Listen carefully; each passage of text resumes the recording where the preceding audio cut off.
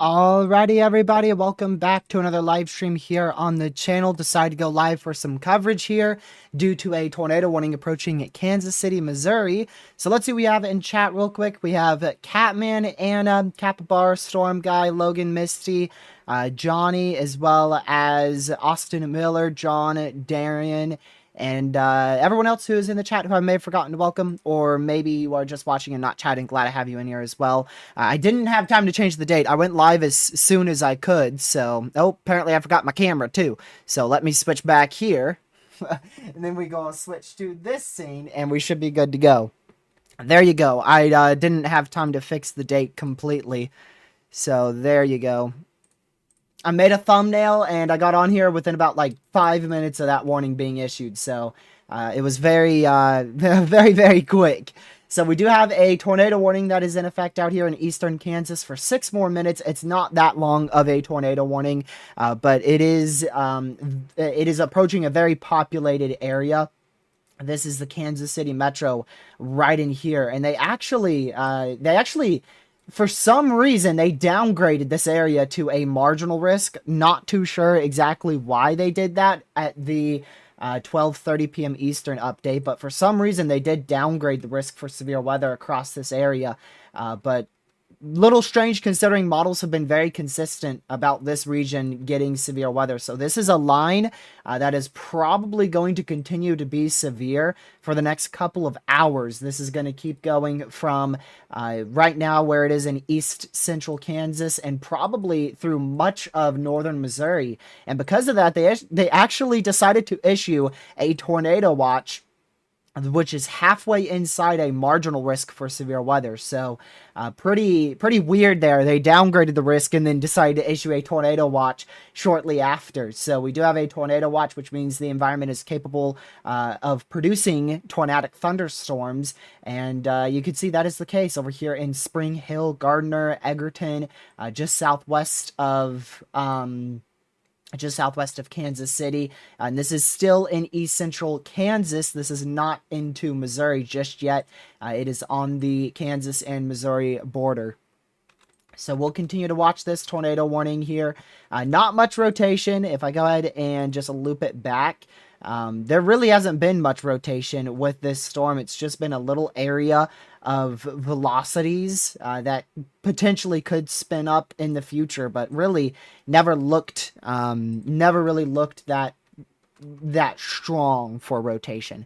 I did see the high risk issued out there, level 3 out of 3 in Germany. I sure did. I don't know if there's any radars to track that or whatnot, but I did see that.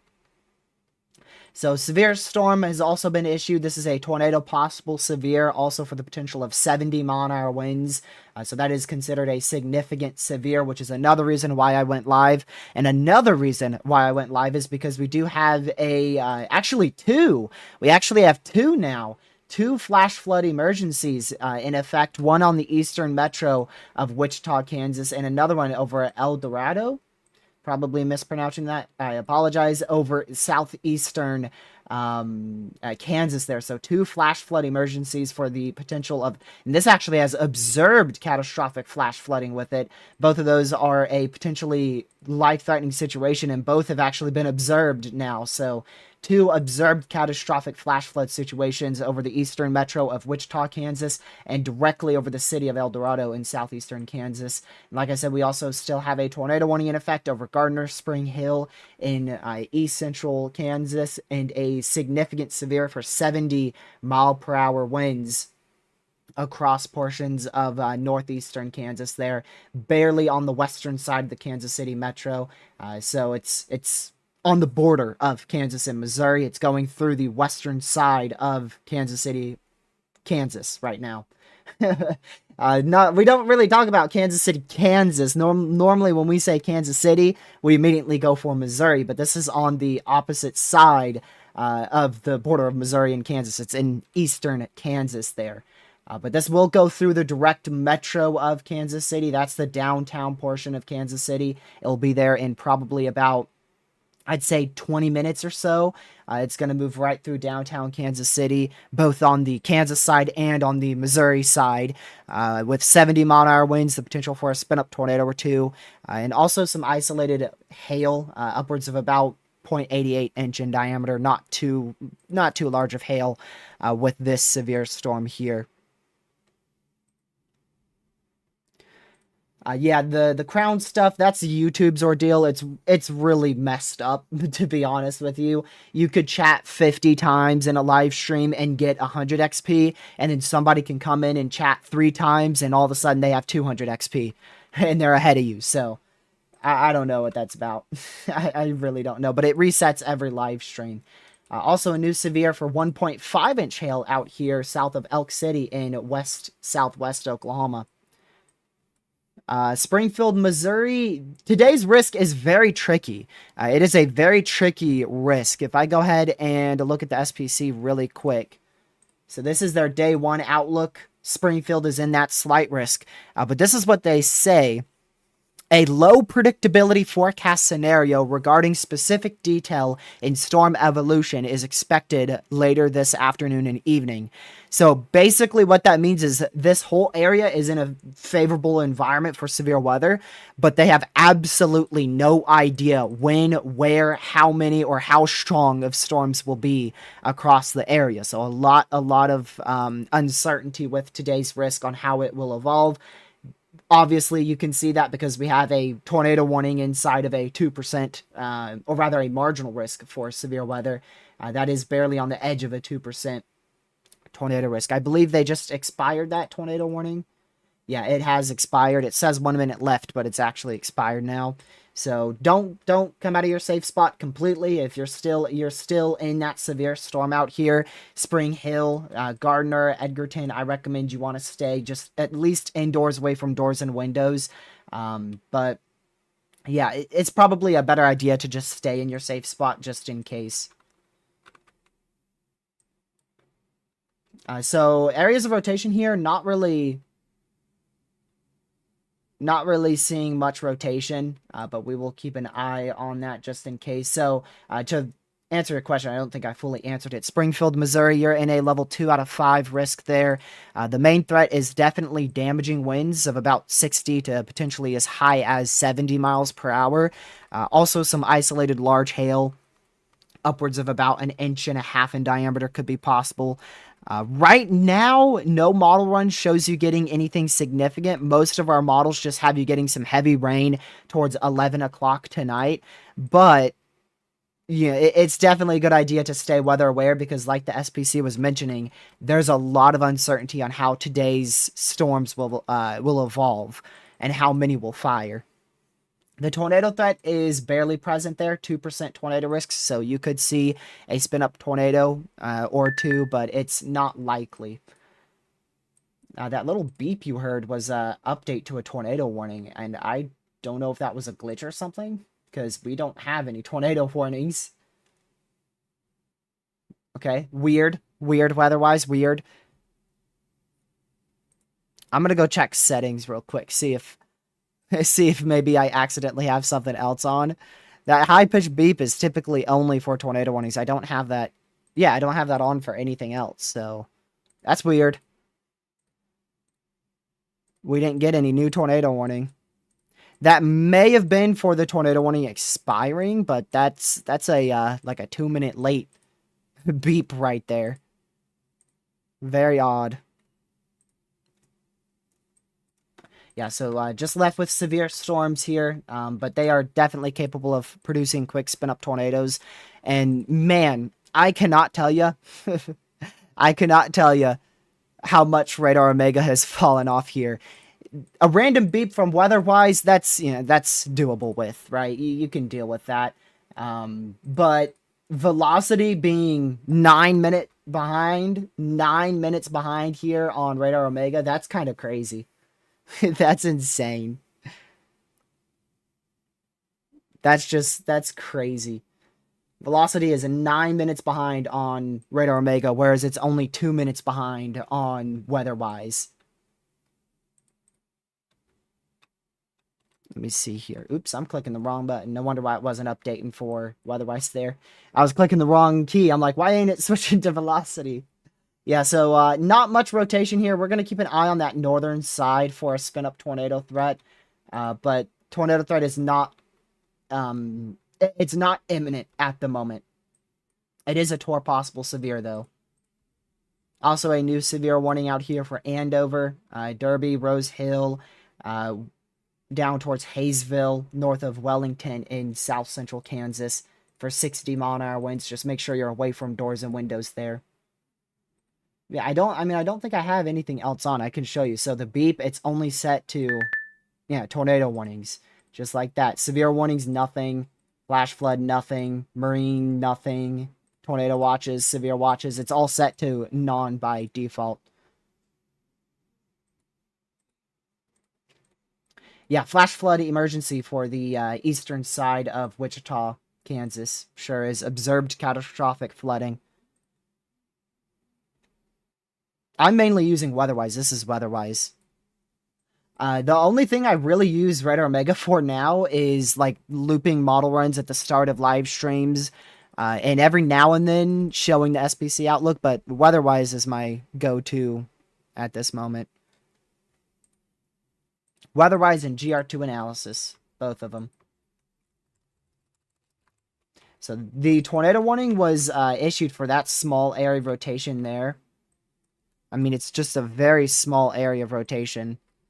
And you can see that's now really dissipated now. So we'll keep watching it. Those little indents is going to have to be what we keep an eye on here with this line as it moves up to the northeast. And my biggest question is how much does this strengthen over the next hour or so? That's my biggest question. So Alta, Iowa, let's see. So you're in a general thunderstorm risk. What that means is you're definitely not in the main risk for severe weather today. You could expect rain, isolated rumbles of thunder. I highly doubt you'll get any severe weather. The main threat for severe storms should stay around and east of Des Moines, Iowa. This area in here for Iowa. That region's at risk the most, especially the southeast side.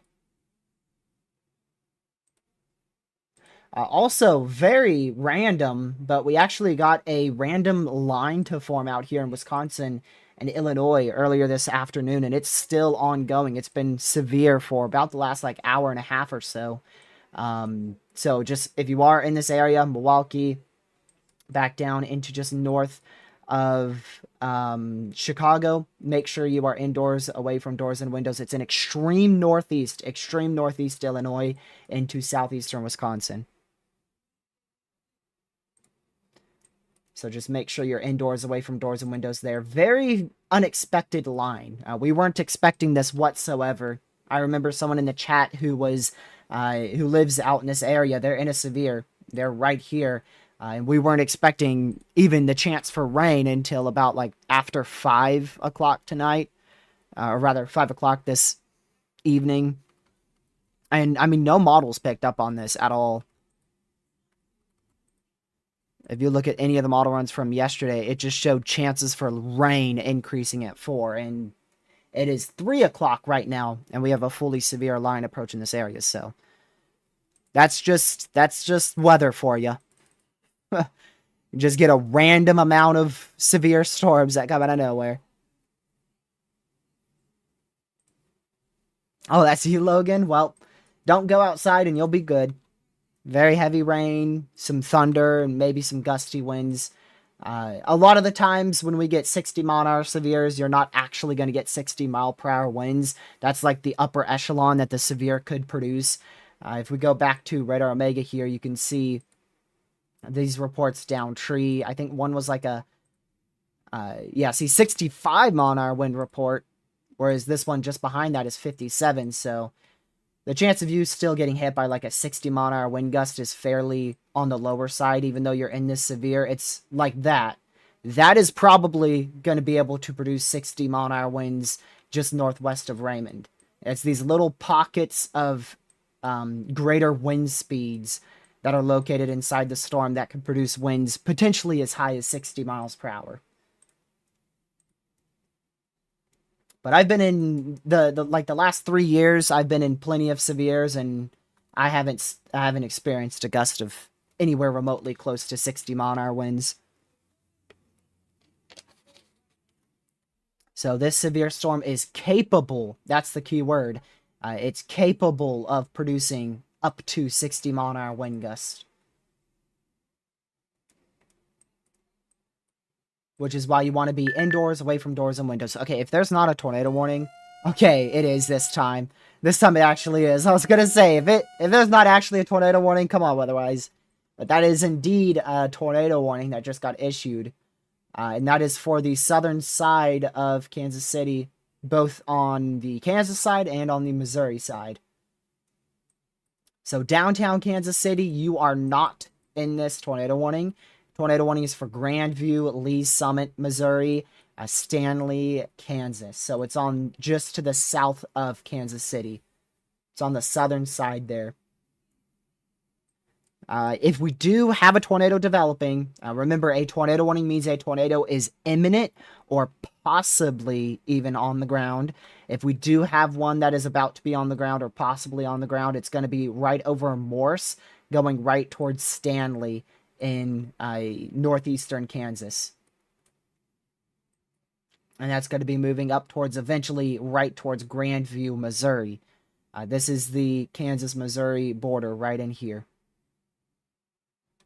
I've been in up 100-mile-per-hour winds in Pennsylvania. Yeah. We had winds probably near 100 miles per hour. It was sometime in the early 2010s. But ever since then, we've never had anything close to 60-mile-an-hour winds, really. Not in my area. And I've been in probably close to 50 severes. If not even well over that. But just make sure if you are in a severe storm, you're away from doors and windows. Stay indoors. Because you don't want to be outside and then that 60-mile-an-hour wind gust does come through. Speaking of that, I was outside during that 100-mile-an-hour wind gust. I was on the porch. I could not get that door open for the life of me. Thankfully, I was at it was at our old house, so it was a closed-in porch. But even then, it had screen, like a screen around it. It wasn't fully closed in, so it had a screen around it. And the wind was able to get through that. Not fun. And that's when I started really getting interested into weather, because we didn't get any memo of up to 100-mile-per-hour winds in our neck of the woods. Yeah, so here's that storm still approaching southeastern Wisconsin here. The greatest winds will definitely be focused around the Franklin area. See where that bows out going into Greenfield and Oak Creek in southeast Wisconsin. That's going to be your best opportunity to get 60-mile-an-hour winds out of this. But even if you're further south, you still want to be away from doors and windows. All right, Kansas City, on both sides, the Kansas side and the Missouri side, you are inside of a considerable severe. So what that means is it is a severe storm capable of considerable damage, which in this case is 70-mile-per-hour wind gust. So you want to be at least away from doors and windows, if not close to your safe spot. And if it gets rough, I would highly recommend going to your safe spot if you are inside this severe. That is a considerable severe. So this has the opportunity to produce quite a bit of damage going into downtown Kansas City.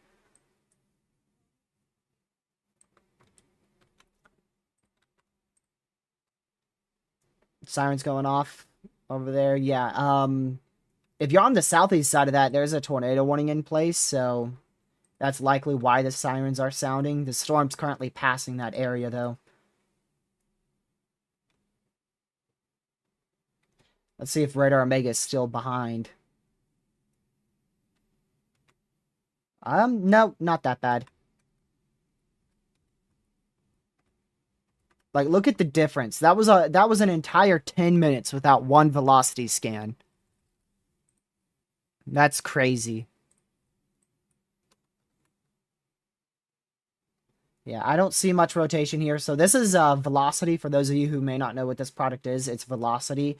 I'll go to this because it's a little bit easier to see. So green is winds going towards the radar site, and red is winds going away from the radar site.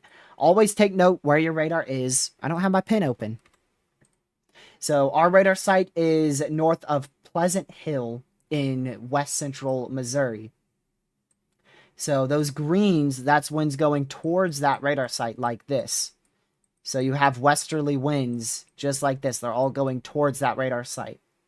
And then in this area, there's winds going away from that radar site. So that creates the potential for some rotation, specifically on that northern side, but it's not rotating much. Really, for you to get a good area of rotation, you have to have very tight winds. Gate to gate is what it's called, where it's a red pixel and green pixels directly touching each other. And in this case, the red is way up here and the green is further down here, as well as to the northwest of that red. So pretty much no rotation with that. Now further south, we have to do, let's see. I'm going to use this. This will show it a little bit better. Oh, I forgot. No, it won't, because it does 9-minute scans. My bad. Let's go back here. So in this case, it's a little bit trickier. So for this, you need storm relative velocity. So it takes into account the orientation of the thunderstorm to the radar site. So see how this looks like green on green, and in that case, it wouldn't be rotation. If we activate that, you can see the bit of red on there now. So that's storm relative velocity that I just activated on GR2. You just click storm motion from warning. And now you can see that better red and green. And thus, because of that little area of red and green, as well as the hook, you could see this hooking out. Because of that hooking out, they were like, okay, well, this might be able to produce a tornado, so let's issue a warning. And they did. Right now, that rotation looks to be weakening, which is exactly what our previous tornado warning did. Literally right behind this storm about 30 minutes ago.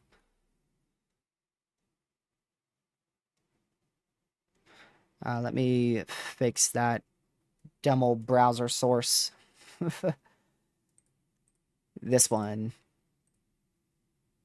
There we go. So the alpha boundary in front of it, that's that also could produce damaging winds. So your precipitation is obviously further back here. Let me draw that differently. So this yellow line is your precipitation. That's where your precipitation is starting. And that black line is where your outflow boundary is. So that outflow boundary there could actually be producing damaging winds as well. And if you're talking about the one in front of this isn't actually a boundary. This is just rain. But that boundary could do a number of things. It could help this go significantly more outflow dominant, thus promoting a near zero tornado threat further to the south. And it could also enhance the damaging wind potential, as well as cause damaging winds in front of the line. The greatest tornado threat and damaging wind threat will definitely stay on this northern side, right up here. So that's going to go right through Kansas City is where that greatest damaging wind threat is going through. The greatest tornado threat is with that active tornado warning for Stanley, Kansas, and Grandview, Missouri. Remember, this is the Kansas-Missouri border right here. We did just get a new watch. Go ahead and zoom out real quick. We'll wait for that to come in.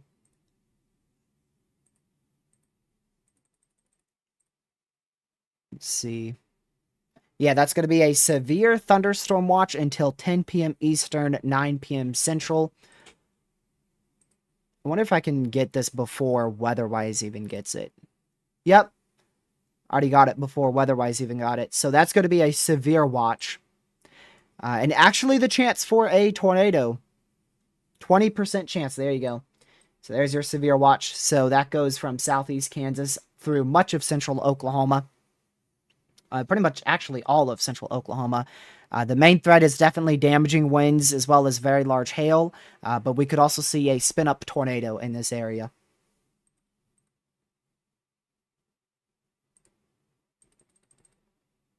Let me tell you the exact greatest hazards here. Large hail up to 2-inch in diameter, damaging winds potentially around 70-75 miles per hour, and then the potential for a weak, brief spin-up tornado will all be possible inside this pink watch area. Tornado threat will be fairly low. Observed 70 mile per hour severe here. Elk City Mesonet measured a 70 mile an hour wind gust. So there is 70 mile an hour winds ongoing, heading right into Burns Flat in west central Oklahoma.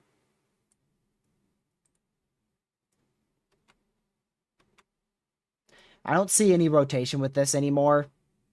We'll see if they keep that warning up for another 26 minutes or if they cancel it early.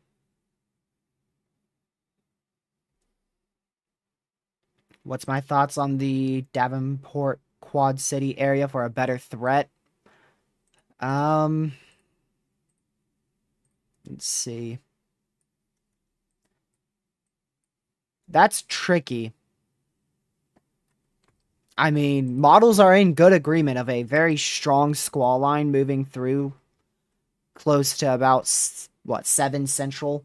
7:30 Central. So, yeah, I would definitely say damaging winds 70 miles per hour will likely be possible. I mean, you're in, what, a marginal up there? Yeah, you're in a marginal, but honestly, I do think you could see 60, 70 mile an hour winds in this area tonight or late this evening. It's definitely a very real possibility. But there's a lot of uncertainty. Model runs obviously aren't the best, especially this time of year. They become a lot more inaccurate. There's a lot of uncertainties on how this line of storms will evolve over the next few hours. I did see someone say something about a derecho potential today. We do have derecho potential today, Thursday, Friday, and Saturday all have derecho potential, but it's going to be very difficult to predict them. It is going to be extremely difficult to predict them accurately. It's that time of year where we go from slight risks to moderate risks in like one update. That's derecho season. Will this particular line become a derecho? I don't really know. I mean, remember the derecho criteria was upped significantly, so in order for it to become a derecho, I mean, it's going to have to stay severe all the way until Chicago. So I don't see a way that happens, but I mean, you never know. Like I said, a lot of uncertainty on the evolution of convection today. I highly doubt that will happen, though. It has to travel 400 miles and staying severe that entire length.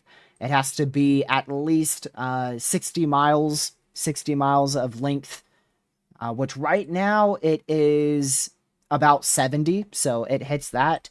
But I doubt it's going to be severe for the next 400 miles. That would be kind of crazy. That would be very crazy, actually.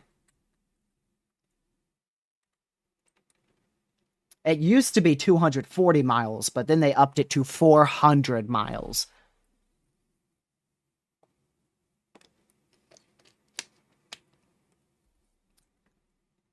Bowling Green, Missouri, get that line of storms. Probably. I remember generally where you are. Let's see. Bowling Green, Missouri. Okay, you're barely outside of that tornado watch, so you're gonna get rain. You're gonna get rain. I don't know for sure if that line's gonna hit you. I think it will stay off to your north, but it's definitely worth watching it closely.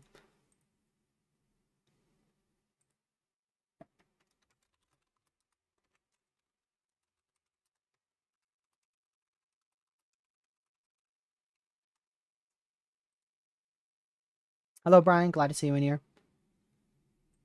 Yeah, yeah, they literally almost doubled the criteria for a derecho, which I wonder. I am curious if we're ever gonna get another derecho. I'm actually curious about that because 400 miles is crazy. Like that is insane. I really wonder how many derechos we're going to get per year because normally we get probably 2 to 3 or so a year, right around there. And with that now being a thing, almost doubling the criteria, that's going to be difficult to get to. I wouldn't be surprised if we don't even get a derecho a year. It would not shock me with how high that criteria is set.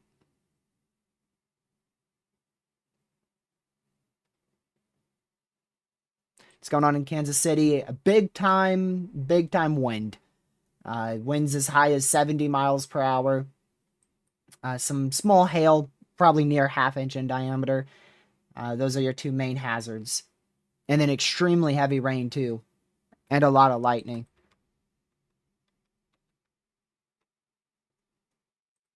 Should be very, very windy. Also, the tornado watch probabilities, oddly enough, not on WeatherWise. They are very low.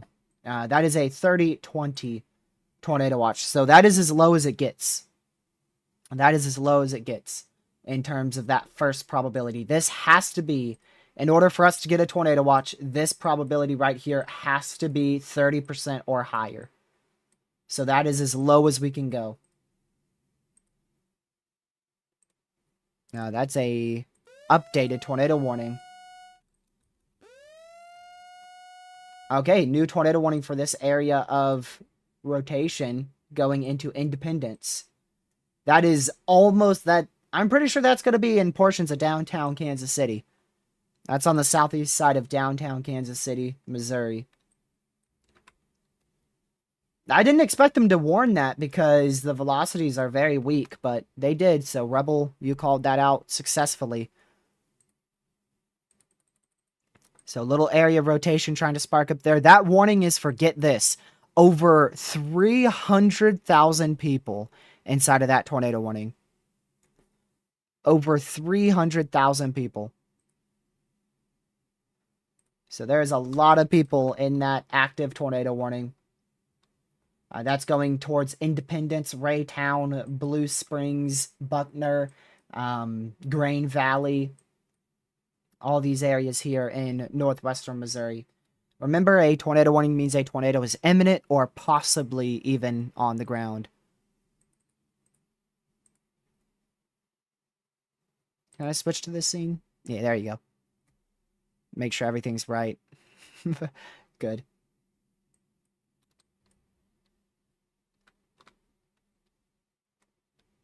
Yeah, the Pittsburgh MCS we had earlier this year was not classified as a derecho, which I found that mind blowing, because we tracked that for like 6 hours straight, and they didn't classify it as a derecho, not because of how long it tracked. It successfully tracked the whopping 400 miles, staying severe that entire time, and they didn't put it as a derecho because it didn't have enough 75-mile-an-hour wind gusts along its 400-mile track. And there was multiple 90-mile-an-hour wind reports from that intense MCS, so that's why I said I would not be surprised if we just never see derechos again with how high that criteria has been set now.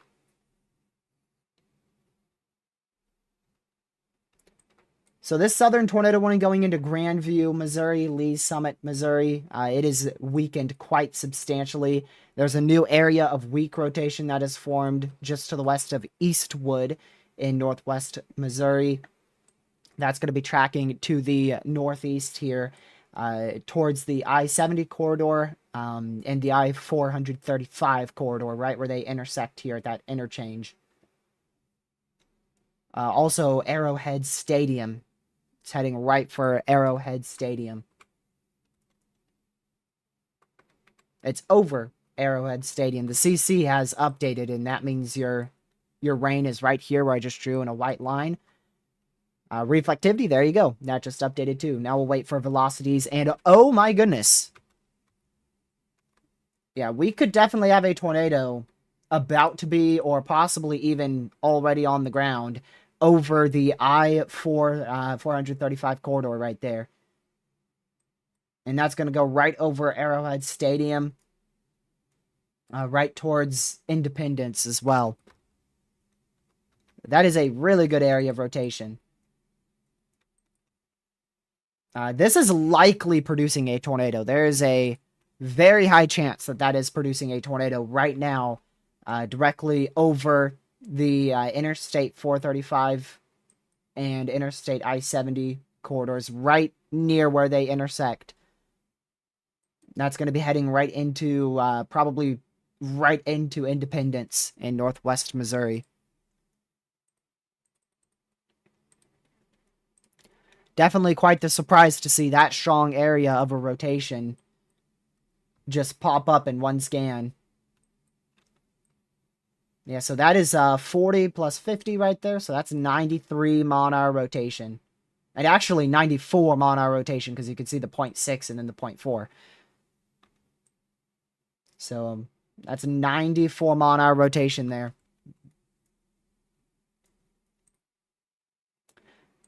So that's going to be going right into Arrowhead Stadium, right where, again, Interstate 70 and Interstate 435 intersect. Right in that area, tornado likely heading right through this region. No confirmation. There is no confirmation of it being on the ground or no CC drop, nothing like that. But that area of rotation is very strong, so it's either very close to being on the ground or on the ground, one or the other. It is either extremely close to being on the ground or is on the ground.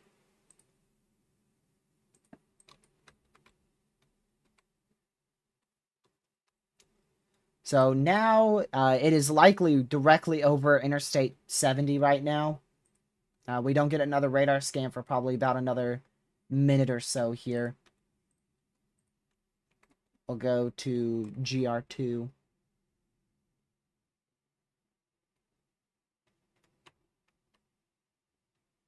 Yeah, very... Oh, they just updated that. Oh, wow. Okay. That is something. This is now a particularly dangerous situation. An observed large and extremely dangerous tornado has been located in Independence. This is an observed, particularly dangerous situation tornado warning. Seek shelter immediately. A large and extremely dangerous tornado has been observed going into Independence in northwest Missouri right now. This is a life-threatening situation.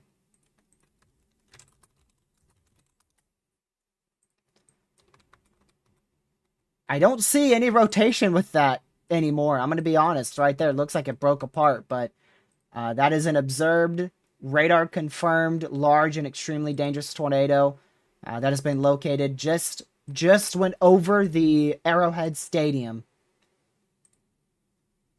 You can see here, radar indicated tornado. Radar confirmed, rather. My bad. Radar confirmed tornado.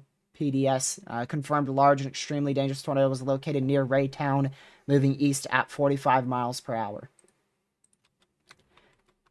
Rotation, extremely weak now.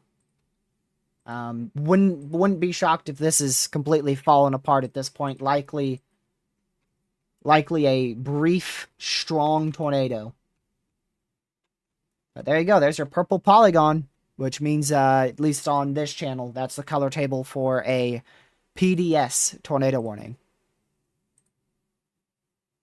For 300,000+ people. Wow. What a surprise. What a surprise.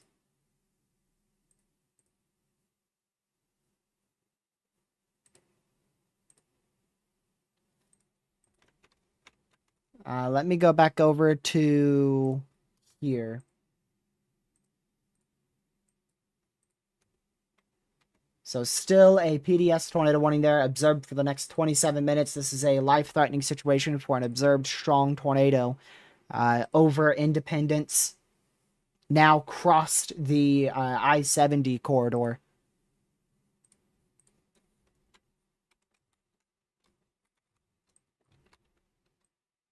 Give me just a moment to tweet this out.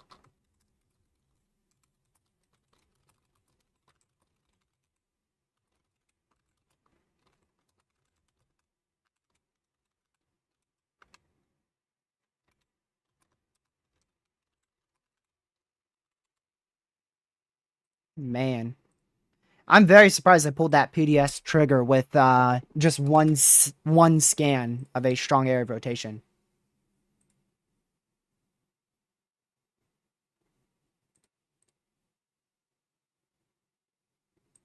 Still in effect for 27 minutes there. Independence, make sure you are running to your safe spot right now. Actually, this is in a marginal risk. This is not even in the slight risk. It is in a 2% tornado risk.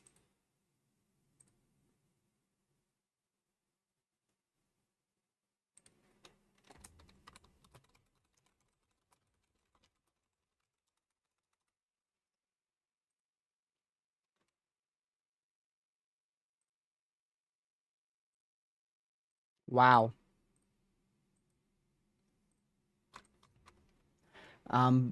I really don't think this is on the ground anymore based off that newest velocity signature. I highly doubt this is still on the ground, but it is still a PDS tornado warning. Newest scan, it actually is tightened up a little bit more there. It's tightened up a little bit more. This is going towards the Highway 24 and Road 291 interchange. Going right into the downtown area of Independence in Missouri. This will likely try to recycle. I'm quite confident it is lifted. Quite confident it's lifted. So if that is the case, it will likely try to recycle and drop another tornado. Probably in the short term here, as it goes towards Ripley, east to northeast Independence, then eventually near Blue Mills at Lake City in northwest Missouri. This is still an observed PDS tornado warning, which means it is a confirmed large and extremely dangerous tornado directly over Independence. But I really only saw one scan of that being strong, and that was this scan right here. And this was very difficult to tell if it was CC or not.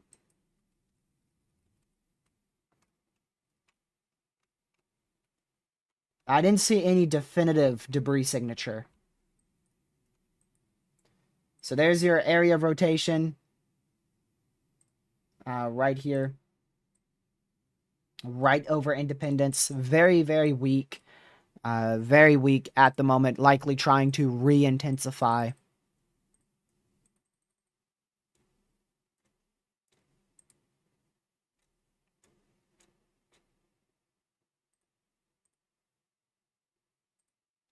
Let's see here.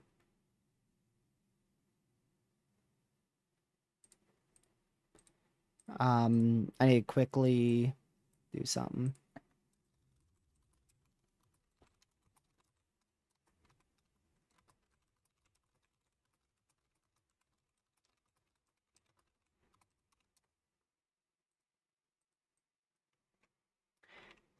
Yeah, so just keep watching that area of rotation. Outside of that tornado warning, we do still have a considerable severe that is in place all the way back up into nearly Knoxville in northwest Missouri. So if you're anywhere in this severe, I'll go ahead and switch to here. So anywhere in this severe thunderstorm warning, just make sure you are away from doors and windows.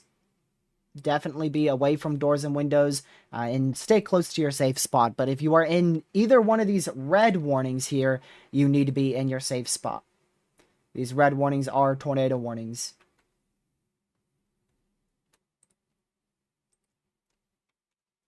And that purple one on GR2, that is your PDS tornado warning.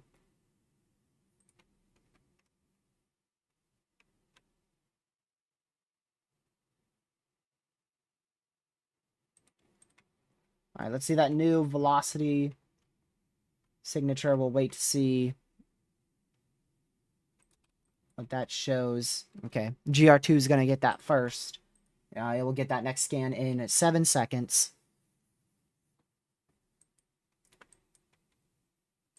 Yeah, hopefully WeatherWise does come out with an update where you can fully customize the warnings, because that's why GR2 is easily still my my favorite radar site to use,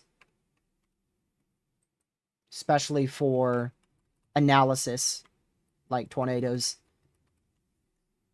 because it's much easier to depict which warnings are which, because you can tell that this severe is a normal severe, this one's a considerable severe. Red tornado warning is a normal radar indicated. Purple is PDS. And then I can make these overlays like you see here, where purple means PDS too. That rotation is tightening back up a little bit. It is tightening back up a bit east of Independence. So there's a chance we could get another tornado to drop down at any moment here. Let me switch back over to WeatherWise again.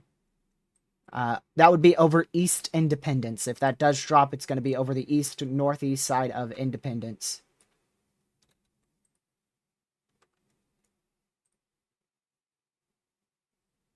And that's going to keep moving more to the northeast. So this is going to put areas like Buckner, Blue Mills, Ripley, Lake City.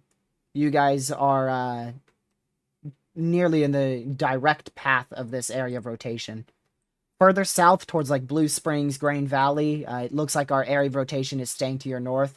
If you are in Blue Springs, though, you still need to be in your safe spot. Just to let you know, it looks like the main area of rotation is now moving out of Independence, and it should stay to your north, likely going towards Ripley, right along Highway 24 in northwest Missouri.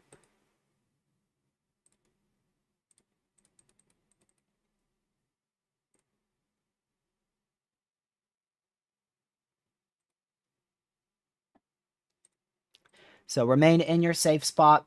Again, still a tornado warning in place. I am shocked they have let this tornado warning go for its near entire warning span here. The area of rotation died out like 20 minutes ago. Yeah, the area of rotation died out right here. And that was at That was at 3:12, right around 3:12 Eastern, is when that expired. Or that area of rotation weekend, rather. So, I'm shocked they let that go for the entire full 30 minutes that warning was issued for, when the area of rotation died out like 8 minutes after that warning was issued. New considerable severe. That now includes Richmond. Richmond is included in that, in Northwest Missouri, so make sure you are in your, near your safe spot. Indoors, away from doors and windows, and near your safe spot. If it does get rough here over the next 20-30 minutes, definitely would not be a bad idea to seek shelter. Because, 70-mile-an-hour winds, that can do some damage. So if you feel like it's getting pretty rough out there, yeah, you definitely want to be, you definitely want to go to your safe spot if you think it's getting pretty rough out there, which is why I recommend when you're in these destructive severes or considerable severes that you stay close to your safe spot, just in case it gets rough.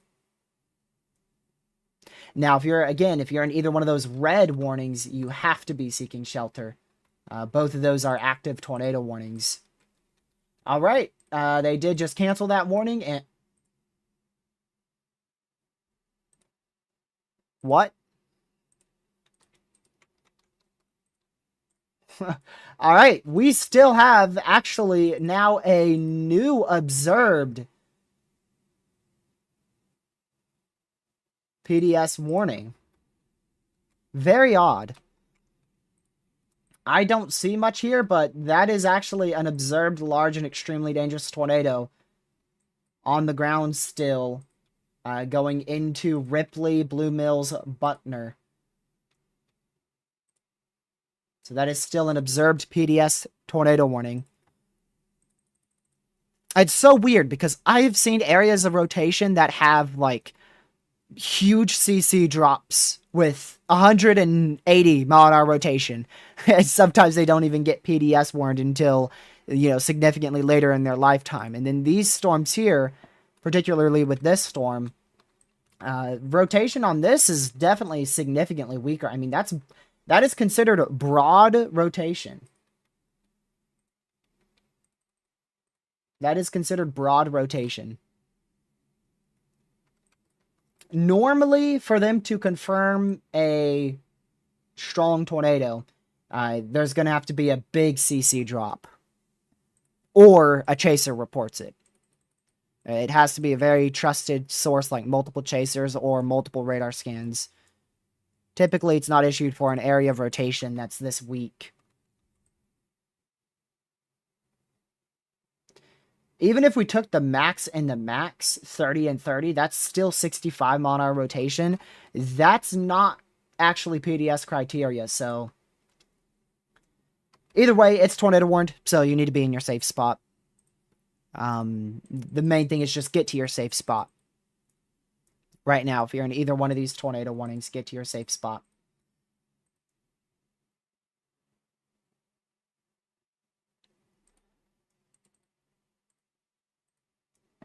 All right, that southern one, I believe, is expiring right now. So we'll see if they fully let that expire or not. Rotation, again, still fairly weak. We'll see what it looks like on next scan. It could easily tighten back up very rapidly like it did the first time. If this is on the ground still, it's going to be going right over Highway 24, probably barely west-northwest of Buckner. Very, very close to Buckner in Missouri.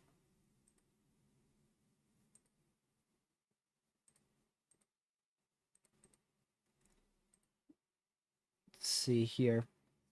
We see debris on cam, so it was on the ground. And that was probably with the first one. With this one, I'm very skeptical about it because still that rotation not strong. Still very broad rotation. They still have that as an observed PDS tornado warning. Like I said, just be in your safe spot. Make sure you're in your safe spot. Southern tornado warning was allowed to expire, so no longer a tornado warning in effect for Lee's Summit or surrounding areas. Again, if you are in this area, still remain indoors, away from doors and windows. Still stay close to your safe spot. We could easily see tornadoes develop very quickly with this line. It is a QLCS line, so that means it's capable of producing spin-up tornadoes very rapidly. And outside of that tornado threat, it has been observed at producing 70-mile-an-hour winds. So make sure you are at least indoors, away from doors and windows, and stay close to your safe spot. And again, if you're in that tornado warning for Buckner, run to your safe spot. The first PDS warning, it did surprise me a bit, but I could see why they PDS warned that first tornado. This one I'm more confused about. If I back it up for you, Caden, just in case you didn't see it. So this was an area, this is what warranted it to go PDS. Like, what was it? 94, I think I said, 94 mile an hour rotation. And then it broke apart whilst being PDS. And then they actually issued a new PDS warning. And it's still observed. And this one confuses me because the rotation has barely even been over 60. I think it's the max and max value of both sides is like 65 or right around there. Gate to gate is significantly weaker. You could see these gray pixels in between it, so that's definitely an indication of it being broad rotation.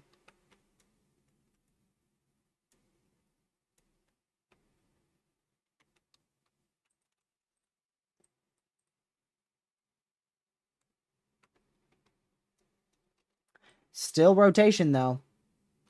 Looks like this is going to be heading a little bit more east. So, like I said, it's going to be getting very close to Buckner in northwest Missouri. Very, very close to Buckner. Make sure you're in your safe spot.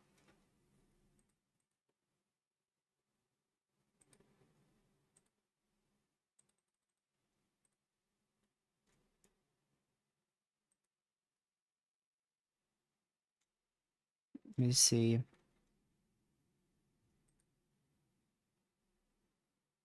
Yeah, the last one, I'm not shocked that that was on the ground at all. That's why they first went PDS. This one is the one I'm a little bit questioning. But like I said, just be in your safe spot. Please get to your safe spot if you're in that tornado warning. It goes for another 12 minutes.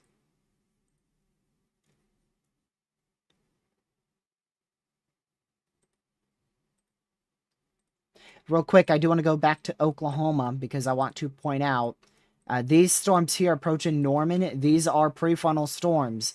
So there is the opportunity we get a brief spin-up tornado sometime in the future with these cells as they move through the Oklahoma City area and then eventually pass Oklahoma City over the next hour or so. So we'll need to monitor those for a near-term brief week spin-up tornado threat. It will not be any like strong tornado threat or anything like that. Wind shear and overall ingredients are quite fairly poor in that area.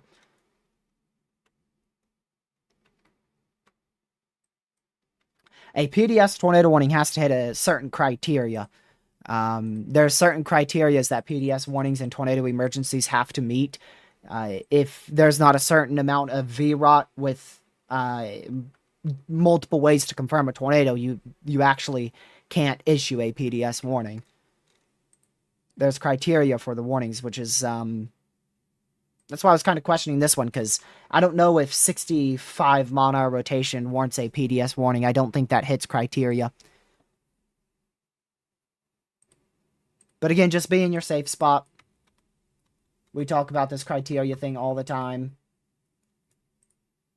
And the main thing that matters is just getting to your safe spot. That's what really matters. Buckner, just be in your safe spot. Still, again, still good news here. Very weak rotation. It has not strengthened. It's maintained relatively weak rotation around the side of 60 mile an hour winds.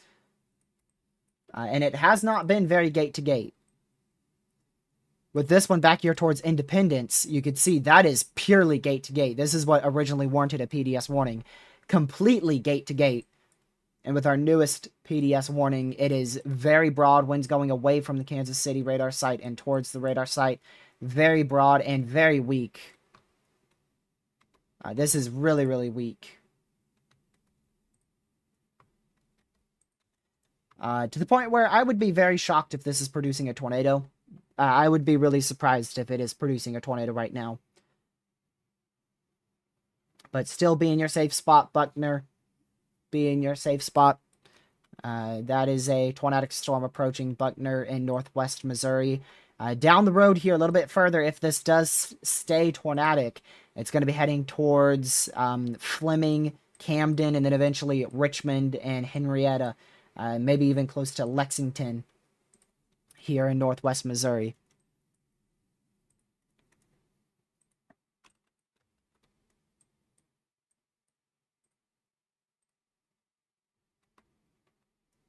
Storm staying very clustered in southwest Oklahoma. Really good sign for a very low-end tornado threat. If they were more discreet, we would have to worry a little bit more about a threat out there for tornadoes in Oklahoma. But because they're so clustered, yeah, that tornado threat's going to be very low.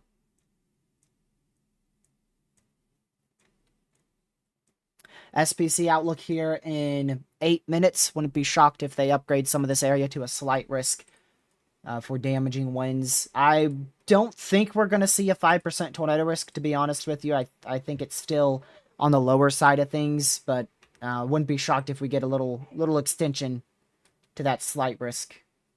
Not that far to the west, though. Something like that. Like they had it before. Before they had that slight risk like this large, which would have encompassed all this stuff that we've been seeing around Kansas City. But they just extended the slight risk. Still a little area of rotation there. Right over, nearly directly over Buckner. Along Highway 24.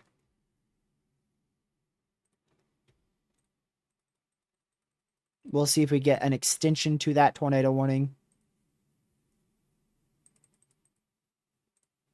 If they do extend that tornado warning, it's going to be going into Wellington, maybe Richmond, Lexington. Huge, severe, gracious day. That is a very large, severe thunderstorm warning. Big, severe storm for observed 70-mile-an-hour winds, which is a considerable severe, all the way from New York in northwestern Missouri, all the way back down to Pleasant Hill, which is where your radar site is.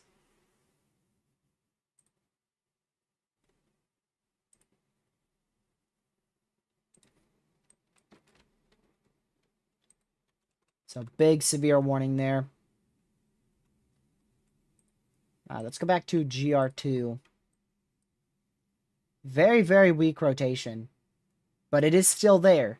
It's only about, now it's about 40-mile-an-hour rotation, but again, it's still present.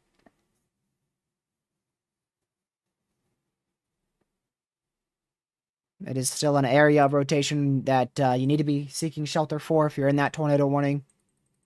And definitely something we're going to continue to watch.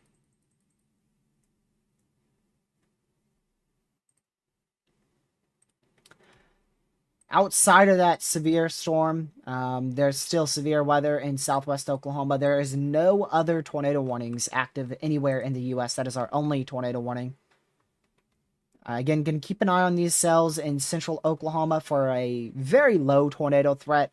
Not expecting tornadoes at all out of this, but it is possible that we see a brief spin-up tornado at some point today, somewhere in Oklahoma.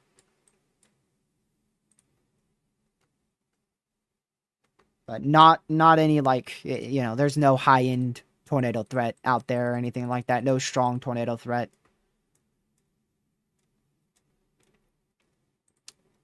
Let me go check our ingredients real quick.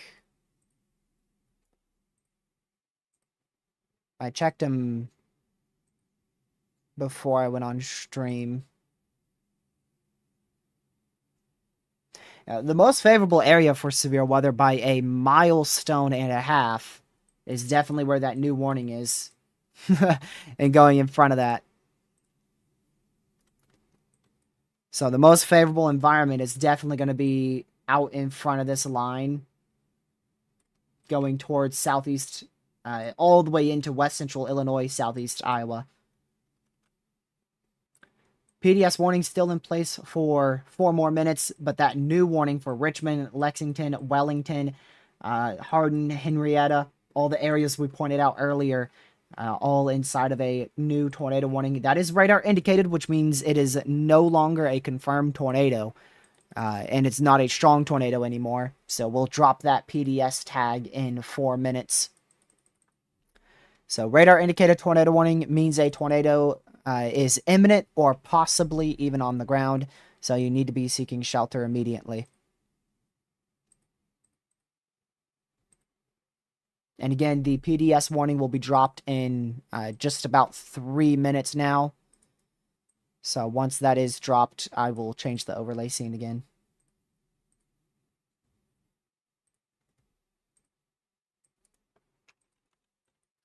Yeah, area of rotation is very weak now.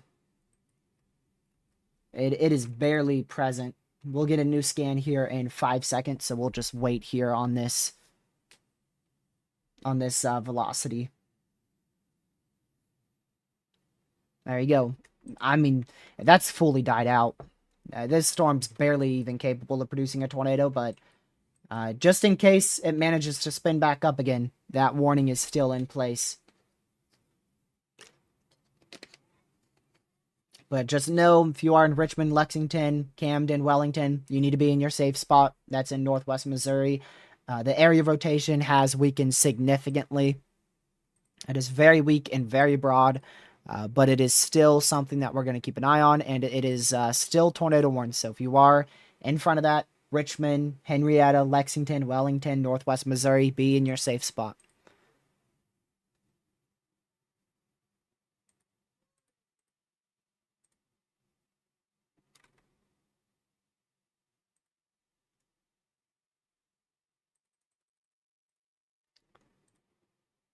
Let's see. Waiting to get the new SPC outlook. Should be out very, very soon. Whenever I get it, I'll let y'all know.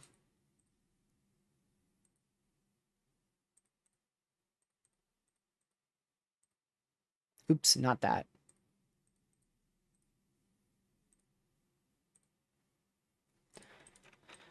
Alrighty, so again, still tornado warning in effect there. We're waiting for the PDS warning to expire in about a minute and a half. Radar indicated tornado warning was extended further into Richmond, Lexington, Wellington. All need to be in your safe spot there in Northwest Missouri. Again, outside of these tornado warnings and severe warnings, we are watching Southwest Oklahoma, where there's currently severe warnings for some hail and 60-mile-an-hour winds. Tornado threat is very, very low with these, especially in the near term. It is very low.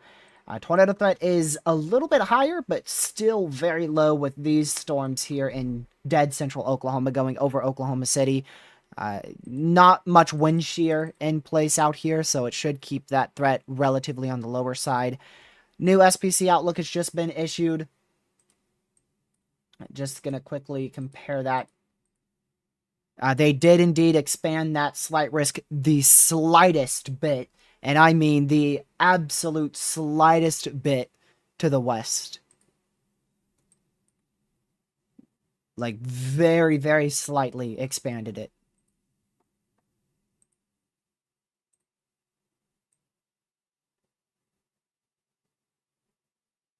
Just to include those storms that are currently ongoing. Tornado risk, they actually introduced a large 5%. Wind risk is 15%, hail risk still 15%, but they did actually pull a 5% tornado risk. And you can see that there. That's your new outlook. Wow, Weatherwise, you got that fast. Weatherwise got that really, really fast. Quite shocked that goes so far to the west, though. I'm surprised that goes all the way into still Kansas City. But yeah, Kansas City, Missouri, all the way back up into southeastern Iowa, west central Illinois, and a 5% tornado risk.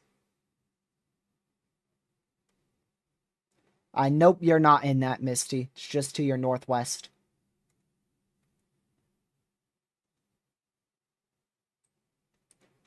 So that almost goes into Davenport as well. Nearly into Davenport. That's not the new Slight risk. Here's your new wind risk. So you could see the difference between the categorical risk. Actually, let's mark that really quick.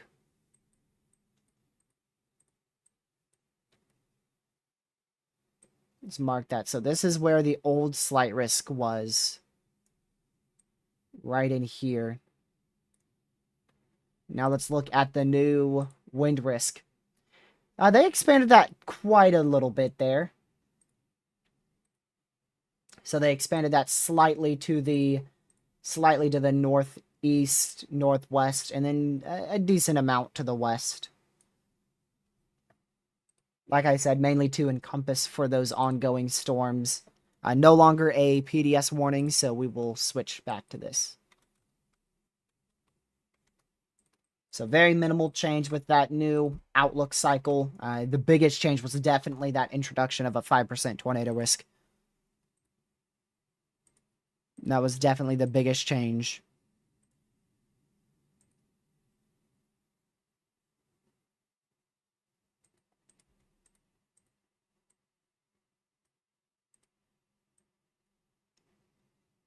So, yeah, but outside of that 5%, there's minimal change. That's what I was referring to. No change in Texas or Oklahoma with any of the risks. They did disextend the west side a bit as the cold front's moving more east, but no main changes there.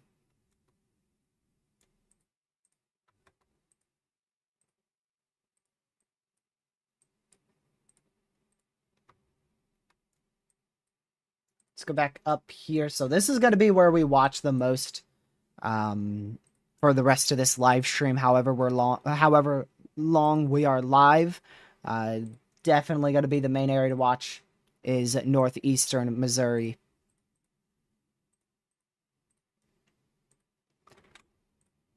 Want to check the new HRRR, see if that has anything different today. Yeah, but this line, it's going to be a long-lived line here. It's going to be probably not till 10 o'clock Eastern time tonight when this line starts to die out as it moves into north-central Illinois.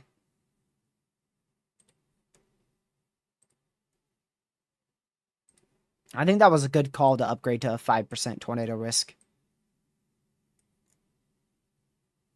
I believe that was a good call.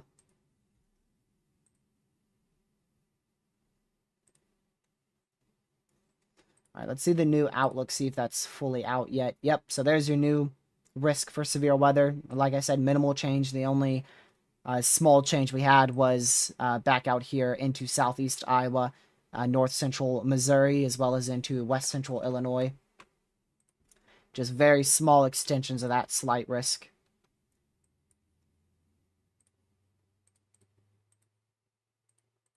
I don't really see anything to stop this line from continuing to strengthen, so I mean, it should continue to strengthen probably for the next couple of hours.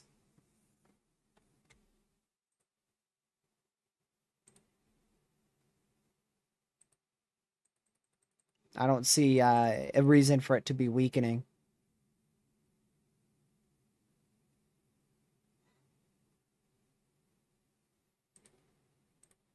Let me quickly see something.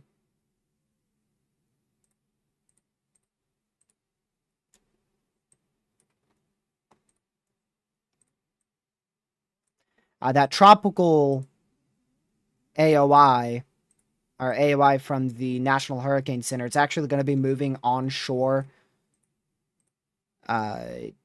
Thursday morning. So it looks like it is going to cause quite the amount of gusty winds, 20 to 25 miles per hour in southeast North Carolina into much of central and eastern South Carolina.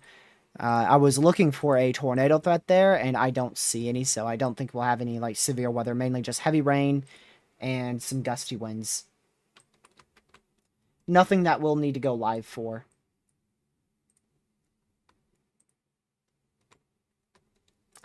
Speaking of live streams, tomorrow's risk for severe weather, they have maintained a marginal on both areas, both regions still under a marginal. The tornado risk, they haven't highlighted anything. It's mainly the risk for damaging winds, and especially back out here in New Mexico, specifically eastern New Mexico.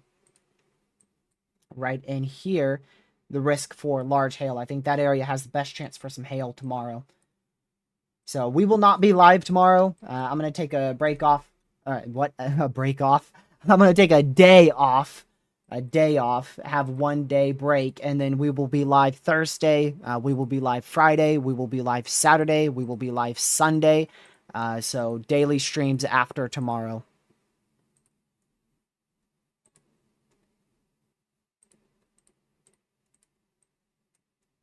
Much of those will probably end up being coverage live streams as well.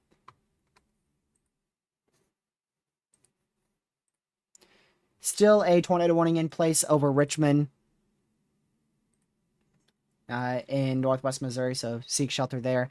Also, if you guys haven't already, make sure you hit that like button. Help us spread the word of this severe threat today. A lot of people caught off guard here just because of it being a slight risk for severe weather. You know, not a lot of people end up being weather aware. It normally takes a moderate or a high risk level 4 and 5s for people to be weather aware. So if you can, share the stream, like the stream, help us get out there to more people. And if you're new to the channel, consider hitting that subscribe button with a notification bell set to all. Like I said, I'll be live Thursday, Friday, Saturday, Sunday are all live streams. We'll see after Sunday if we need to do any more live streams, but we'll be live for 4 days in a row starting on Thursday. Good morning, Lucky. Good morning, TRG. How is you? You know, I'm good, but like I kind of first day out of school messed up my sleep schedule. Classic Lucky. So new disk extension to this warning. So just make sure you're still in your safe spot. It didn't really update that much. P, I appreciate you so much, man. Thank you, thank you. Bro doesn't actually out of it right now. Bro doesn't fully graduate though till like what? 9 days. 9 days. That's a while considering you finished school yesterday. Well, they got to finish exams and stuff. Now all my exams were teacher made. They weren't state tests, and so they got to do all teacher made exams first. Then they got to do state exams, then CTE, which is also still like a state exam. No, the QLCS tornado threat hasn't peaked. Wind shear will increase later today. That will be when it peaks, which I think that will probably end up being close to 6 o'clock. I don't know if we'll end up with another random PDS tornado warning at that time, but our peak activity should be closer to 6 or 7. Oh, and also, good morning, Catman. Good morning, Misty, random guy, and thank you, Twilight. I appreciate that. I appreciate it a lot. It's not morning; it's afternoon. But for me, it's morning. As you can tell by my voice. Actually, no. I literally, you know what? I'm not even scared, bro. I low-key was just singing, so I don't know why my voice is sounding like this. So we're gonna keep watching this severe and this active tornado warning. We're gonna continue to monitor it. Just make sure you are indoors, away from doors and windows if you're anywhere in this severe storm. And also, if you're in that tornado warning, be in your safe spot. Good night, Lucky. Yeah, good night, Lucky. Good night? What? No. Bro's gonna go right back to sleep, I bet. Nah. I gotta... Owie. If you had to choose one, live chasing or streaming the weather, it depends. What am I chasing? 99.9 repeating percent of the time in North Carolina, it is a 0% tornado risk and a 5% wind. So it depends on the risk. Wait. What's the question? And if there's You have to anything choose higher one. than a 5% wind risk, then it's a bust. Like literally, If you had that's to how it choose goes. one, live chasing or streaming the weather. All right. Hey, for me though, here's the thing, bro. If it's a Because guaranteed tornado threat, yeah, I would chase any day. if there's guaranteed tornado threats every time, but here's the thing. Am I earning money from the chasing? Because if not, then I honestly would like to stream because then I can Proof he's in it for the build up, money. actually This be able to dude. fund the storm chases. Hey man, dude, gas ain't no joke, bro. Gas is not no joke. So kids, when you start driving, Won't the line briefly enhance the tornado risk for those prefrontals? Yeah, it'll give it more forcing, but I don't think our environment is very favorable in front of the line. Let me see if we got... Okay, new meso analysis, we do. Good. It's not a horrible environment. I could see him being a low-end all hazards threat. Yeah, it's actually not a bad environment at all. So that might be something we have to pay attention to. Varying with height is not a lot though, so we'll see. It wouldn't surprise me if those really start to increase with all hazards threat.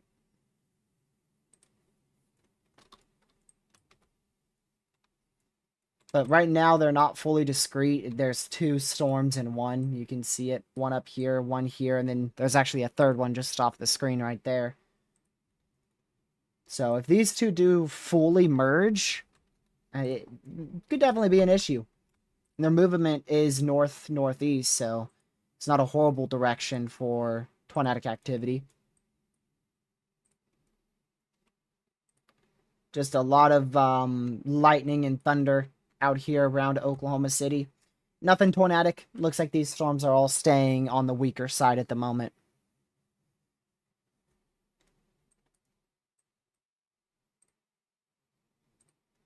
So really, I mean, to be honest with you, for the rest of the entire day into the evening hours, it's literally going to be this one area to watch. It's really going to be this one region.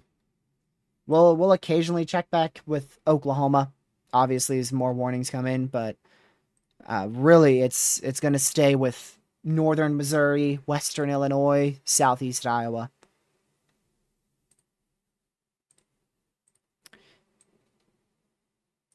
Getting the new HRRR in. Let me go ahead and show you guys that. Let's see how well the HRRR is handling things. Not bad at all, actually. And you can see it has this continuing to strengthen for the rest of the day, and then it starts to weaken towards about 8 o'clock tonight, Eastern time.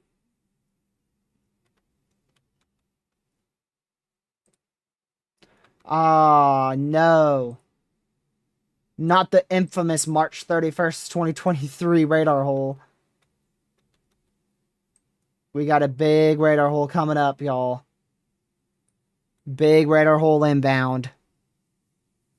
We in trouble. Man, we always have to encounter radar holes, don't we? I swear, storms just know how to avoid radars. It feels like that.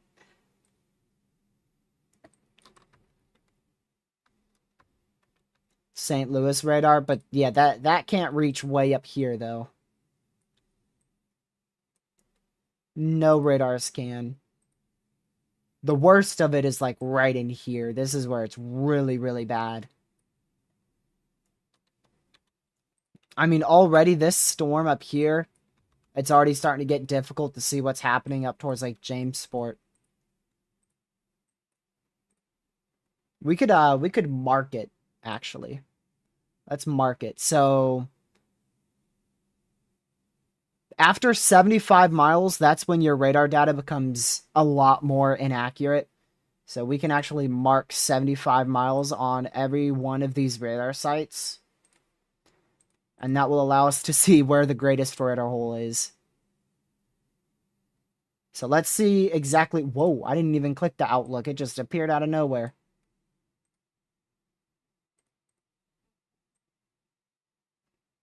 So that's 2 of the radar sites' best beam. Man, see, that's showing you how bad of a radar hole we have. Look at that. Whoops, that's too far. So there you go. There's your full visual of a horrible radar hole. So this whole area right here. That's where you have a horrible radar hole. And yeah, that's where our main risk really is. If we take a look at our 5% tornado risk, you can see that's dead center of our 5%. So not fun. And remember, those pink lines, that's like as far as your good radars can go. Preferably, it's like 30 miles away. The best distance is for distance for radar reading is 10 to like 30 miles. So 10 miles to where you're far enough from that radar itself, and then all the way up to like 40. So you have a good 30 miles of perfect radar data.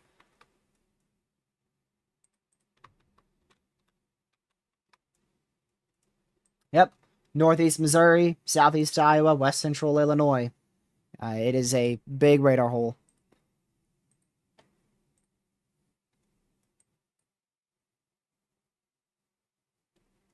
Still a tornado warning for 13 more minutes. We'll go back to weather-wise here. I don't see much right now with this storm, but it could definitely strengthen in the future. Wind shear is just going to keep increasing, so it would not surprise me if this just continues to try and strengthen. I'm surprised how far west that 5% is. I didn't expect to see the 5% into Kansas City still. This Outlook updated literally like 15 minutes ago. And they actually issued a 5% over Kansas City, which I'm very surprised about.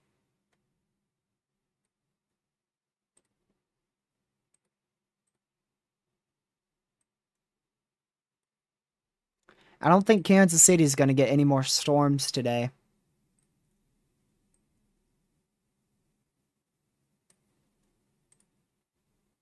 The southern side is going to keep getting like rain and thunder, but I don't expect any severe storms for the rest of the day out here. To a smoke check. It shouldn't be as bad today. Let's do a smoke check. The date's not going to be fixed. Gotta fix that. There we go. So this is your satellite imagery. Not bad. Not bad. Definitely a lot of smoke now in the northeast because you have a low pressure out in here that's spinning, obviously, and that's pulling smoke into the low. So main smoke is across New York, Pennsylvania. Not that bad, though.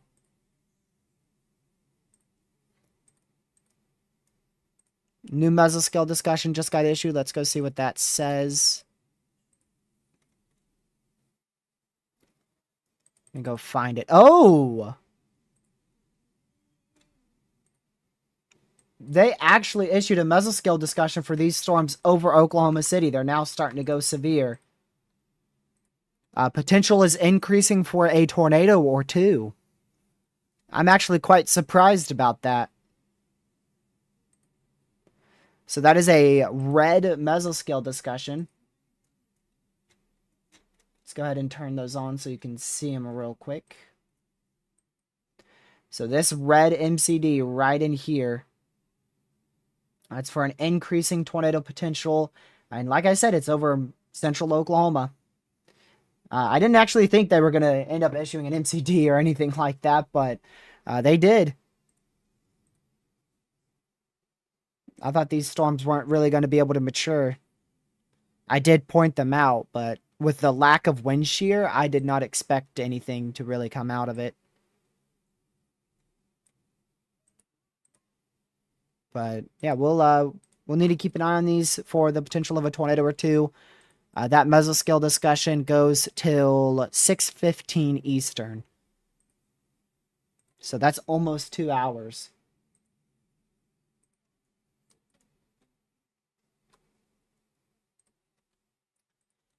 A little surprised with that MCD because, like I said, not a lot of wind shear out here at all.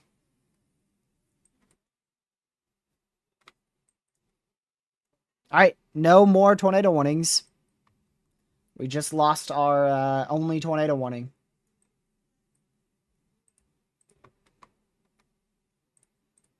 So the main threat right now is with this storm, this line in northwest Missouri producing 70-mile-an-hour winds.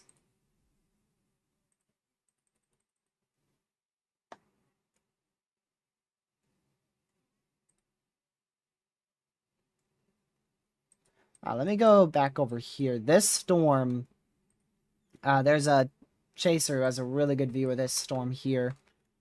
It's a mini supercell.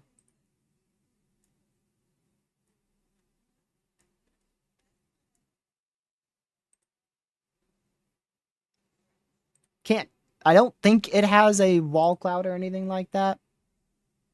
I can't make out many details with it.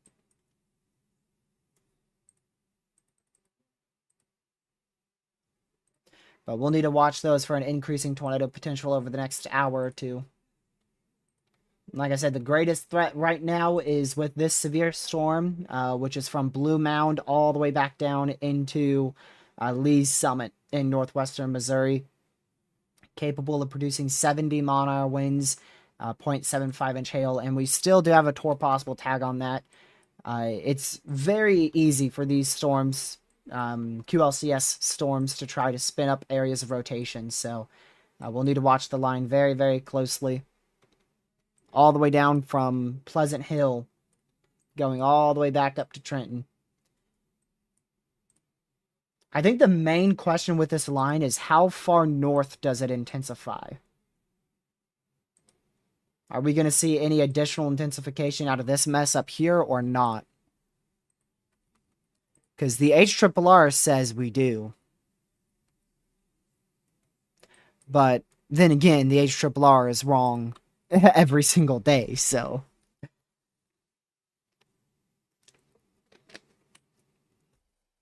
Our next big tornado threat is definitely Thursday.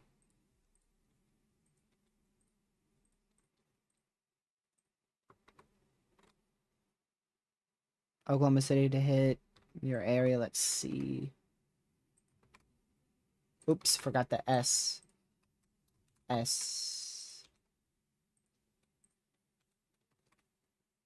Oklahoma. Oh, that's far. Man, that's really far.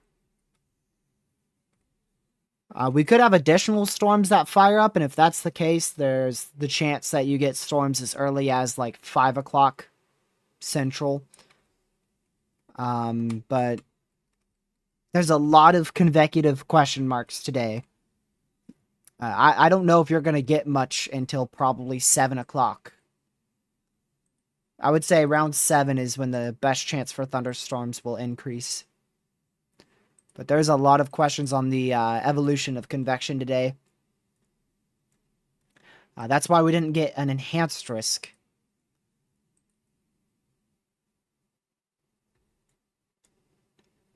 We likely would have seen an enhanced risk if there was enough confidence in convection firing, which right now it's looking like it's a really good call that they didn't pull the enhanced, because not a lot of intense convection out here in Oklahoma. We're expecting thunderstorms to really increase across much of central Oklahoma towards about 6 o'clock today. About an hour and a half from now, we should see a lot more activity in Oklahoma.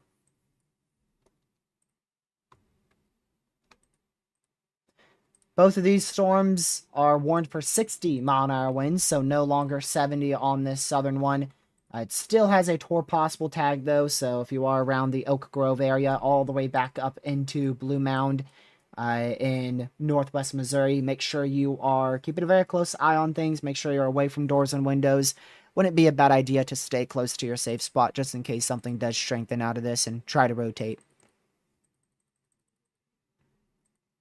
It's weakening right now, but I would not expect that to continue.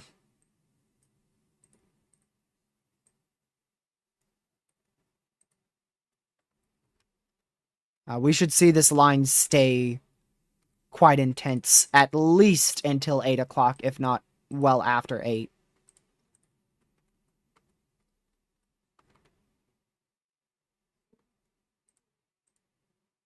Yeah, the NAM 3K, it does have these supercells, or rather these prefrontals, turning into supercells in about an hour and becoming an issue. Then again, though, that is the NAM 3K, so.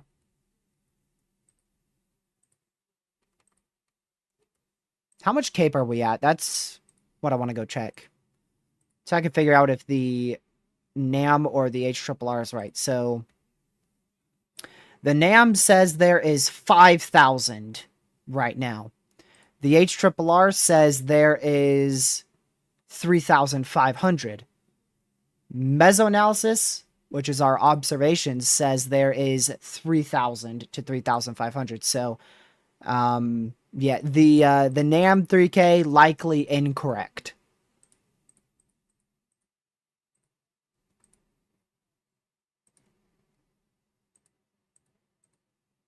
Likely incorrect. That's not hard to overcome, Capybara. And it's not that high.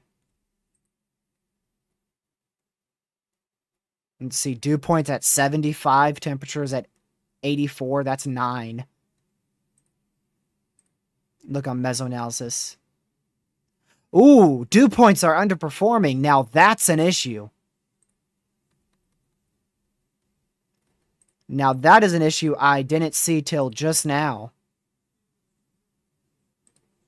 Alright, well that changes things. Never mind. So, dew points are supposed to be at 73, 74 right now in front of these storms, and they are at 68. So that's like 6 degrees lower. So they are underperforming a lot dew point wise. So that if that continues to be the case, these storms are going to be elevated and probably won't be able to really tap into any like wind shear or any good environment that we have out there. I'm not really seeing much of a tornado threat in the short term here. It might be about an hour or so before things really start to reorganize and pop off again. Yeah, but the reason why I was trying to see that between the NAM, the HRRR, and observations is because you can figure out which model has the best simulation of what may happen today. So the NAM is currently well overdoing dew points and well overdoing instability. So thus its simulated reflectivity is currently it looks a lot more intense than what storms will actually be.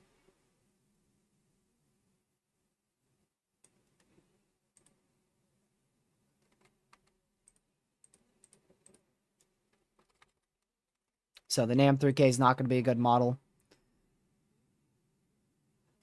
I'd say anything greater than 15 is getting too high.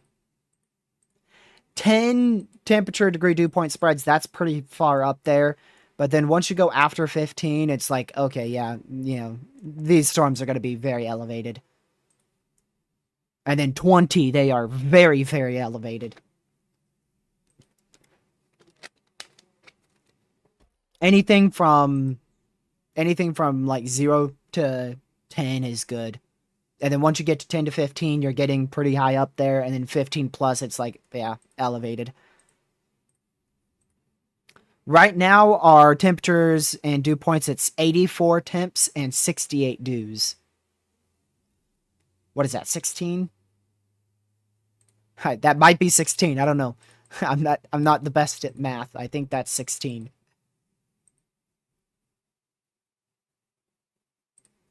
I'll just look at it. Hey, 16. Let's go. Oh, man. I still have a brain. Let's go.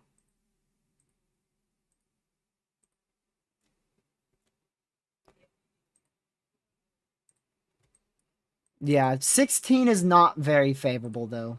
Like I said, that's getting pretty far up there. And we don't have a lot of wind shear either. So, I mean, if we had like a bunch of wind shear, like 300, 0 to 1 kilometer wind shear, then I would say, okay, 16, it's still going to be an issue, but, you know, we have really good wind shear. Whereas with this, we only have, we have about 100, which is okay, but not really good. So, not the best wind shear. And then back out in central Oklahoma, this is why I was surprised by the MCD. Central Oklahoma, we only have like 80 0 to 1 kilometer SRH, which is why I was very surprised with that MCD. Actually, I take that back. Mesoanalysis is a little bit wrong. It's actually quite a bit wrong in Oklahoma. So, is this delayed? Updated at 4 o'clock. Okay, that's weird. So mesoanalysis says that there is between 50 to 100 0 to 1 kilometer SRH in central Oklahoma. However, when you take a sounding with mesoanalysis, it actually shows over 150. That's a very big difference. Ooh, new tornado warning. What in the world? Well, I was not paying attention to this storm at all.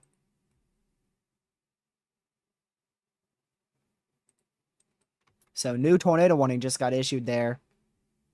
That is just north of Medford. So, reiterating those storms in Oklahoma, it looks like mesoanalysis's 0 to 1 kilometer wind shear product is just wrong. Because once you take a sounding there, it shows double. It shows double.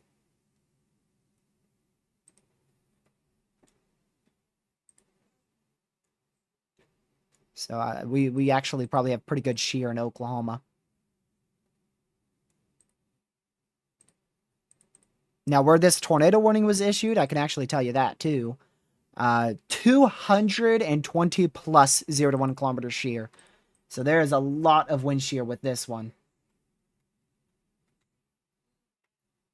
A lot of wind shear with this storm.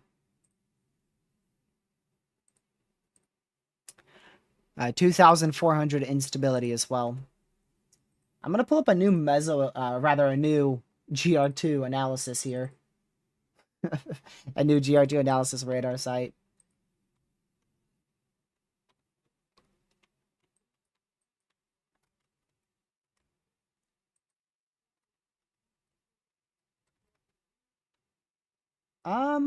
There's a few areas of rotation in that, actually.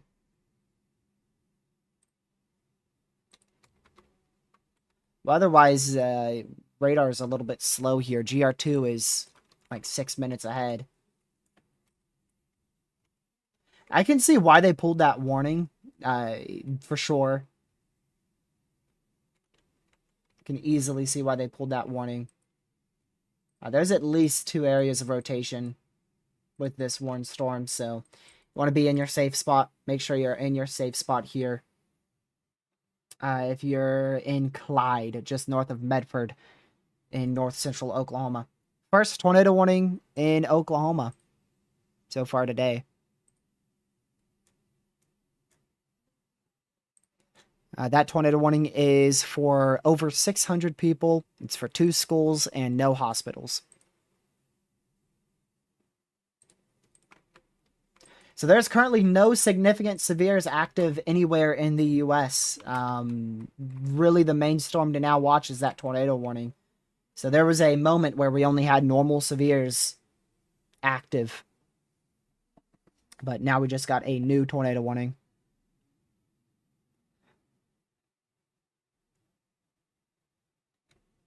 Let's go back up to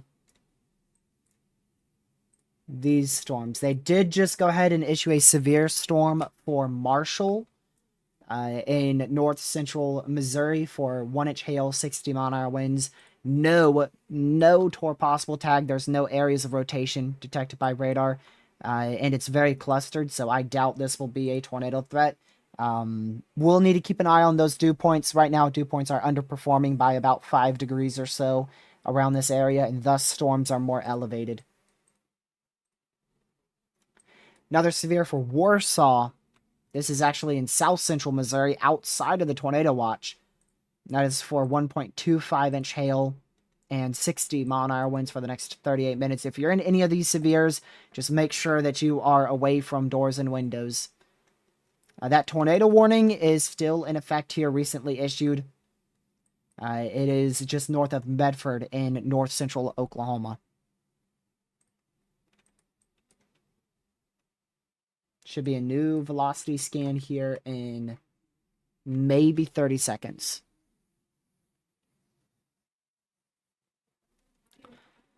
Depends on what you took it on.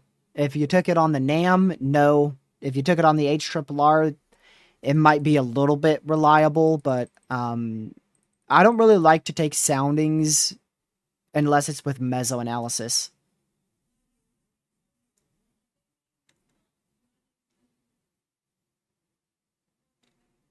Sometimes I'll use the NAM 3K or the HRRR, but a lot of the times I'll just use mesoanalysis. When there's threats in my area, though, I use the normal NAM. So I don't use the NAM 3K or the HRRR. I actually use the normal NAM model for threats in my area. And I compare them, too, because models change. That's the thing. Models change, so the soundings are going to change. That's the problem. That's why I only like to really take soundings with mesoanalysis. So that link I just sent there in the chat is mesoanalysis. That will take you to the page over the central U.S. into the western Midwest. But mesoanalysis, you can only take soundings for like every hour. So right now, whatever sounding you take is going to be for 4 o'clock, 4 p.m. Eastern time. You can't take future soundings. Mesoanalysis updates every hour. So it's actually 15 minutes past every hour. So 4:15, 5:15, 6:15, 7:15, every hour 15.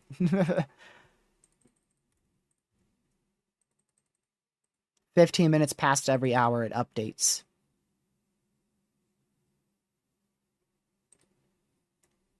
So sadly, you can't go into the future and pull a sounding. But that is by far the most accurate soundings. That's why I really only use mesoanalysis for soundings. And then if I have to, like for my area, I may use the NAM or multiple model runs. But they just change so much.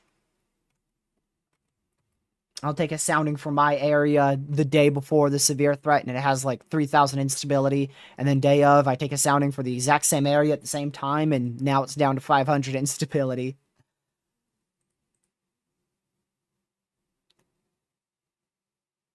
NAM looks good for the next few days, yeah. Just a lot of windbags. There's going to be a lot of windbag threats over the next few days.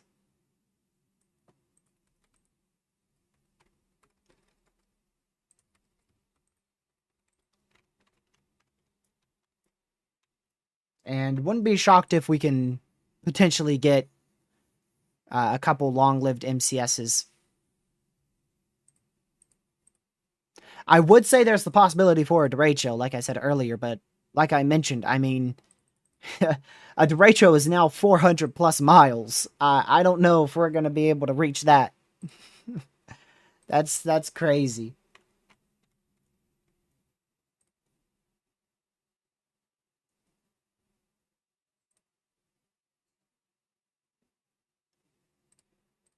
Let's go back up to Missouri. Line is still holding strong, especially on the northern side. Especially up here. That's where it's the most strong right now.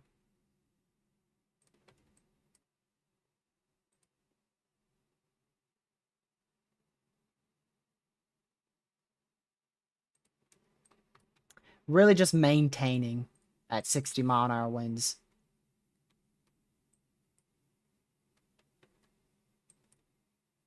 It's not really weakening a bunch, and it's not really strengthening a bunch.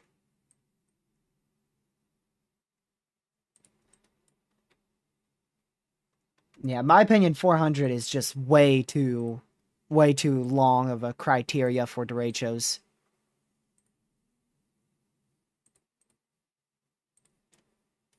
Weedwhacker has a wall cloud. Let's see where he is.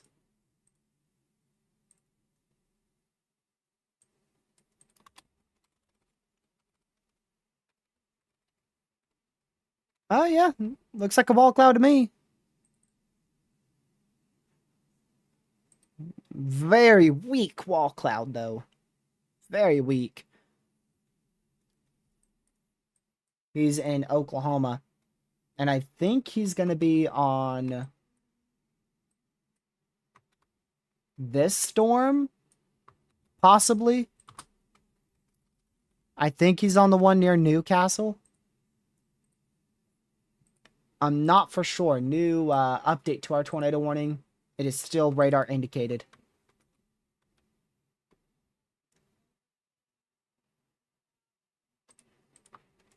So still radar indicated tornado warning back in north central Oklahoma.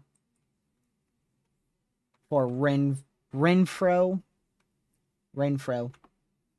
Clyde, just north of Medford in north central Oklahoma. Radar indicated tornado warning means a tornado is imminent or possibly even on the ground. Right now, there's no indication for a tornado being on the ground, and there's no strong areas of rotation, so I doubt we have one on the ground, but just in case, you need to be in your safe spot. New mesoscale discussion across Iowa, Illinois, and extreme northeast Missouri. Potential for a new watch. A severe potential will likely continue to increase over the next couple of hours. A new watch downstream of our current Tornado Watch 359 may be needed later this afternoon. 60% chance of getting a new watch. Air mass recovery is slowly occurring across eastern Iowa and northwestern Illinois in the wake of a morning convection. Temperatures have warmed into the upper 70s, into the low 80s, and dew points are climbing into the upper 60s to low 70s, which is contributing to an increase in mixed layer instability. With time, vertical wind shear is expected to remain favorable for organization of QLCS. Of the QLCS that is currently across northern Missouri and should continue to track to the east-northeast with time. Additional convection should develop along the cold front orientated in eastern Iowa. Damaging wind gusts will be the main hazard with this activity. However, the VWP at KDVN shows an enlarged lower-level hodograph in part to the 30 to 40 knot lower level jet across this area, which should also support the potential for a tornado or two, in addition to strong wind gust. A downstream watch may be needed in the next couple of hours. That is going to be up here. What I just read is for this mesoscale discussion in northwest Illinois, southeast Iowa, and extreme northeast Missouri. Just a summarization, damaging winds, extremely small hail, and a tornado or two will all be possible. They are thinking about issuing a tornado watch, but a little bit of uncertainty on if they actually will.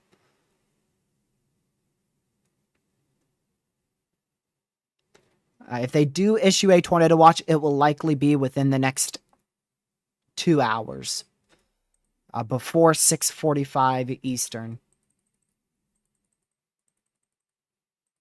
That's another new mesoscale discussion right there. Look at that. Another new mesoscale discussion there. I'm going to go to a different text real quick so I can see it very early. All right, let's see here. Greatest short-term threat for severe wind gusts, large hail, and a tornado or two will exist across the north-central portion of Missouri inside of Watch Issuance 359. A mature QLCS has recently impacted the Kansas City metro and the vicinity and is continuing to push eastward through Watch Issuance 359.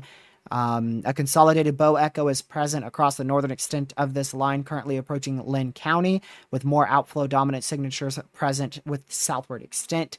Both areas should continue to pose a threat for severe wind gusts over the next couple of hours. Periods of stronger lower level rotation were observed recently, with some re-intensification being possible due to stronger lower level wind shear. Some semi-discrete cells have also formed in a convergence zone ahead of the QLCS and will pose a locally greater threat for large hail in the short term.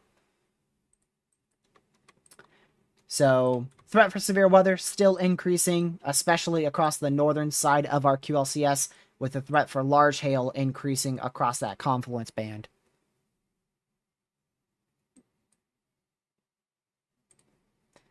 And everything I read was for that MCD right there highlighted in red. This one highlighted in red. Alrighty. Go ahead and put that off. Let me see if they highlighted anything else with that MCD. I didn't get to see the graphic. Okay, no, they didn't. Sometimes they highlight additional things inside of mesoscale discussions, and you can't see those unless you're on the SPC site. They don't show up on, like, Radar Omega, GR Earth. Weatherwise, they've never shown up on that. Keep those tornadoes away from southeast Wisconsin, DRG. I'll try.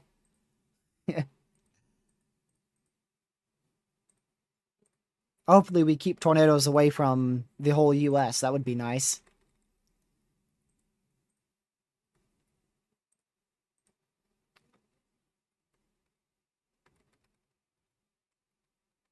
Right now, it doesn't look bad for southeast Wisconsin. Just moderate to heavy rain in the overnight hours. Still a tornado warning in effect for Renfrew. I cannot pronounce that. Renfrew in north central Oklahoma.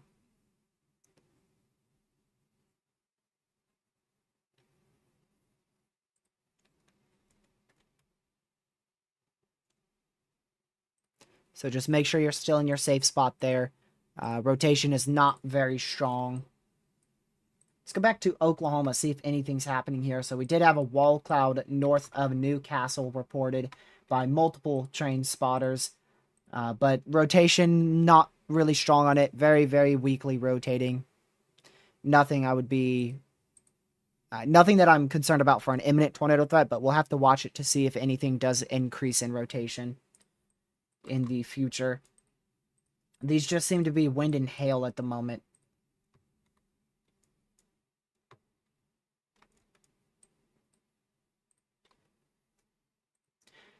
If they do issue that new watch, like I said, it should be within the next 2 hours. Probably around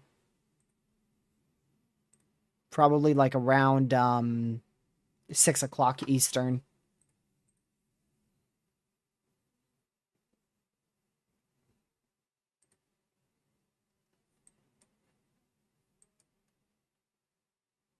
Interesting. NATOcast has a new tornado risk. They just updated. I won't say what probability, but little surprising.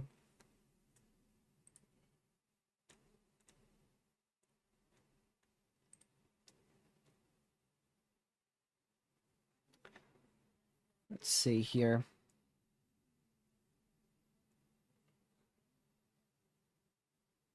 .90 SRH in central Oklahoma that does not support a tornado at all. It's not impossible, especially with cell mergers, but yeah, tornado threat is going to be low. That's why we have a 2%.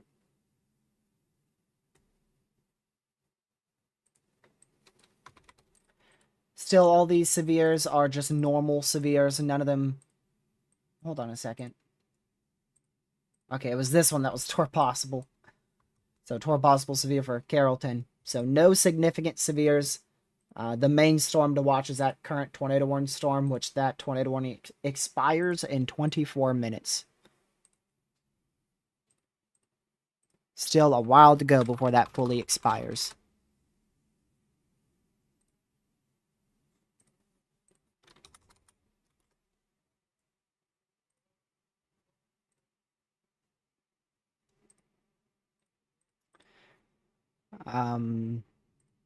Yeah, we'll see what the newest mesoanalysis has here in like 20 minutes or so. And then we'll also see what the new HRRR has, but really just expecting damaging winds to be the biggest issue for the rest of the day. We'll have to see how much this re-strengthens. That's going to be the main thing to watch. How much will this re-strengthen, and how long will it track? Because it could continue to strengthen, and it could track all the way into as far as like where Caleb is, or as far as like Davenport by 8 o'clock tonight.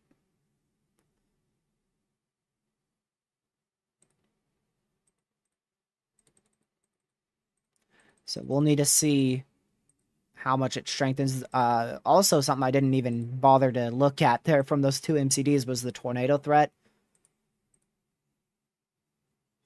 So for the MCD in Iowa and Illinois into extreme northeast Missouri, their peak tornado threat is 85 to 115 mile per hour. So that's not a very high tornado threat for the peak intensity, and it's the same back out in northern Missouri.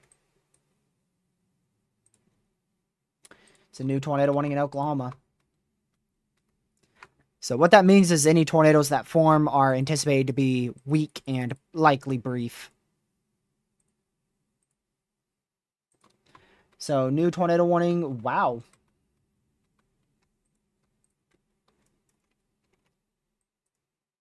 Well, that is something, ain't it? Gonna have to get a new analysis radar open here. Oklahoma's deciding to pop off. Like, what?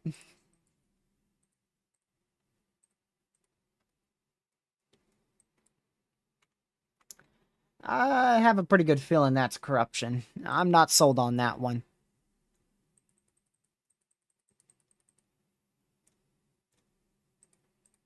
Likely an area of corruption. But that is a area of rotation on both radar sites, both the Oklahoma City radar site and from our radar site to the west of Pond Creek. I don't know what radar site this is. Cherokee radar site, I guess.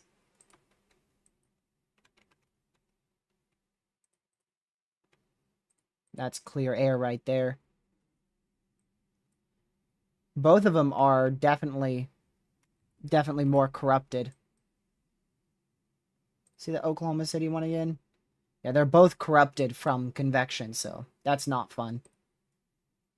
That means they're going to be quite inaccurate. This area of rotation is strengthening here south of Renfro in north central Oklahoma. That's up to about 70 mile-an-hour rotation, so we'll keep watching that. It definitely has a chance to produce a tornado at any moment. That's just to the northeast of Medford in north central Oklahoma.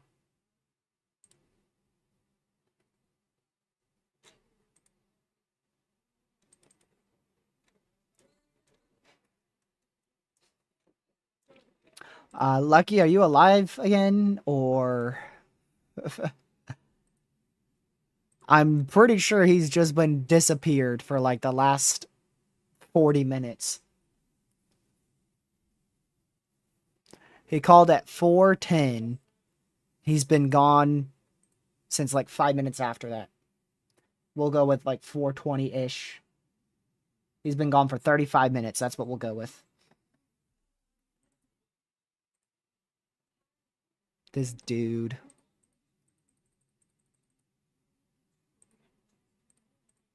Tunes in and then disappears.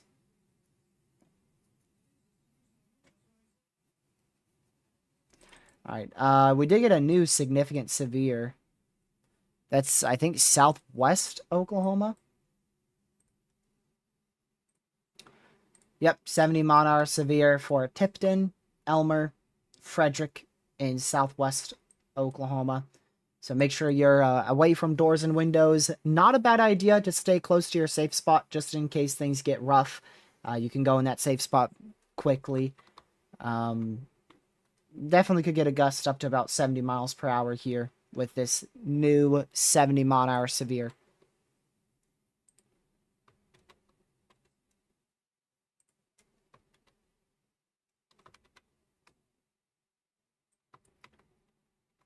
Yeah, gonna keep watching that area of corruption northwest of Perry, Oklahoma, but it's definitely rotating. It's just hard to say how much.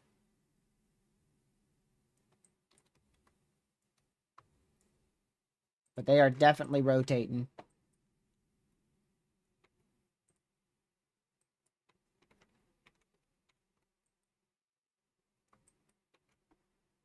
Let's see.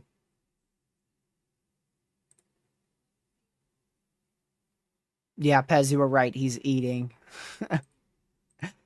He is indeed eating.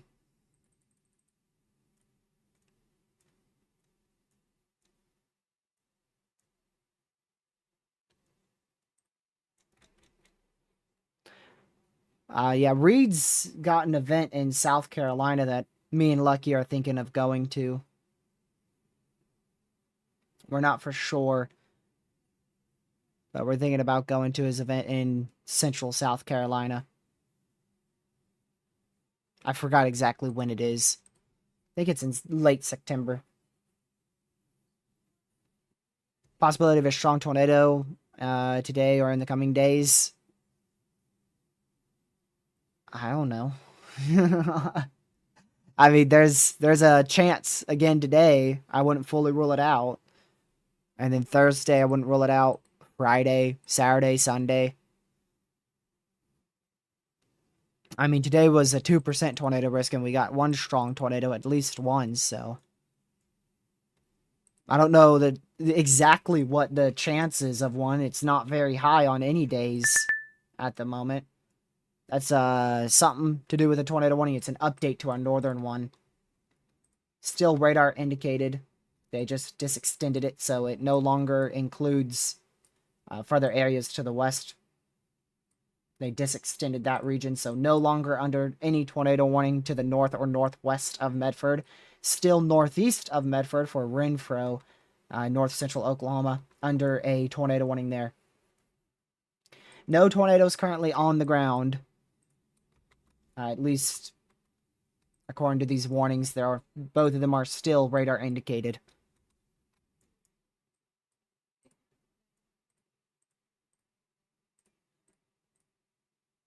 Yep, all these warnings still for 60-mile-an-hour winds, so no significant severes out here.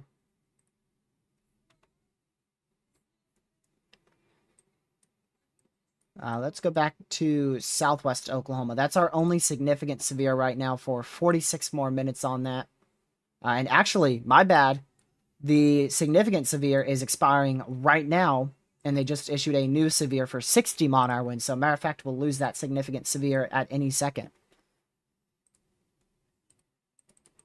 My bad, I mixed up my warnings there. The considerable one is expiring at any moment.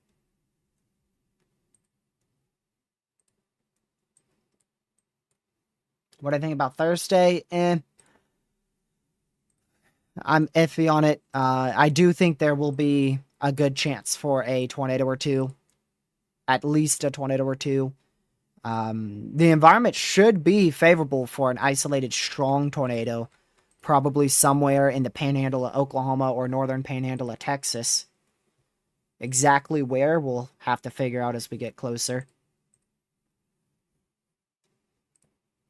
But damaging winds and large hail will definitely be the main concern. But we could definitely see a few tornadoes, possibly even a strong one on Thursday.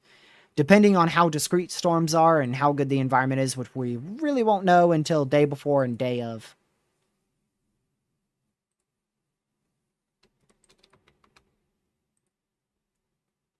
Still good rotation here near Perry, Oklahoma. No confirmation of a tornado on the ground, no CC drop, so there's no reason to suspect a tornado's on the ground. However, remember, a tornado warning means a tornado is imminent or possibly even on the ground. So if you are in any of these tornado warnings, which we currently have 2 right now, just make sure you are in your safe spot. Tornado warning means a tornado could develop at any moment or could possibly even already be on the ground.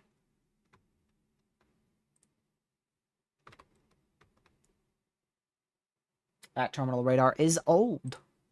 Very old scan. That is what?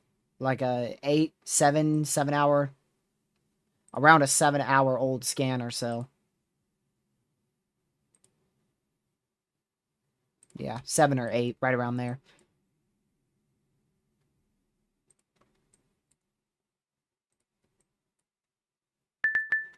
Oh, another update. Observed. All right, so we're going to switch over to this scene, which we haven't used yet today. That is a confirmed tornado on the ground in central Oklahoma now. So they just updated that warning. It is now a confirmed tornado on the ground just to the northwest of Perry in central Oklahoma. Let's go ahead and see the text on that. See if, yeah, weather spotters indeed confirmed a tornado on the ground. So tornado ongoing just to the northwest of Perry. Good morning. In Oklahoma. You can tell Lucky was singing because he has auto-tune on. I was clicking the button above that. So, right. Tornado on the ground here. That's going right towards the I-35 corridor, just to the northwest of Perry, Oklahoma. Did you enjoy your food?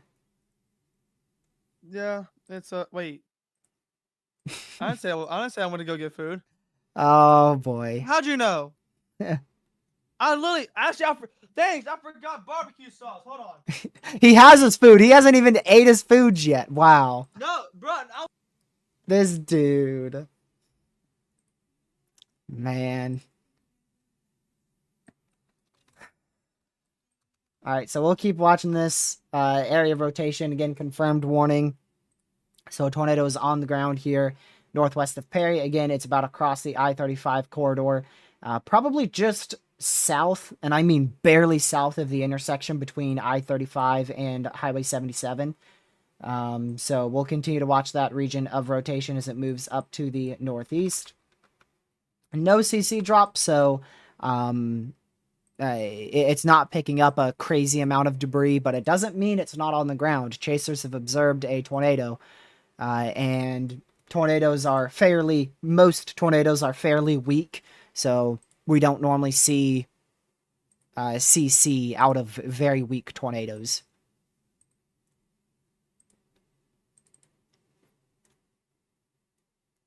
Hard to say if this is a weak tornado or not. There is a chance for a severe thunderstorm watch for the potential of 70-mile-an-hour winds, 1.5-inch hail, and a brief tornado across portions of Texas. Only a 40% chance of a severe watch. So there's a chance we do get a watch, and there's a chance we don't get a watch across this new mesoscale discussion that has just been issued across portions of Texas. Pretty large chunk of Texas. If this does get issued, it will be a severe thunderstorm watch, not a tornado watch. The greatest threat for overall severe weather is across the northern side of this MCD. That includes Fort Worth. So the highest confidence in severe storms is up in here,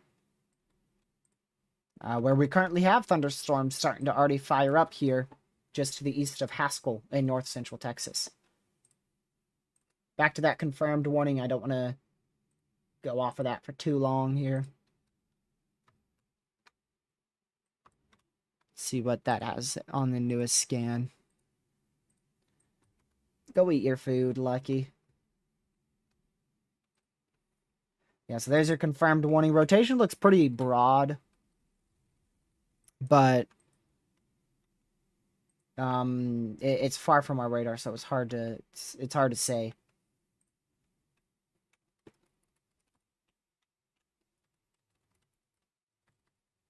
I did just get a cell merge, so that might be why That area of rotation looks a little bit weaker on the newest scan. See if it ramps back up, but it's hard to tell exactly what's happening. Our radar sight's a little bit far. It's not very far to the point where it's completely inaccurate, so it's still at least giving us a good picture of what may be happening, but it is far enough to the point where it's difficult to tell how strong that rotation may be. New significant severe. It's going to include more Oklahoma for 1.75 inch hail. I keep clicking on that terminal radar. It's down. Come on, remember that. So 1.75 inch hail likely falling just to the south of Valley Brook, which is going to head right. Actually, it's currently over Moore, leaving Moore, Oklahoma right now.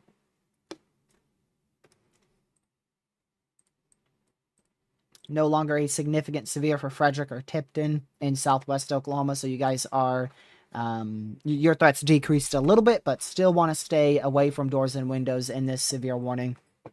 If you're in any of the severe, stay away from doors and windows.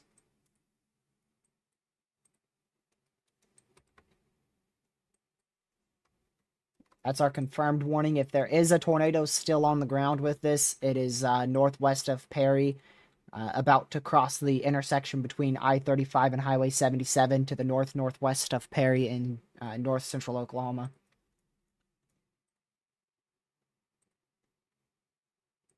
A lot of severe weather happening out here. Another possible severe. That's for Langston and Perkins in central Oklahoma. So if you're in those areas, make sure you are away from doors and windows, and good idea to stay close to your safe spot just in case that area of rotation ramps up at all. I don't see much rotation with it at the moment.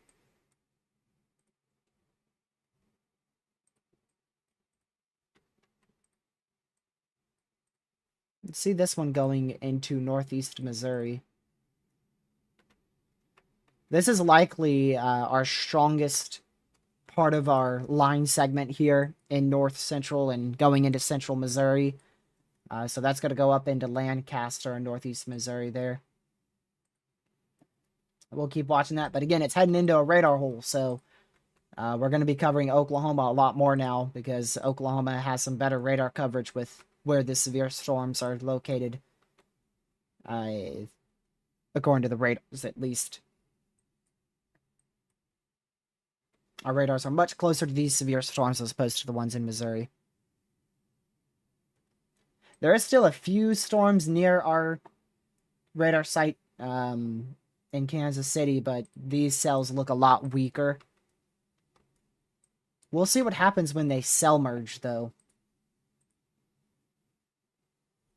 When the prefrontals start to merge with our main QLCS, we might see some intensification here on the southern side of our line. No, I'm not watching any chasers. I don't have any of them pulled up.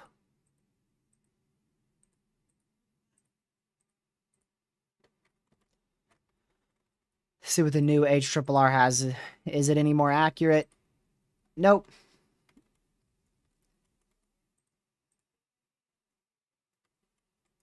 Classic HRRR.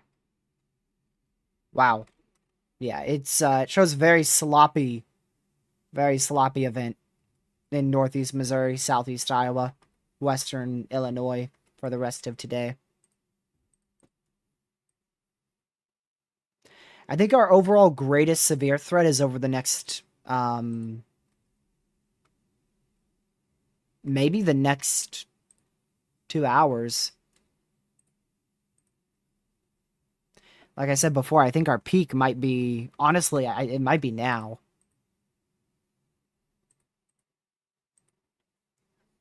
What are we up to? 2 tornado warnings, 1 confirmed, 17 severes. Yeah, we might be in our peak right now for this event. Definitely don't feel like no slight risk. Just got to point that out. The only thing was, you know, where to place the enhanced risk. That's why we didn't see an enhanced today. To be honest with you, there's really not a good spot to place it. because these storms are so scattered. It's not like you have a full line moving through or a bunch of discrete storms. These cells here in Oklahoma, I mean, none of them are warned. Oh, well, actually, they did upgrade this one to 70-mile-an-hour winds. Right there in central Oklahoma. So I think it was a good idea not to go enhanced, not only because of the uncertainty, but also just because these storms, I mean, they really haven't produced much more than 70-mile-an-hour winds. We haven't seen any destructive severes. North central Missouri, we haven't seen any damage reports out of that area. I mean, update to a warning. You can see there's no damage reports right now. At least according to this. I think we did have a damage report or two back in Kansas City, but not really much damage or observed winds out there. We had an update to a tornado warning. Let's go see. That was an extension. So observed warning expires in three minutes, but a radar indicated tornado warning has been extended into Marland, Red Rock, including also Perry in north central Oklahoma.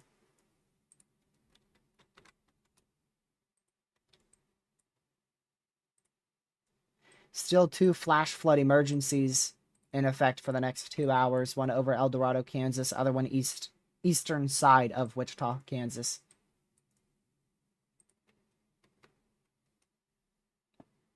Oklahoma. Yep.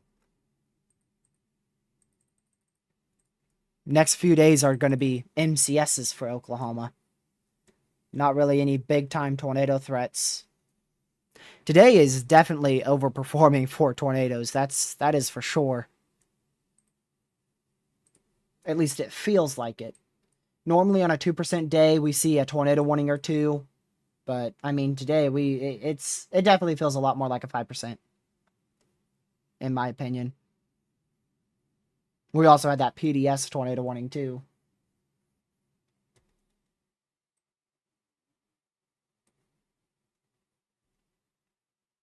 Don't think I checked the 18Z HRRR from my area. Ooh. Well, the newest HRRR does have a spin-up tornado threat in southeast North Carolina Thursday afternoon.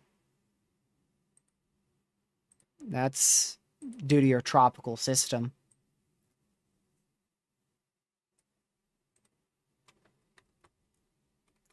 It doesn't look half bad at all. We'll see. I wouldn't be shocked if we get a 2% tornado risk along the Carolina coastline. Maybe even as far as central North Carolina, central South Carolina for Thursday.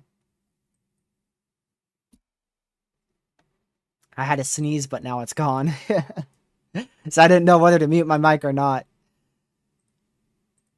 We did just get an update to our severe watch. Possibly canceled it for some counties. Let's see.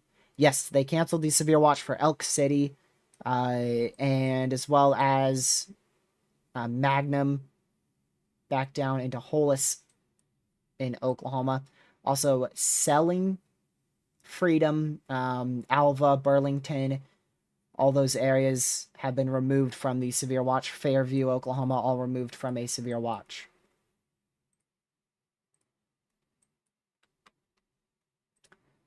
Still an observed warning for a couple more seconds, and then we're back down to radar indicated.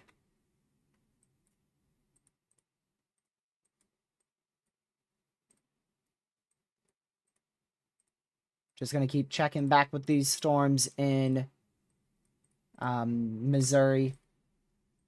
We'll see if any of them get upgraded at all in terms of severes, but right now they're all just ordinary severes for 60-mile-an-hour winds. And it looks like they're all for the same hail size, 1.7, or rather, 0.75, 0.75, 0.75, 0.75, expired.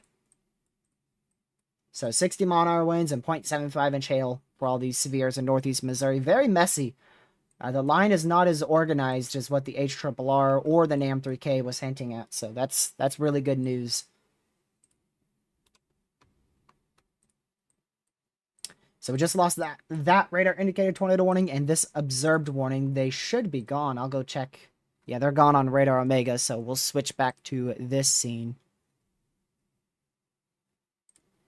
So we are back down to 11 severes and 1 tornado warning. We only have 1 significant severe, and it is actually for the southeast metro of Oklahoma City for 70-mile-an-hour winds, as well as 1.5 inch hail. 1.5 inch hail.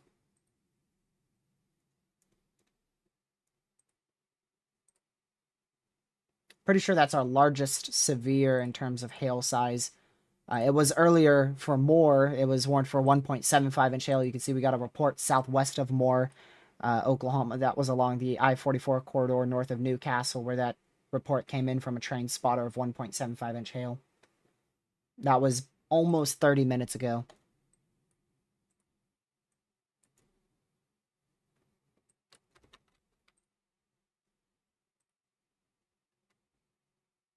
I think our greatest tornado threat in Oklahoma is almost over. Maybe about another 40 minutes left on that, and then things are all going to be messy.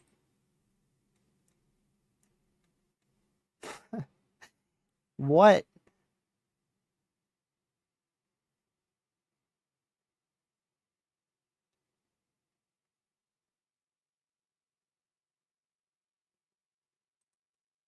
Send this to Lucky. Lucky, wake up from your food-eating coma. Look at what I just sent you in DMs. You guys can't hear Lucky. I have him muted. If he ever says anything weather-related, I'll unmute him.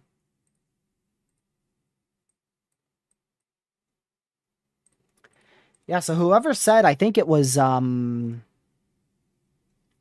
someone in here. I gotta find their name. I think it was Capybara, and where did he go? I can't find the other person who said that this was weakening. 2 people I saw say this line was weakening early. It looks like they were correct.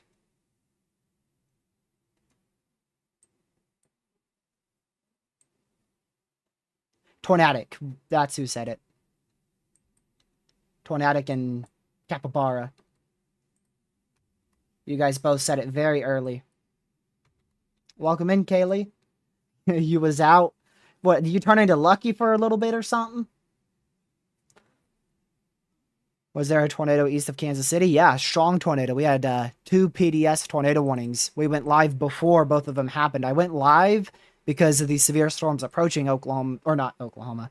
The severe storms approaching Kansas City. It was a populated area, so I wanted to stream it.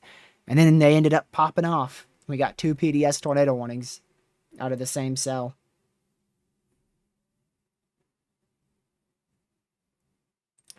It didn't look like it was that long of a tornado. It looked like a brief spin-up strong tornado, which is why they put a PDS warning on it. And then continuing the PDS warning, that's where I was a little bit uncertain about it. It had like 50-mile-an-hour rotation. They continued a PDS warning for it.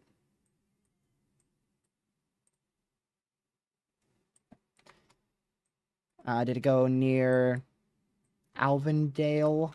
Let's see. Alvendale, Missouri.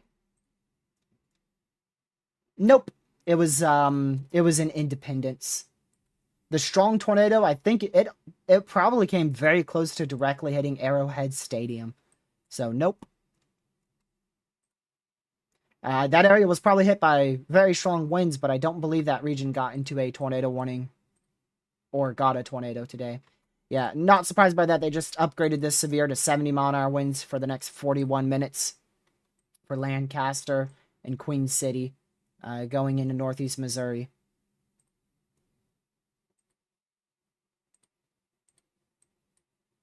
Not surprised by that.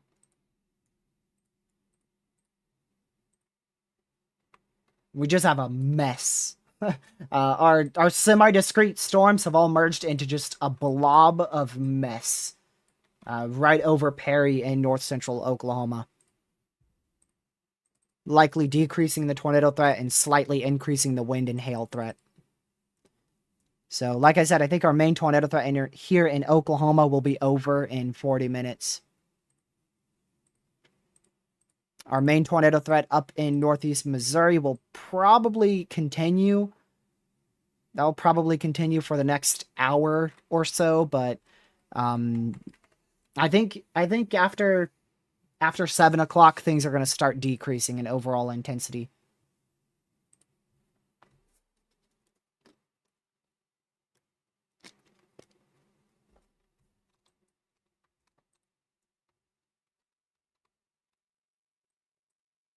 Oh, updated tornado warning.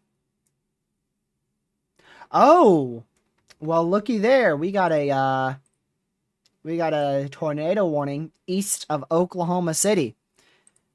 Things always get interesting when that happens. And I know there's a couple chasers on this.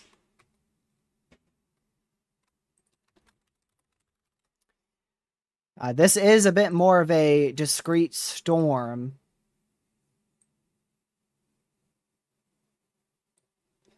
I'm going to go watch some chasers right now.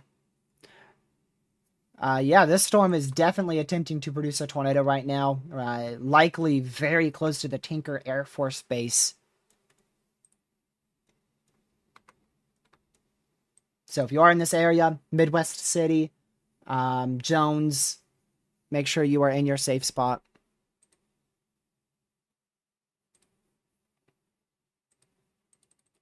This storm's been producing a few wall clouds, but none of them have been strong enough to warrant a tornado warning, apparently, until now. Over 120,000 people in this new tornado warning. It's all going to be linear, and it's probably going to be very, very weak, Kaylee. I'm not expecting much of a severe threat out there. Worst case scenario, you get like 40-mile-an-hour winds. I don't expect much in eastern Oklahoma today. You are under the slight risk, though, so you could definitely get some gusty winds.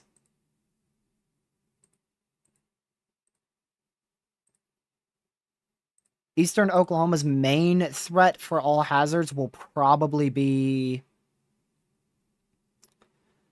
it's going to be close between Friday and Saturday. Probably...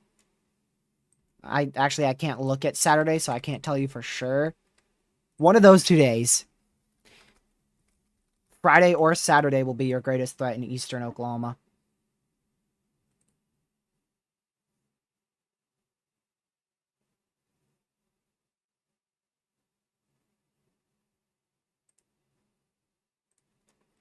We go back to here.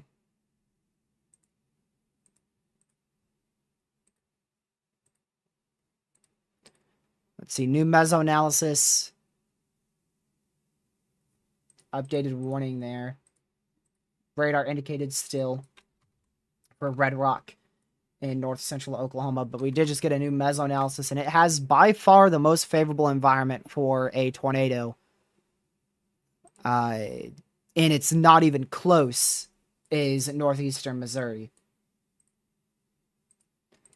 But here's the catch. That favorable environment is right on top of this messy QLCS.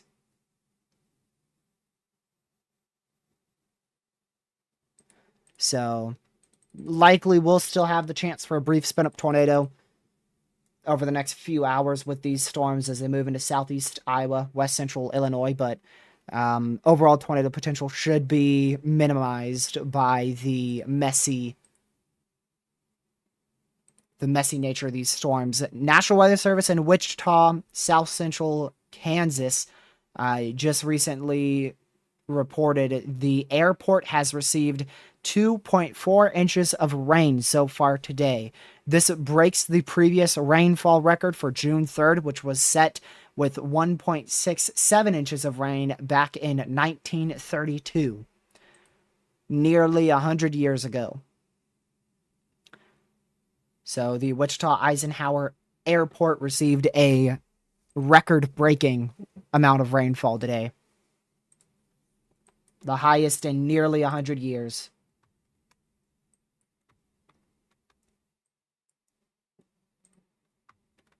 Both of these tornado warnings, the rotation doesn't look that much at the moment.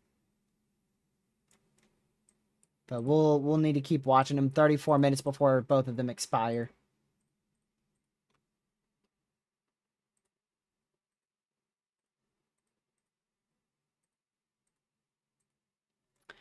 Man, I can tell you the number one thing I did not expect today was a PDS tornado warning. That was the number one thing I was not expecting today. On a 2% day. And with how messy it looked, yeah, no.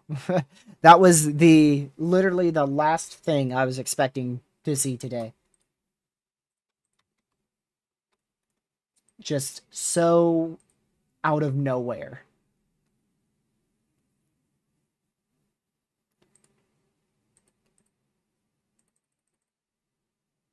I'm really glad I went live as fast as I did.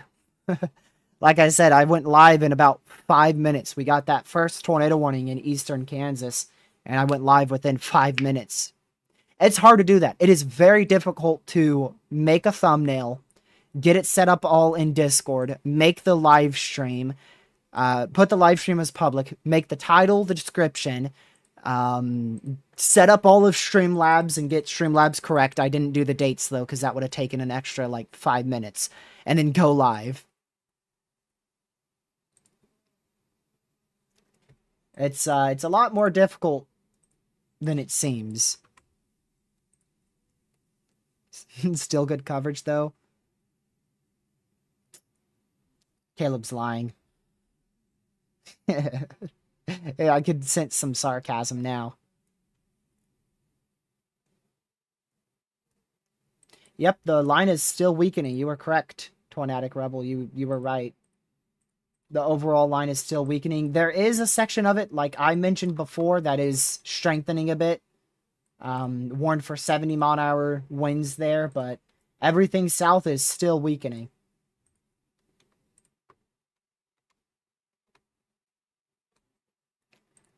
It's just super messy. It's very, very messy.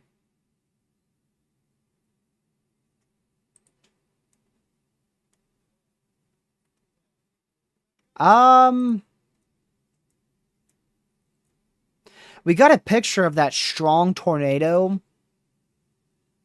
earlier, very close to Arrowhead Stadium.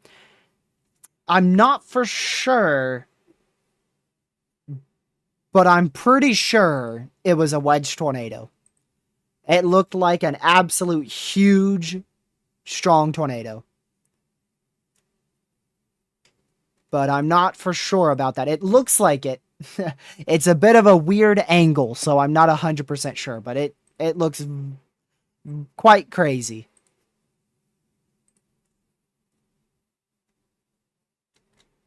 It's hard to tell exactly how large it is, but considering it was a PDS tornado warned storm and we had a strong area of rotation, that picture is likely correct of it being a wedge tornado. I'm just a little bit skeptical on it.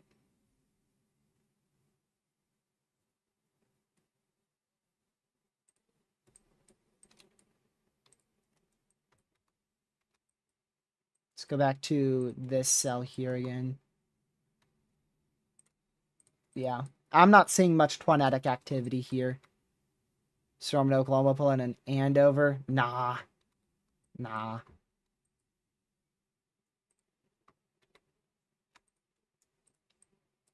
It not doing that.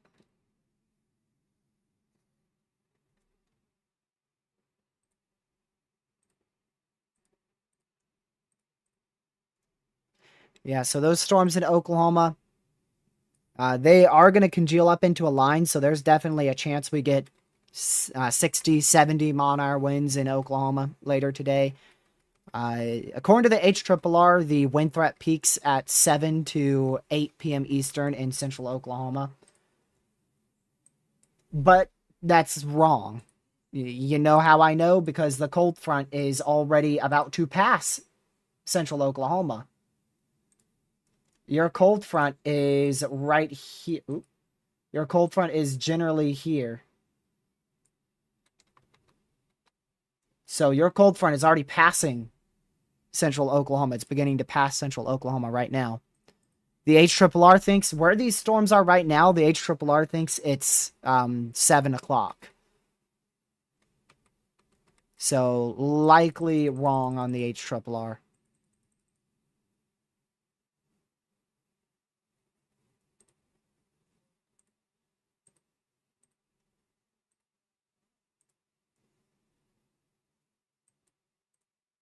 All right.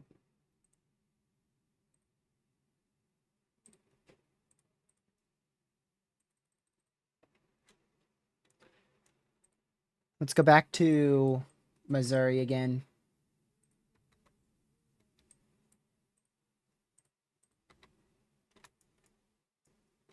I'm quite surprised both of these are still tornado warned.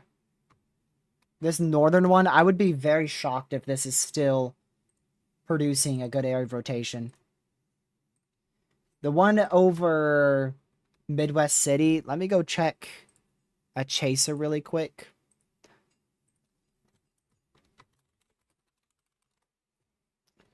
See what that has. Oh yeah, it looks horrific. There may still be a very weak wall cloud on it, but it looks significantly weaker. A lot of that just looks like scud and a shelf.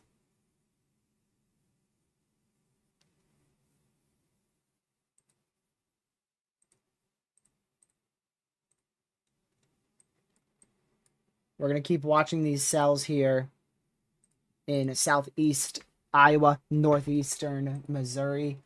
A little surprised we don't have an additional severe into Centerville, Bloomfield, surrounding areas in southeast Iowa at the moment.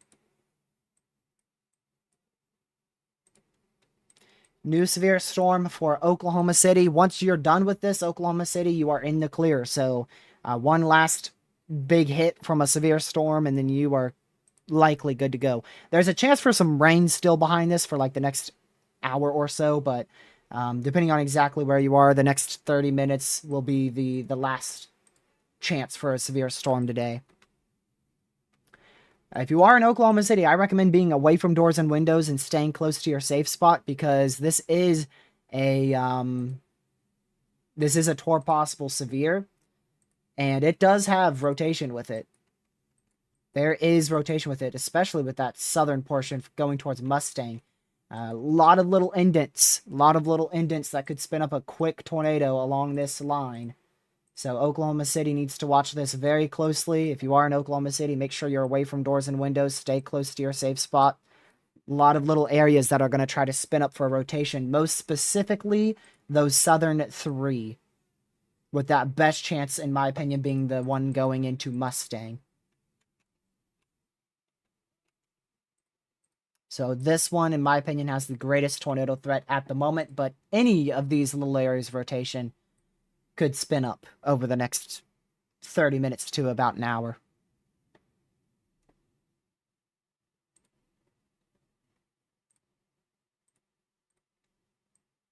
Yeah, I did see the newest HRRR.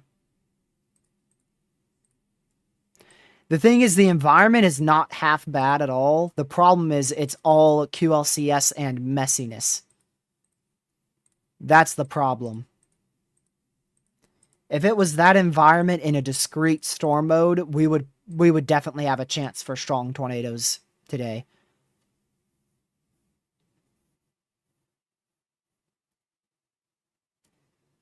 However, that's not the case. We have a very messy line.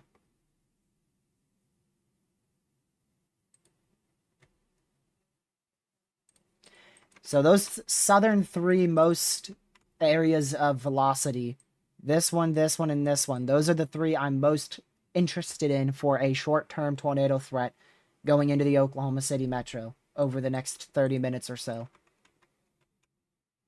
But we will still watch areas north just in case any of these can try to rotate as well. Best chance, though, is definitely with this one going into Mustang right now.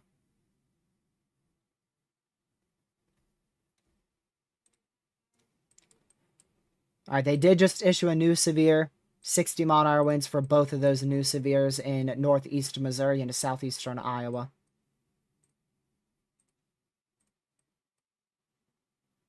And these spheres are also tour possible, because we could see a spin-up tornado at any moment out of this line. It is a QLCS line, so there's a lot of little areas of rotation that could try to spin up weak, brief tornadoes. Also, they are in a radar hole, so it's going to be very difficult to say exactly how much they're rotating. Let's go back to GR2. Yeah, wouldn't be surprised if this ends up getting tornado warned here near Mustang, going into the southern metro of Oklahoma City. Is that it? Okay, that's a disk extension for this tornado warning here, east of Midwest City. Still radar indicated.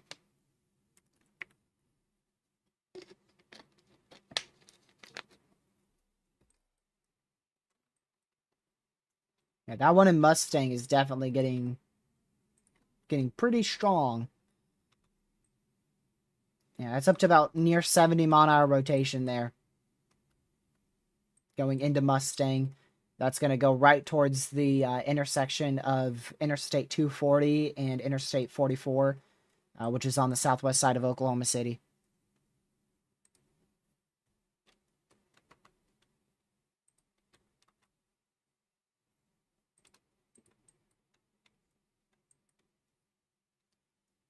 Let's see. Let's go back over here.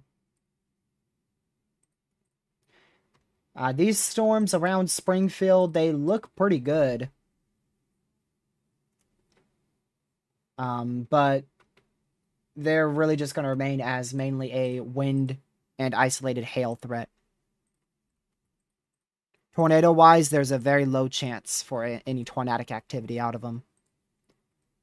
Very little lower-level wind shear. It's not impossible, but I don't see it being likely. I hate chasing lines in QLCS tornado threats. I'm right there with you. I hate it.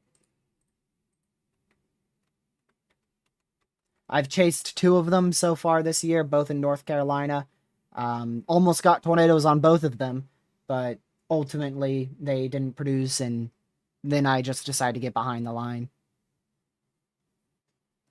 Updated warning for Red Rock, north central Oklahoma, for 22 minutes. Still radar indicated there.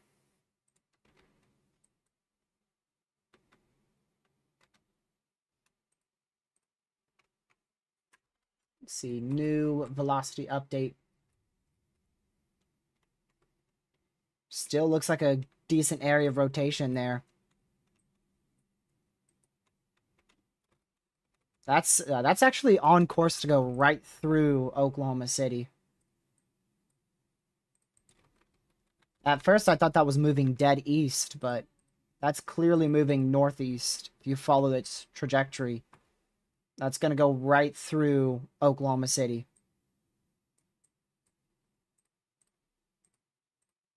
So if this does produce a tornado, it's going to be over a very populated area. And thus, finally, is a tornado warning. There you go. Oh my word, we just got another tornado warning. We're up to 4 warnings. Perry in Oklahoma in another tornado warning. And now downtown Oklahoma City inside a tornado warning.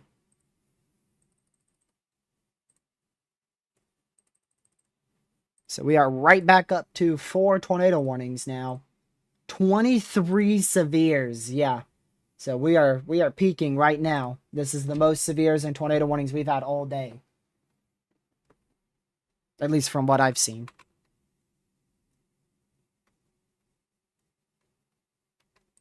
And this is definitely capable of producing a tornado going into Oklahoma City. And then for our tornado warning up here for Perry in Oklahoma, very weak rotation, but I suppose that's enough for a tornado warning just in case. So Perry, Oklahoma needs to be back in their safe spot. 3rd tornado warning of the day for you. So get back to your safe spot.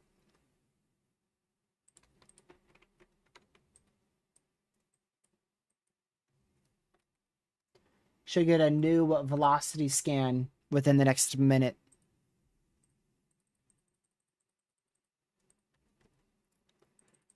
I believe that is going to be a severe watch back up into Iowa, Illinois, and Wisconsin. Yep. So new severe watch for portions of Missouri, western Illinois, southern Wisconsin, eastern Iowa. Big ol' severe watch. Low chance for a tornado threat, 60-20 for wind, and then low chance for hail. The biggest hail threat will definitely be on the southern end. Definitely back out in here. Honestly, a little surprised that watch doesn't go further south. The biggest hail threat is actually going to be with these cells. But inside the severe watch, the biggest hail threat, there's really not much of a chance for hail, to be honest with you. It's a very low chance for any hail. If we do see hail, it will likely be near 1 inch in diameter and not much larger. The best chance for hail will be on the southern end back out in here. But like I said, portions of that not in the severe watch. Winds will by far, damaging winds will be the biggest issue, by far. New severe for 70-mile-an-hour winds and a tour possible tag, as well as 0.75-inch hail. That's going into Memphis and northeast Missouri, as well as Farmington and southeastern Iowa.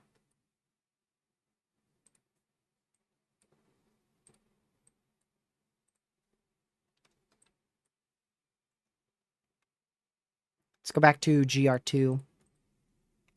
Rotation still increasing with this storm going into Oklahoma City right now. Definitely could produce a tornado at any given second going into Oklahoma City.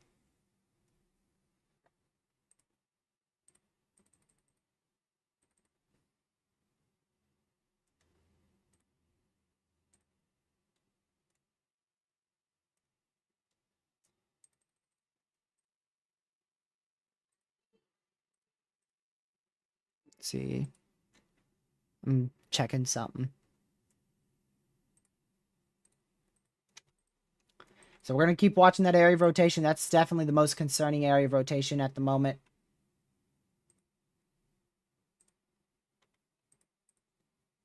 The main two areas to watch is definitely with that storm going into Oklahoma City.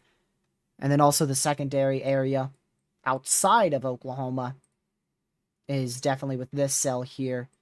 Currently over Lancaster, northeast Missouri.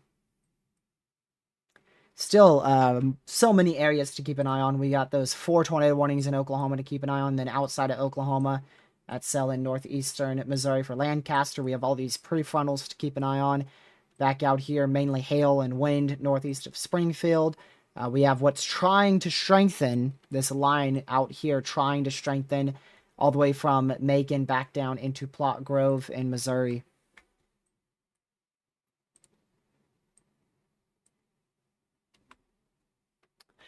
Chicago is not in a really good risk for tornadoes by any means. There is a chance for some isolated damaging winds, but I don't think Chicago will see anything other than rain today.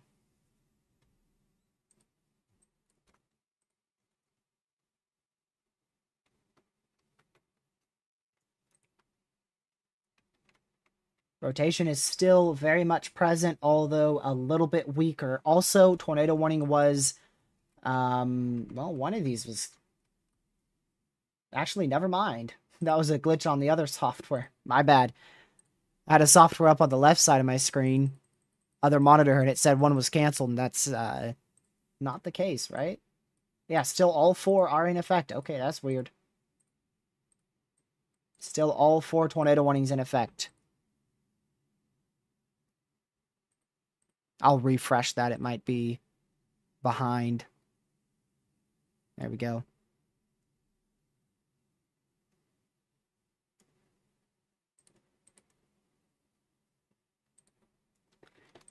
Still a good area of rotation. Although weaker, still a good area of rotation moving into Oklahoma City. Our other tornado warning here for Hera. It's very weak. I don't even see much rotation with that. The one up here in Perry, very broad area of velocities, not much for Oklahoma. Perry, Oklahoma there. Still want to be in your safe spot, though. Obviously, because you are in that tornado warning. And then Tor possible severe continues there for Fairfax in northeast Oklahoma.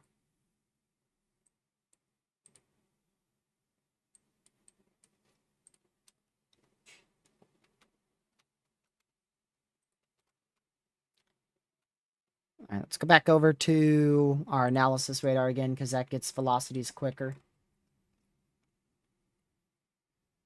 Should get a new scan within the next minute or so.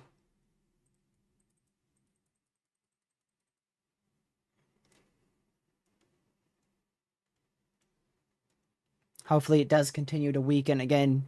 Tornadic supercell approaching downtown Oklahoma City over the next 10 minutes. Newest scan will be in 25 seconds. We've had 3 tornadoes, 2, 3. We've had 2 confirmed tornadoes that I know of. We've had 2 observed tornadoes. So pretty far from 6 tornadoes.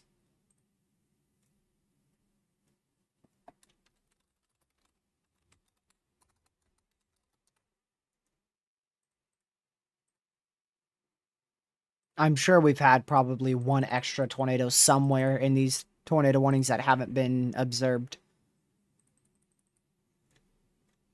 Wouldn't surprise me if at least 1 tornado went not being observed a day. Happens very commonly. Then they go and survey the areas of the areas that have been under a tornado warning, see if there's any damage there. 40% chance for a watch to be issued out here across south central Missouri.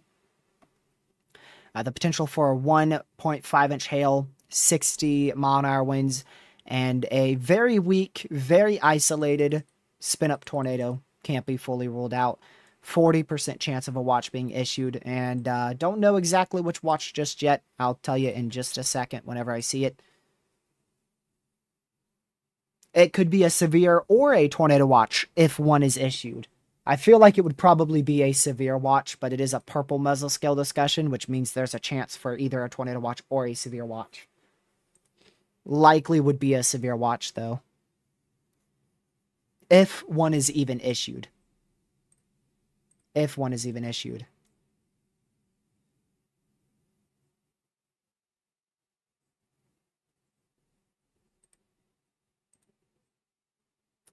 Six tornadoes is considered a regional tornado outbreak, but that has to be over a regional area. So, say if we saw 1 tornado in Arizona, 1 tornado in Montana, 2 tornadoes in Missouri, and then 2 tornadoes in Oklahoma, that's not very regional. So that would not count as a tornado outbreak. It has to be in a regional area.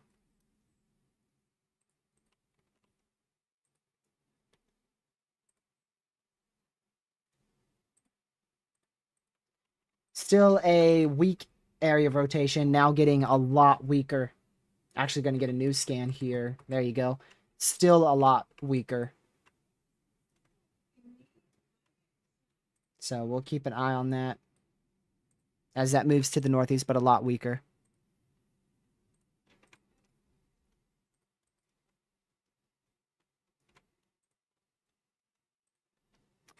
Updated warning.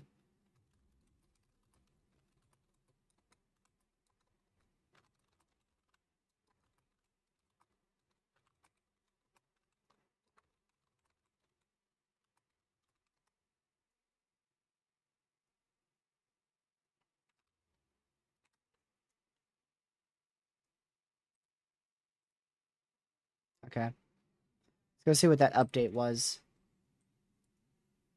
1, 2, 3, 4. Okay, what updated? Maybe this one? Did they shrink that one? I can figure it out from this software. That's a good thing about having multiple softwares. It was, yes, it was this one. They shrunk this one, just extended it from the southwest, so it's for a smaller area. still for 16,261 people. A lot of people in that. 14 schools, no hospitals. That is in effect for the next 9 minutes. That is in Oklahoma. Another updated warning, that's for the northern one. Well,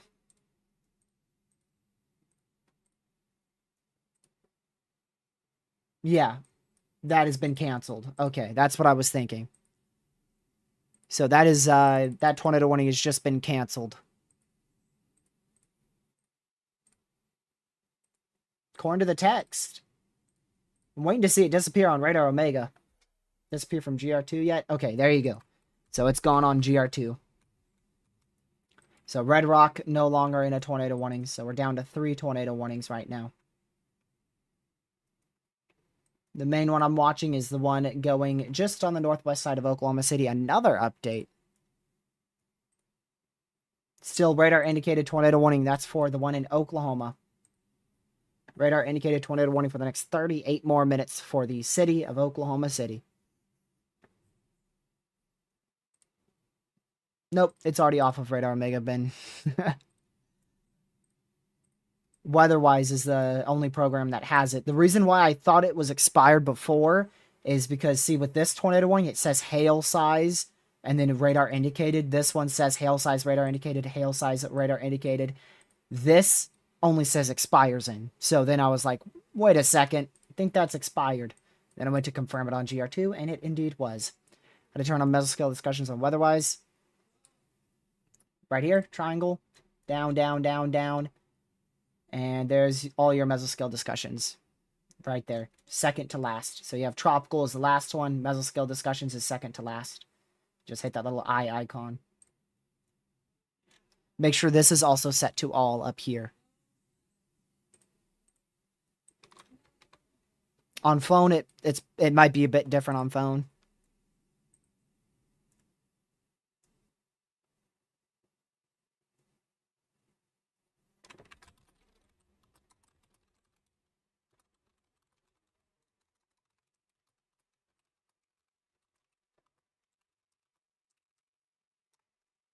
Sorry.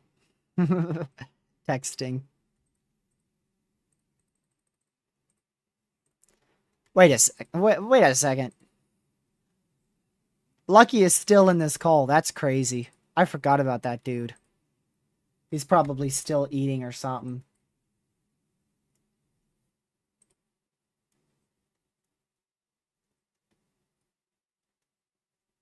What was that for?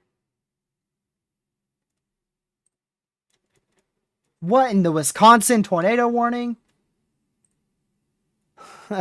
What? I heard a beep, but I couldn't find it. Wisconsin tornado warning. Also a new tornado warning here in Oklahoma. For Wellston. Look at that. Good area of rotation. Another tornado warning. Gracious day. It's another update up here for 21 more minutes over Perry in Oklahoma. Jeez.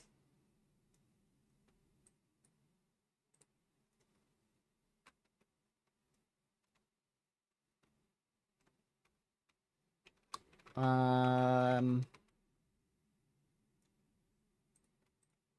an analysis radar site down there.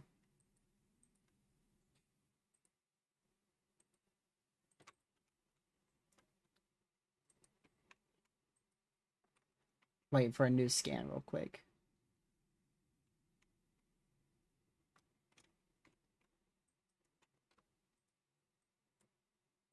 Not on my radar.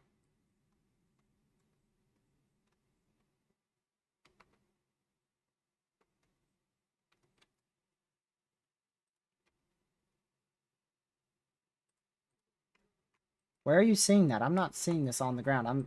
I'll see one more scan. Nah. That's not a tornado, Caden. Definitely rotating. Definitely rotating, but no clear CC.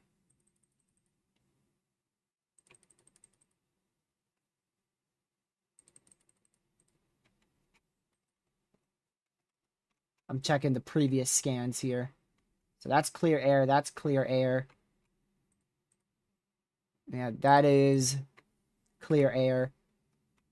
Too far north, so clear air. Yep. That's not a tornado. Wouldn't be too shocked if it got very close to producing, but there was no obvious CC from radar on there.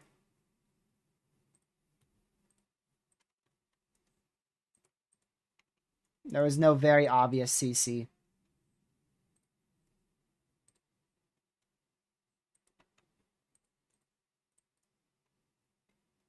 Man, I don't even know where to move this radar site to.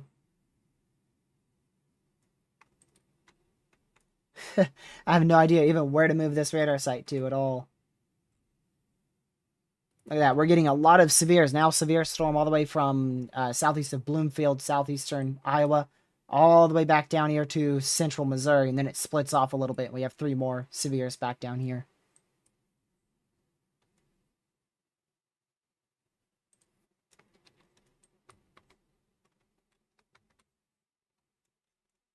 Let's go back up to Wisconsin. I want to go up there. Newest scan, still a good area of rotation. Going into Markton in northeast Wisconsin there. That is definitely the northernmost tornado warning we've seen today. Came out of nowhere.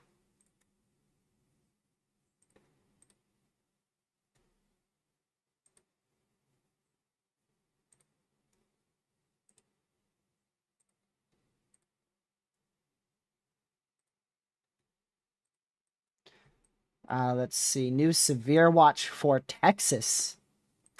Severe thunderstorm watch just got issued for Abilene back towards 1 county west of Fort Worth. Pretty surprised 1 county west of Fort Worth. I thought Fort Worth would have been in that.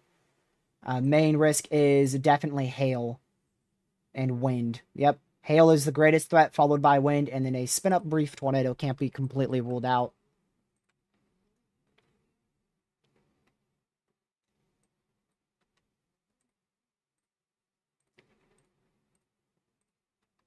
Still an hour worth of tornado warnings here. That expires in an hour. That one in 2 minutes. That's in 32 minutes. So we have 1 tornado warning, I think, that has an hour time on it.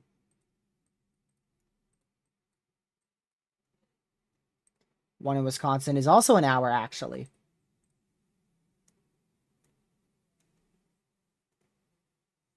Let's see.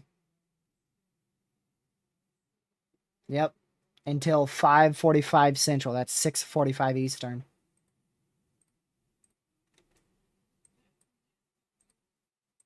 So those got a while to go. 47 minutes.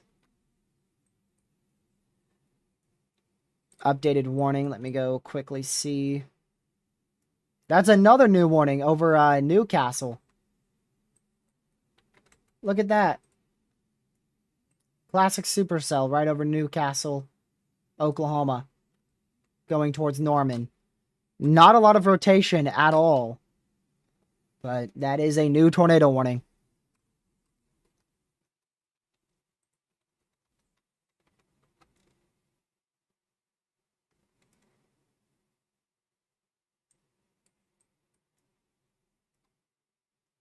Very impressive reflectivity. Not impressive at all on velocity. Big time upper level mesocyclone though. Look at that.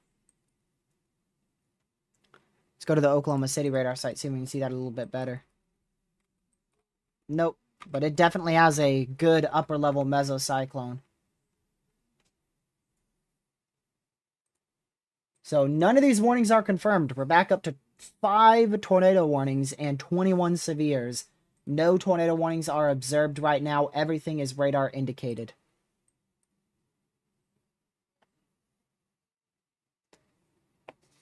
Everything is currently radar indicated. This storm too, also getting a pretty classic shape on reflectivity, but not a lot of velocity. Really, none of these tornado warnings have good velocities, in my opinion. But these three in Oklahoma, central Oklahoma, especially these two, they look really good on reflectivity.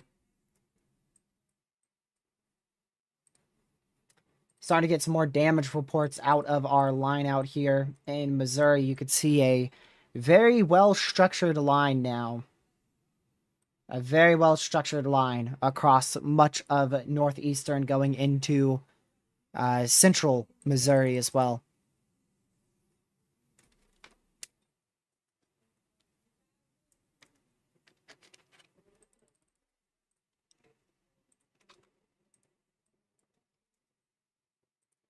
And then we have that random tornado warning in Wisconsin. That's, yeah, still surprises me. Weak rotation now, but that was pretty good before. I mean, nearly got to strong rotation at one point. Now it's getting a lot weaker.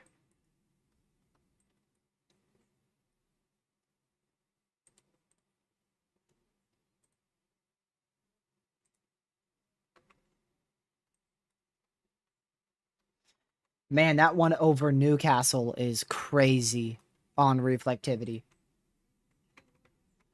That rotation, look at that. There's a bit of pixels starting to increase right here at my cursor. That might be trying to drop at any moment. That is a crazy embedded supercell radar presentation right there. Look at that. Just barely out in front of the line.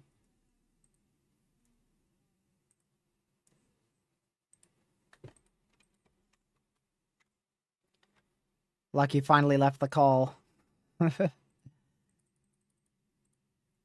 He's been in it forever.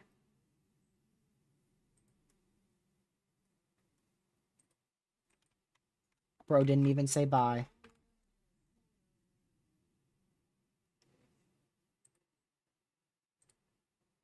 Wait for that new velocity scan here in 3 seconds.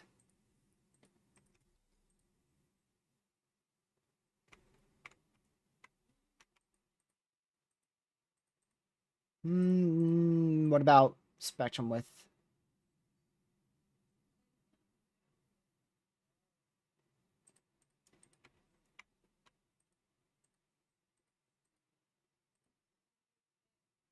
Not much of a decrease on ZDR. But that has a chance to be down. Ooh, that spectrum width being right there. That might be a tornado on the ground. Just to the southwest of Moore, Oklahoma.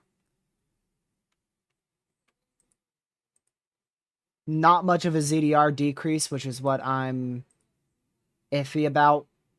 I mean, you could still see it, like, right there. See if that lines up with CC. Does that line up with CC? It does partially. Probability of debris. Still there on next scan. Probability of debris, radar gives it a 90%. It's still there, too. But very, very weak signature. I don't know if that is or isn't on the ground. It's getting very close to being on the ground if it's not already. Okay, still radar indicated, radar indicated, radar indicated, radar indicated. Let me guess. Radar indicated? Yep. Everything's still radar indicated. But this one right in here, right there, that's where you have your hook echo, just west of Norman, just southwest of Moore, going right towards the I-35 corridor, just west of Norman, Oklahoma. It should go in between Norman and Newcastle. Possibly a little bit closer to Norman.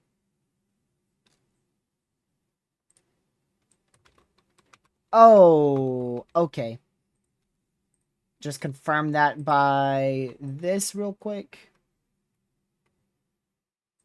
We'll wait for that to confirm it, but I'm pretty sure that was just a big CC drop you saw right there. Yep. Yep. That is a 100% chance of a tornado debris signature. There is a 100% chance of a tornado being on the ground right here, just to the west of Norman, Oklahoma. So that's likely been on the ground for a while. That CC drop that we first pointed out, it's likely been on the ground for about 6 minutes already. And now it's picking up a little bit more debris over these fields and trees. Thus, we're seeing it on radar in that CC. So tornado is on the ground here. Likely a little bit on the stronger side of things, going right into Norman, Oklahoma. Heading right towards Norman, Oklahoma. Yeah, and obviously ZDR values confirms that.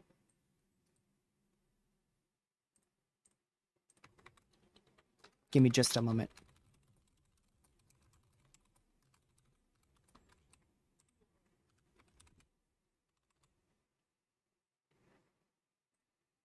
Okay.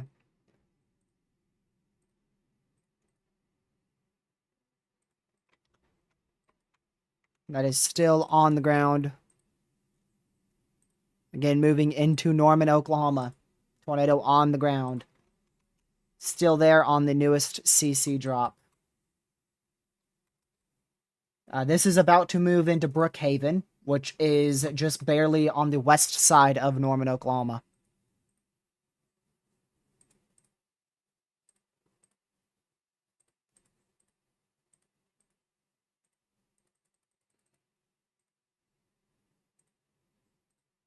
So there is your debris signature right there.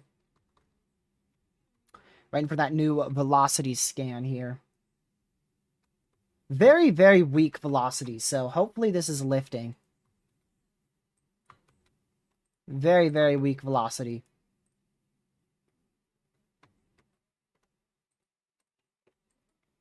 But that's already lofted debris.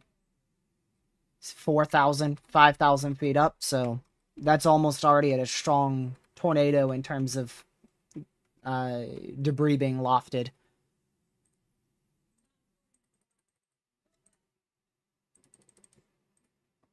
That's an update to a tornado warning. Likely... Oh, okay. Apparently not that one.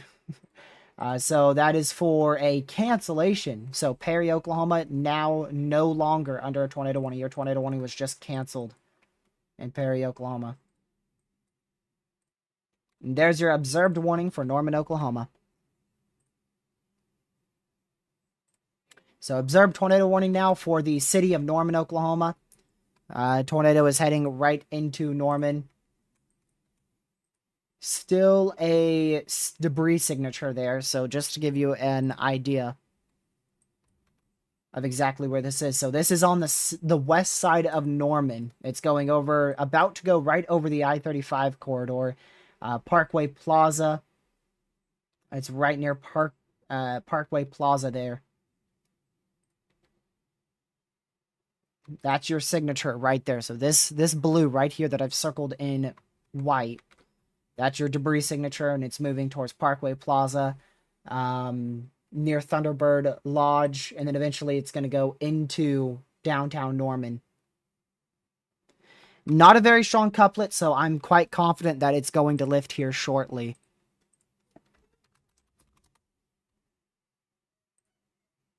Hopefully it does lift.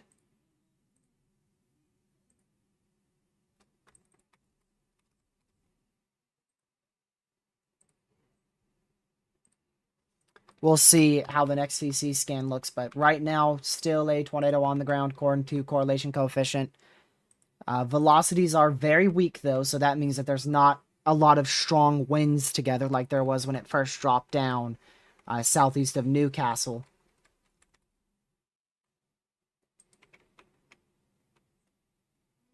See if I can go a little bit more over here. Yeah, Parkway Plaza. That seems to be a main area of where it's at. Natural Grocers. Walmart. It's near the Walmart where the intersection of West Main Street and I-35 meet. That's directly where this tornado is heading right over right now. That's still a debris signature right there. Still CC going right over the interstate.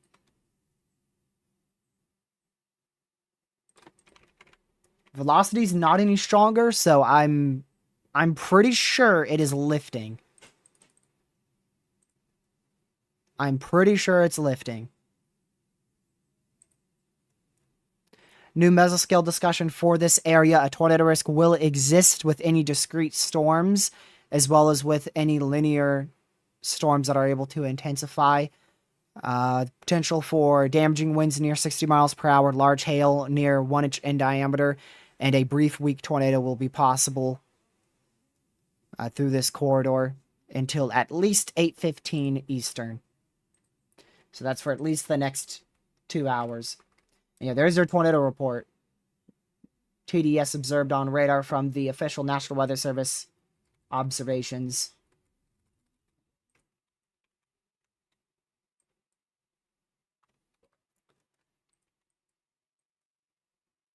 So this area has the best chance for a tornado over the next hour or two. Again, I do believe this tornado has likely lifted now as it's moving into Norman. This radar got a new scan. No well-defined CC anymore on there. Velocity barely present. So I'm very confident that this has lifted. Likely some debris falling out of the sky, though, if you are in downtown Norman or on the west side of Norman.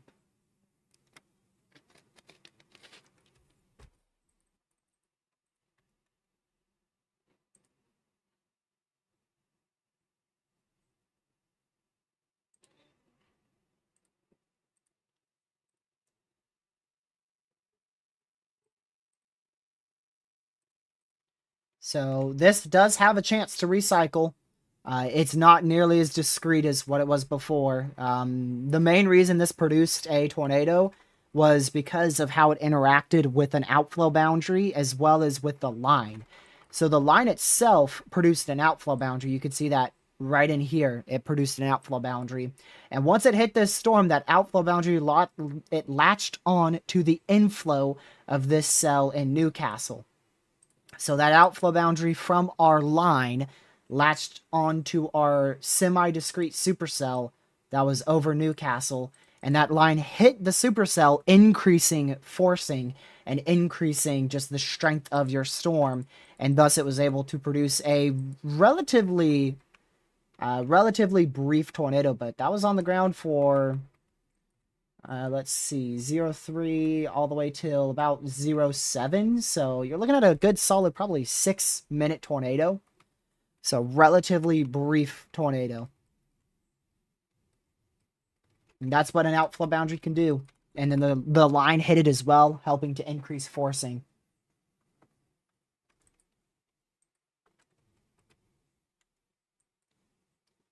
All these warnings to the north don't look good at all to me. What in the world?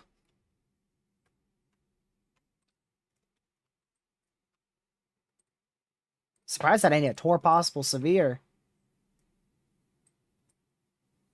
Man, if we had a better environment, this would definitely end up becoming a full-fledged tornado outbreak. Look at all these supercells that have fired off a confluence band in southern Oklahoma. Look at that. These are all firing off a confluence band. Like it's in freaking Dixie Alley over here. I mean, man, if we had a little bit better of an environment, we would be talking about a full-fledged tornado outbreak.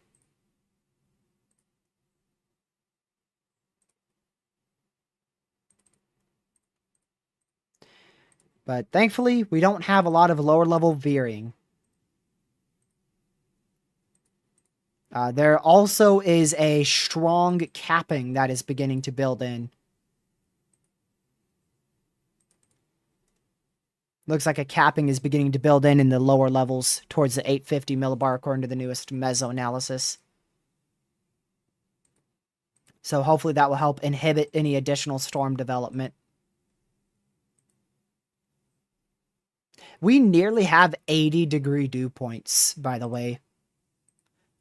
A Medar has a dew point of 79 in Ada, Oklahoma. 79. Definitely going to watch this storm very closely here towards Maysville. Not a lot of lower level wind shear, like I just mentioned, but really good structure on that.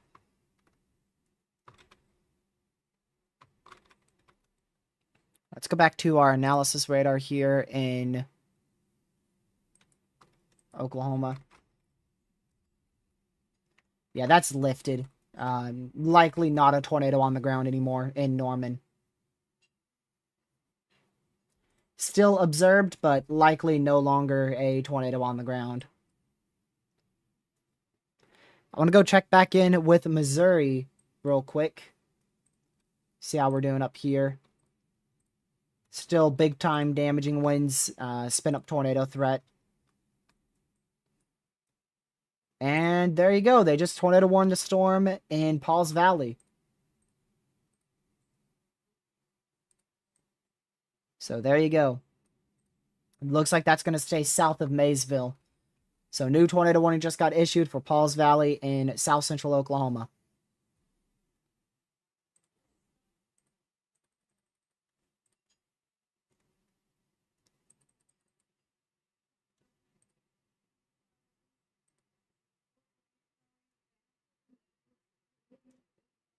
Man. Not very strong rotation, though. But really good reflectivity presence there. Remember the last time I said that, we just had a tornado in Norman. The last time I said the velocity wasn't good, but the reflectivity was. So velocities definitely could ramp up over the next few minutes if this thing can get some good lower level wind shear, some good inflow. And right now, its inflow notch is large. It's got a really large inflow notch right in here. So it should be able to increase in rotation and definitely could develop a tornado as it goes into Pauls Valley. Good news further south, these are all clustered up together. So as long as that continues to be the case, the tornado threat should stay low with them. But if we do get a discrete storm that turns east like this one in Pauls Valley, that's going to enhance our tornado threat. This will get a cell merge in about probably 30 minutes or so.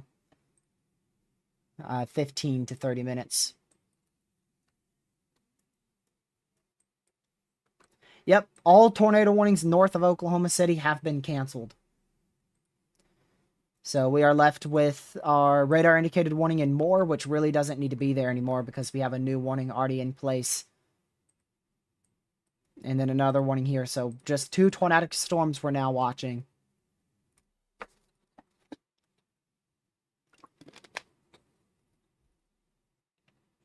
Yeah, you could say it needed an enhanced risk now, but looking at it early this morning, you would have never thought this would need an enhanced risk.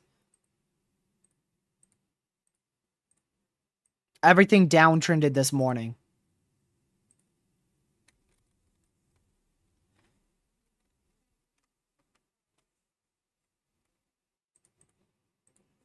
At least in terms of model runs. Now, current observations didn't downtrend as much. So they shrunk that observed warning all the way down to a very small portion of the old warning. You can see they shrunk that all the way down to just to include northwest of Norman. So that's our only tornadic storm around Oklahoma City. Our other tornadic storm is still down here in Pauls Valley, trying its best to rotate, still radar indicated. We are still at an observed warning for the next 40 minutes. We'll see if they downgrade that. I feel like they would.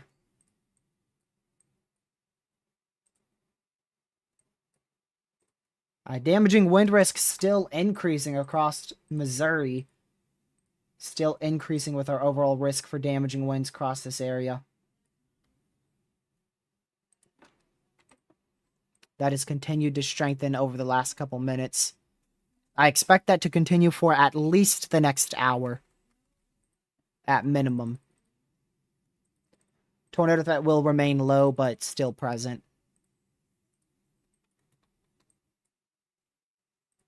All right, back down to radar indicated, so we're going to switch back to this scene.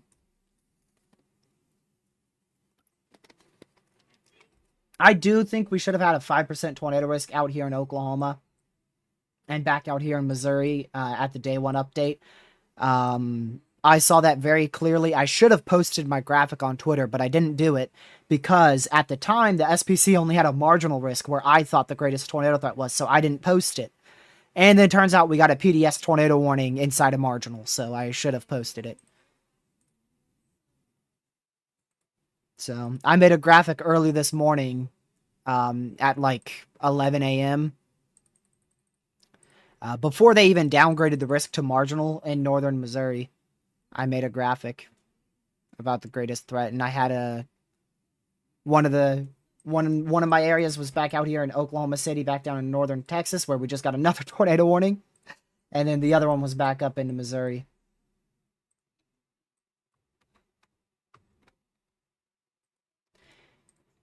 And the thing was, I kind of did see it coming, though, Ben. Maybe not to this widespread of an extent, but I did. I didn't expect a PDS tornado warning, though.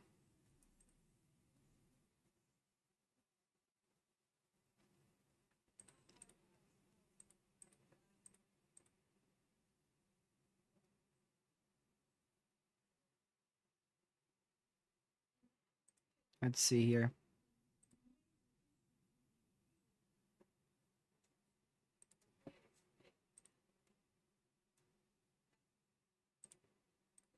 Hold on, y'all. I'm trying to check something.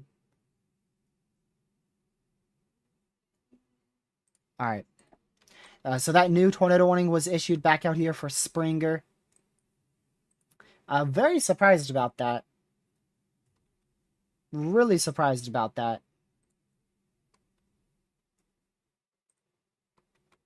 I don't see anything with that, really. Not impressive on reflectivity, not impressive on velocity.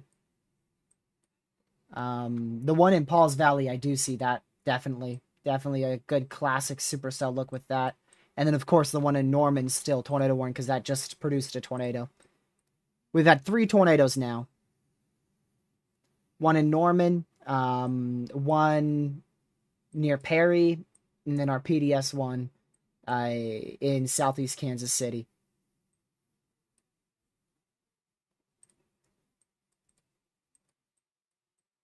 Those have been our 3 confirmed tornadoes so far.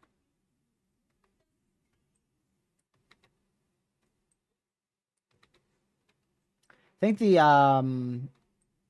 most tornadic storm right now is probably the one over Paul's Valley, just simply because of how crazy that looks. Still a large area of inflow. That cell merge, though, is going to help impede the area of inflow, so we'll see if it can ramp up or not. But, I mean, still very classic supercell. Look at that. A very, very classic supercell. About to enter Paul's Valley.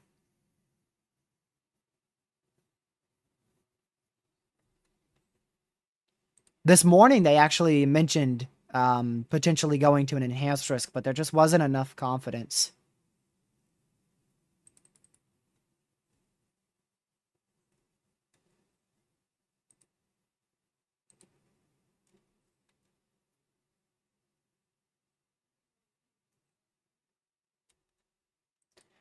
Another severe torr possible, 1-inch hail, 60 mile-an-hour winds. That is just to the north of Ringling in south central Oklahoma.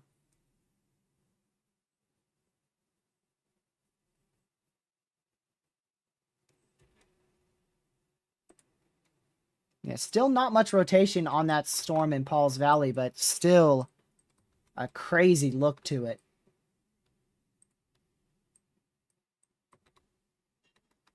One further south might be increasing slightly in rotation, but we don't have any close radar sites, so that's impossible to tell.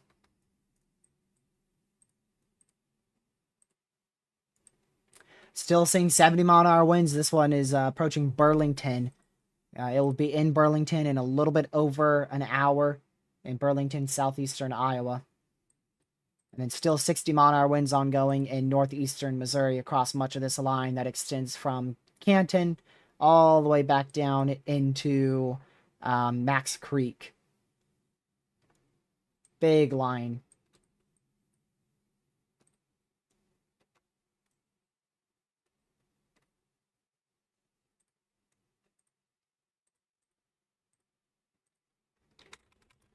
Oops.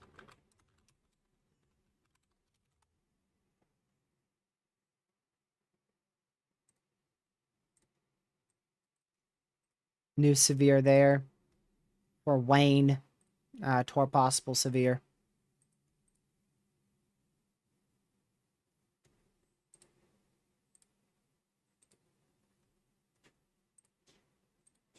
I'm going to go back here.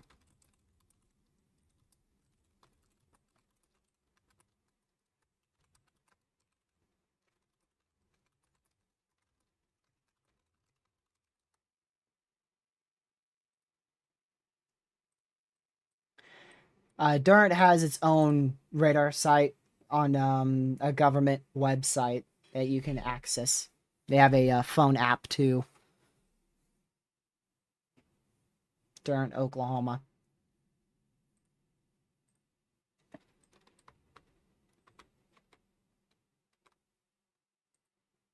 There's no tornado on the ground in Norman, no. It already lifted. But yeah, it was on the ground. It was confirmed by multiple radar scans as well as by chasers.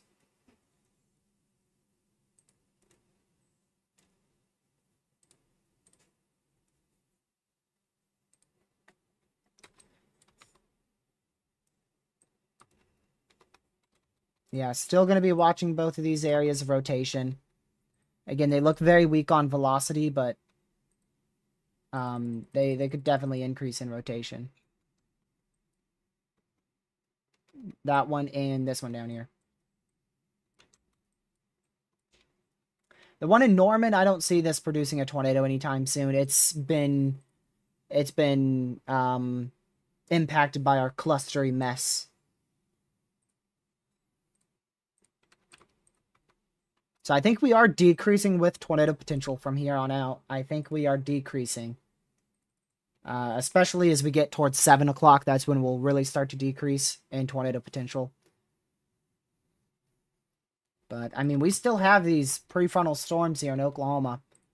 They could definitely try to produce tornadoes over the next hour, hour and a half.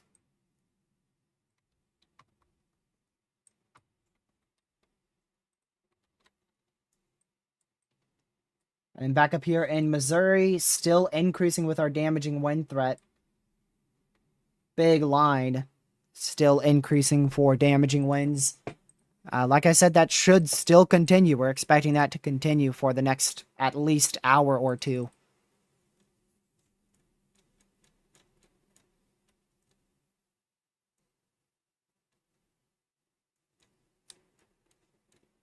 We haven't had a tornado warning up on this line, though, in a very long time. I think it's been nearly 2 hours.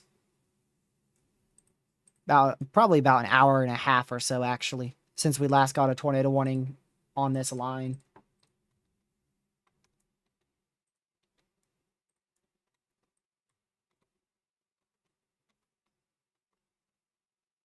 Still, I don't see a lot of rotation with these, but, I mean, there is some upper-level mesocyclones with them. But I just don't see a lot of good rotation right now. I'm telling you, I mean, if we just had a little bit more wind shear, we would have been seeing strong tornadoes left, right, and center. All across south central Oklahoma and central Oklahoma today.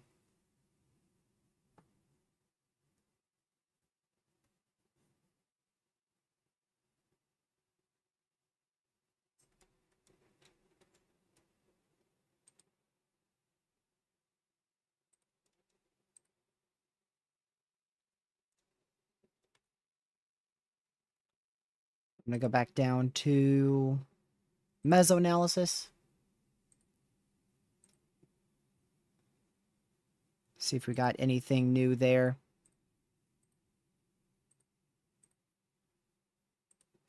Tornado environment is actually substantially decreasing across northeast Missouri. Our threat for tornadoes is decreasing across Missouri now. It is still very much present across Oklahoma, but lower level wind shear is still an issue. And over the next 2 hours, wind shear should decrease, so that's why I expect an overall decrease in our threat for tornadoes. We'll see if it actually decreases, though, because some model runs hint towards it increasing. We'll need to see which way it goes.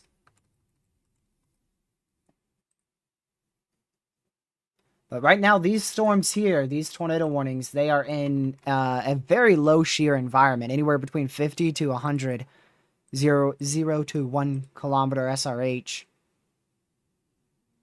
They're in a very low wind sheared environment. Much closer to 100, though.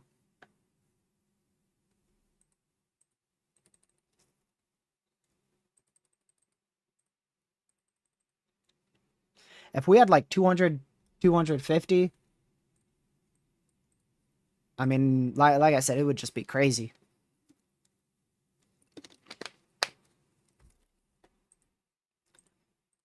But yeah, NATOcast definitely scored the win on this one. NATOcast had a 5% in both Missouri and Oklahoma, whereas the SPC only had a large 2%. And NATOcast definitely won. Ever since they introduced that 5% back up here in Missouri, I think we only saw one additional tornado warning, and that's it. Our last tornado warning was somewhere out in here. We haven't seen any tornado warnings across this entire region of our 5% yet. We'll see if that changes. Again, once you're behind that cold front, you're good. So that cold front is located. Let me see. There's still going to be rain behind it. But once you're behind this, you're generally good. So there's still going to be a chance for rain. So areas like down in this region here, you guys might experience another round of thunderstorms tonight. Probably not severe, but you could still get thunderstorms tonight. But mainly once you're behind this line here, and then behind this line here, you're good. So this is where our main threat will be over the next 2 hours. In this area, and then in this area. Those two regions over the next 2-3 hours. Really for the rest of the night. I should just say for the rest of the night and into the overnight hours here. I'll redo that. So right in here. Right in here, and then right in here. That's where our threat will be the greatest for the rest of the night.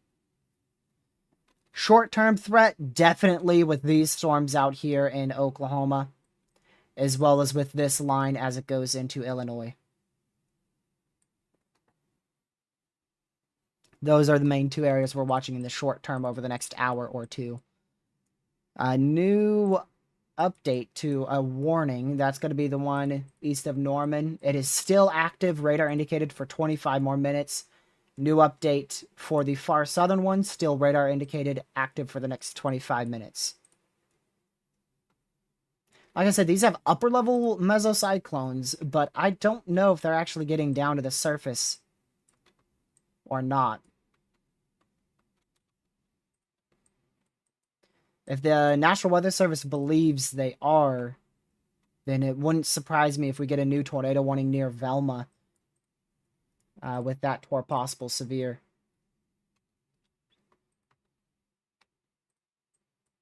Oops. One in Pauls Valley. It's been rotating at least a little bit, but hasn't produced anything from what I've seen. Have to keep an eye out up here near Stella for a spin-up tornado. See if that new... Yeah, there's that new velocity scan. Keep an eye on that for a spin-up tornado threat, as well as that little velocity further south. Go to analysis radar real quick. Not much, but we'll keep an eye on it. Oh, hey, look at that. Our first PDS severe of the day. And it is in Texas for 80 mile-an-hour winds. That is a destructive severe radar indicated for 80 mile-an-hour winds for this storm right in here. Across Woodson, Fort Griffin, in Texas. First PDS severe of the day. And it's not for hail out here in Texas. I'm surprised that it's not for hail. Normally, when there's a PDS severe in Texas, a lot of the time it's for hail. This is actually for 80 mile-an-hour winds. A new tornado watch has just been issued until 11 o'clock Eastern time. And this is actually across the severe watch. So Tulsa, you have just been upgraded to a tornado watch. Shawnee, Oklahoma, upgraded to a tornado watch. Ada, Ardmore, Velma, Pauls Valley, Maysville, upgraded to a tornado watch. That is actually going to be a 50-20 tornado watch. So that is by far the highest probability tornado watch we have seen today. We had a 30% one before, then we had a 20% severe watch, another 20% severe watch, and this is a 50% tornado watch.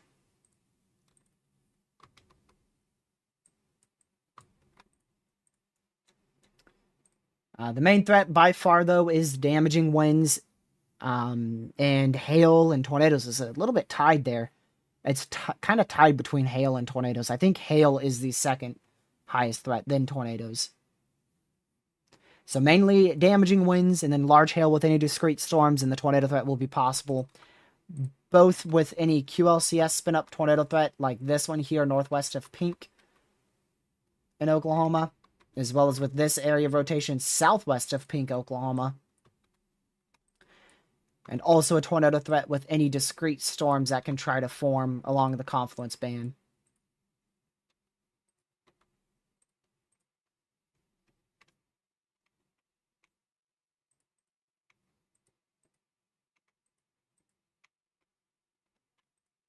Huh.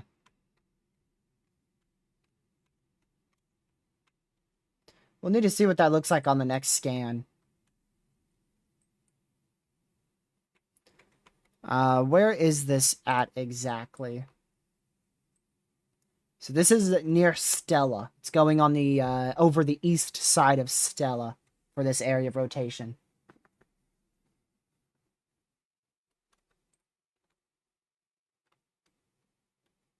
I don't think that's a debris signature, but we'll see what next scan has to show. All these are still for 60 mile-an-hour winds. The only, not destructive, but considerable severe. Only considerable severe along this line is in southeastern Iowa for West Point, just west of Burlington.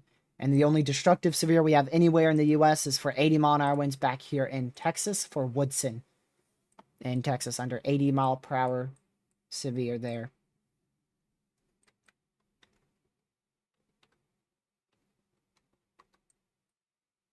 Yeah, see, there's no CC now. That's why I waited a scan. So that CC was just corruption. That's why you always want to have multiple scans. You don't just want to base it off of a singular scan.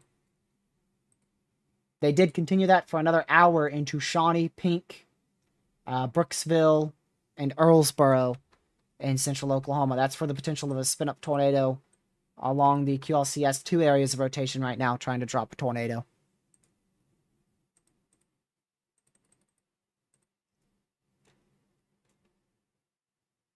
That tornado watch, they say 70 mile-an-hour winds likely, 2-inch hail possible, and a few tornadoes all possible for over 1.4 million people, 642 schools, and 61 hospitals. And that's valid till 10 p.m. local, 11 p.m. Eastern for portions of central and eastern Oklahoma. which you can see that here in the purple. Very hard to see because we got a lot of watches out now. But it's right in here. There you go. That's general approximation of your tornado watch.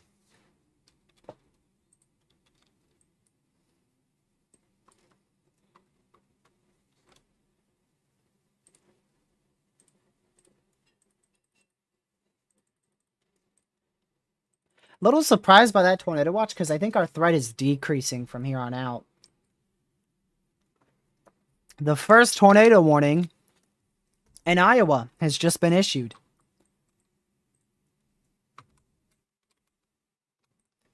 Radar indicated tornado warning for an area of rotation right here going into Mount Pleasant, New London, and Danville in southeastern Iowa. That is the first tornado warning along this line in probably somewhere around an hour and a half. It's been a long time since we've had a tornado warning on our line here. And it's going to be the first tornado warning that we've seen today in Iowa. So we've had a tornado warning in Iowa. We've had one in Wisconsin. We've had plenty in Missouri. And probably the most tornado warnings so far has actually been in Oklahoma. I don't think we had a tornado warning in Kansas today. Oh, wait. Yeah, we did. Duh. Eastern Kansas. We went live for a tornado warning in East Central Kansas. So yeah, we've had tornado warnings in Kansas, Oklahoma, Missouri, Iowa, Wisconsin. A lot of states. Especially for a 2% tornado risk. That's a lot. And that newest one, which got issued for New London, Mount Pleasant, and Danville, not a bad area of rotation there. We'll definitely want to keep an eye on that. Make sure you're in your safe spot, Mount Pleasant, southeastern Iowa.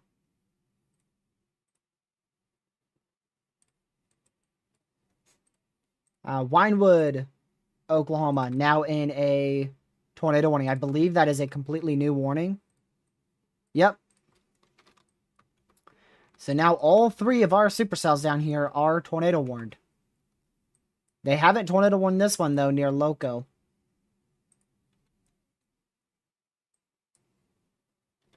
But new tornado warning there south of Pauls Valley for Wynnewood in Oklahoma. Now you can see that tornado watch a lot clearer. They just fixed the severe watch to go around the tornado watch. So you could see that tornado watch a lot better. Right there in the purple. Still weak rotation north and southwest of pink. I don't see anything on the ground. Nothing is observed. So just be in your safe spot if you're in pink, Shawnee, Earlsboro, Brooksville, in central Oklahoma. Be in your safe spot. Right back up to 6 tornado warnings, and we're down to actually 17 severes.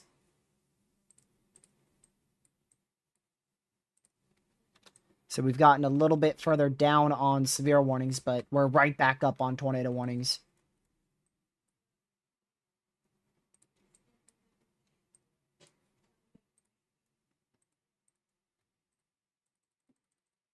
Trying to see if there's any new information I could give you guys here.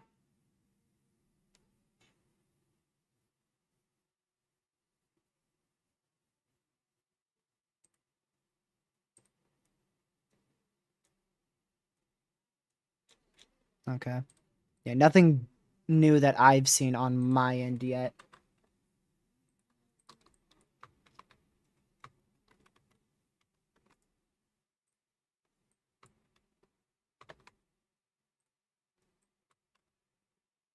Plenty of little areas of rotation here. You can see they're starting to get another classic look to them. More classic looks for those two storms. And the tornado warning for pink, again, that's for a QLCS spin-up tornado threat. Same goes for the one.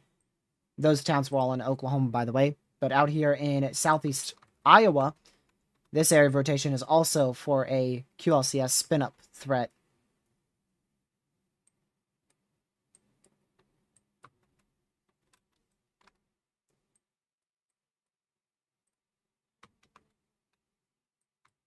I'm going to go back to the analysis radar here in Oklahoma City. Very weak rotation. Both areas of rotation here in pink Oklahoma going towards Shawnee have weakened. So hopefully we continue with that trend of seeing him weaken. Well, glad I could be a little bit early on that. Anything I can help just to push out the information a little bit sooner. Point out debris signatures a little bit sooner. Whatever can help.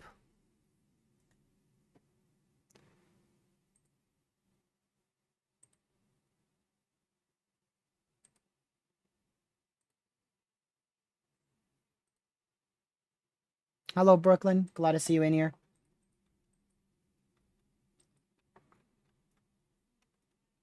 Are you in here because you got put into that tornado watch now? New destructive severe just got issued, so they have downgraded the one out here in Woodson back down to 70 mile an hour winds, 1.5 inch hail. But they've upgraded the one south of Wichita Falls, Texas to 80 mile an hour winds. Another 80 mile an hour severe.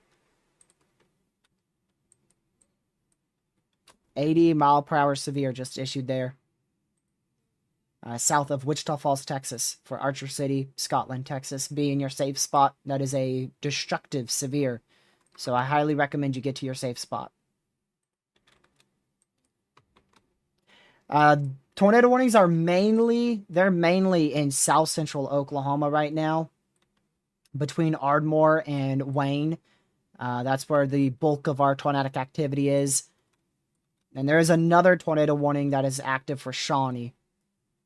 But nothing further north. There's no tornado warnings on the northern side of our line. That's going to be the line that eventually goes up towards Tulsa. I would be very surprised if this holds together all the way till Tulsa. I don't think we'll see much there. Definitely rain and some wind, but I don't think we'll see anything too crazy in Tulsa. A new tornado warning there, southeastern Iowa. And guess what? That now includes Illinois. So we've officially had a Illinois tornado warning as well. So we've had a tornado warning in Illinois, Iowa, Wisconsin, Missouri, Kansas, Oklahoma so far today. So update to this warning, radar indicated. We are up to the most tornado warnings of the day, all the way up to 7. Up to 7 tornado warnings. Still lower on severes, 19 severes. However, one of those are destructive. Destructive 80 mile per hour severe south of Wichita Falls, Texas.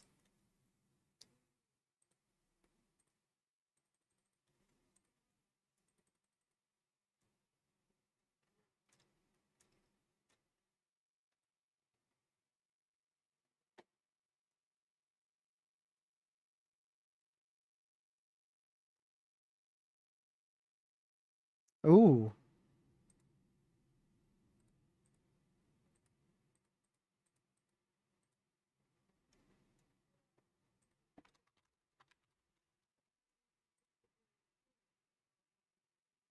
Give me a moment, I want to see this. So a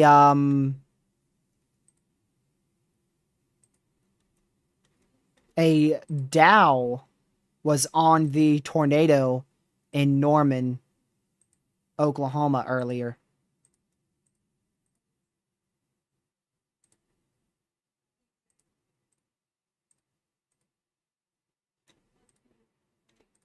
Trying to see if I can get a radar scan of it.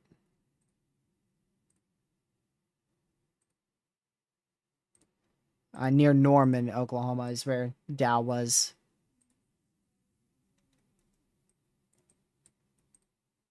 Radar indicated warning continues west of Burlington as well as for Burlington.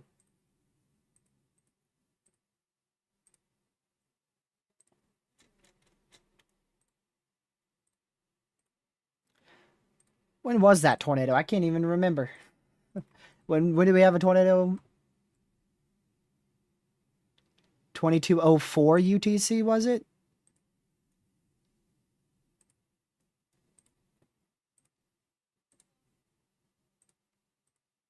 Yeah, I got it. I don't think I can share this data, unfortunately. I don't believe I can.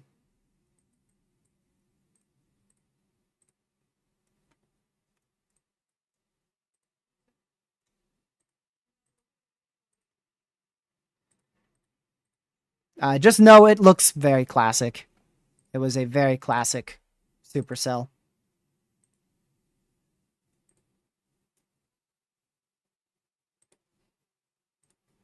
Looked insane.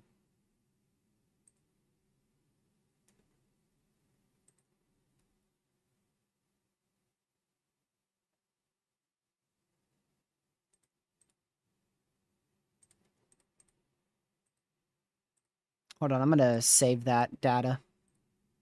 Show it to Lucky eventually.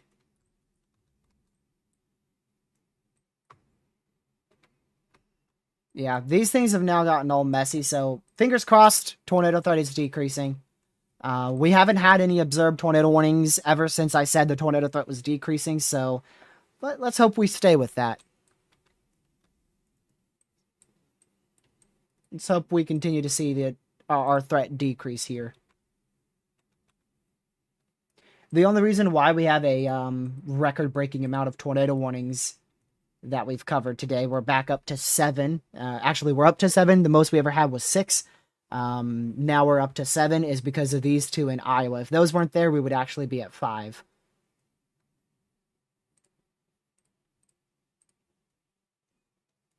We were at 6 earlier when that tornado was on the ground near Norman.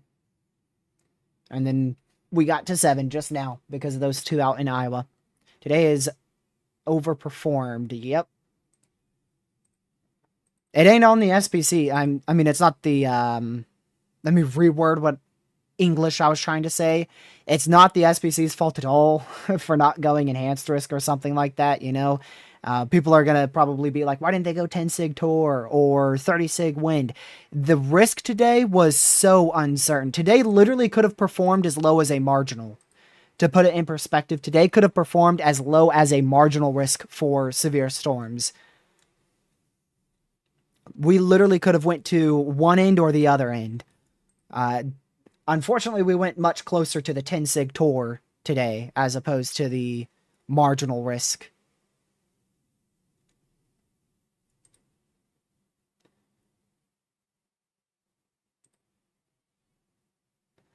But yeah, we've seen 3 tornadoes so far today.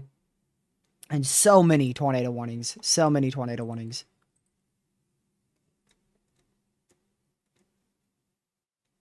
Just so much uncertainty on how today's convection was going to unfold. And thus they didn't end up issuing an enhanced risk for... They were going to do for wind is what they were talking about.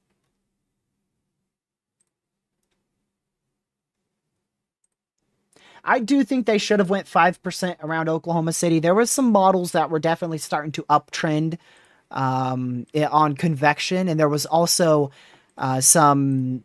You could spot it on mesoanalysis. There was some features of a band potentially helping to enhance discrete supercell convection closer to the time frame that we're at of the last like 2 to 3 hours. There was definitely some signs. So I think they definitely could have went 5% at the morning update, and I would have been like, okay, yeah, I could see that.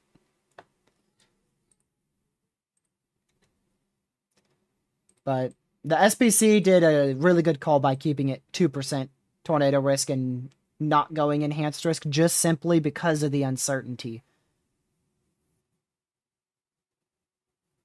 Now that it's played out, we could easily say, yeah, they should have went enhanced, but you got to look at it from the perspective of morning analysis. After a risk played out, it's extremely easy to just say, yeah, they should have upgraded it, or yeah, they should have downgraded it, but before the risk even starts, it's very difficult to say which risk is appropriate. And I think the SPC did a great job. Like I said, they could have issued a 5% down here in Oklahoma City, but they just didn't have enough confidence in discrete convection like what we saw.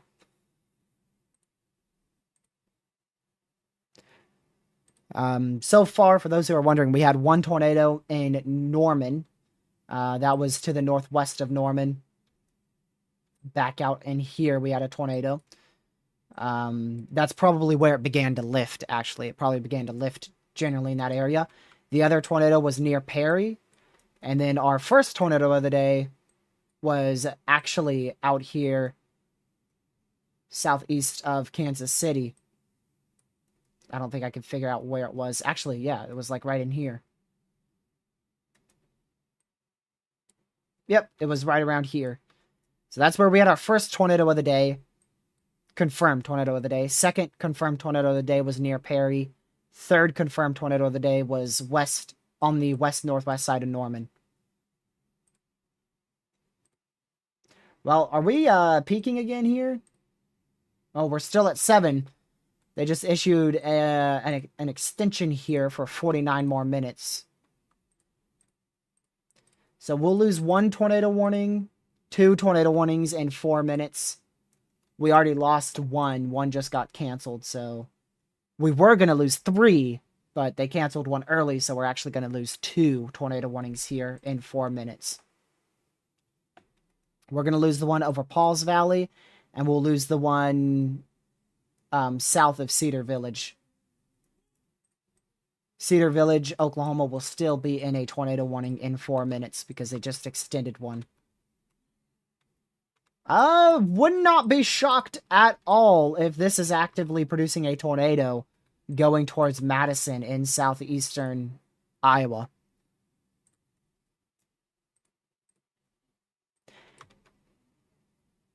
Would not shock me one bit. That is a really good area of rotation.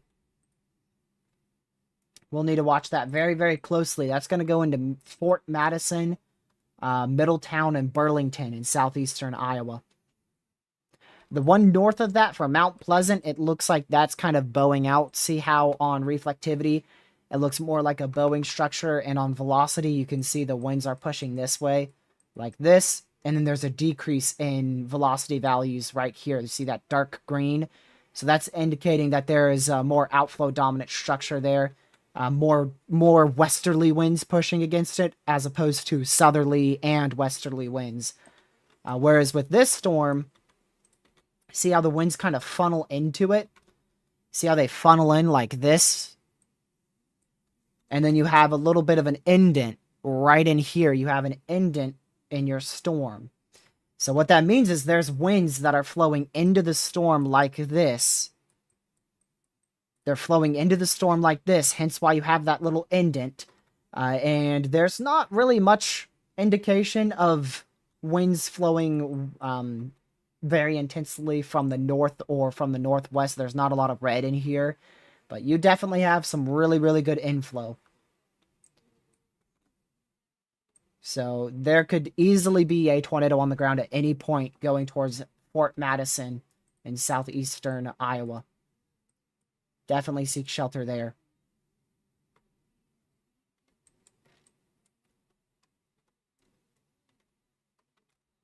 Pretty sure those areas of rotation in pink are now going around us now are very much rain and wind. Yeah, the rotation has definitely died out on them. You're not in the clear just yet in pink. You're still going to be getting a bunch of rain, heavy rain, some wind, and some probably lightning over the next like 15 to 30 minutes. Once that stops, you'll be in the clear. You have to wait for that cold front to pass you, which is right in here. Once that passes you, you are clear. So like Moore, Oklahoma, Norman, Oklahoma, Oklahoma City, Mustang, those areas are all completely clear in Oklahoma.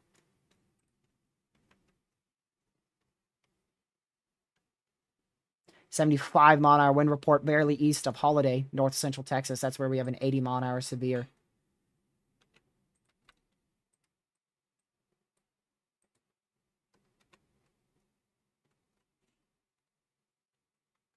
It's going to be impossible to tell from radar if this is on the ground. We're going to have to get a report from a chaser or something, because we're not going to be able to tell from radar.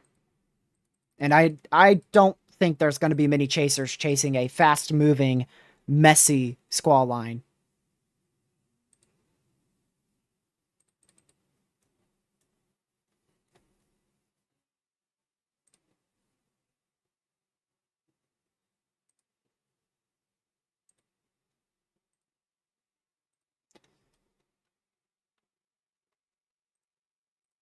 Yeah, you could see the velocity is definitely increased. You can even, I could actually make out an embedded supercell in here. I can make out an embedded supercell in this area, especially right here.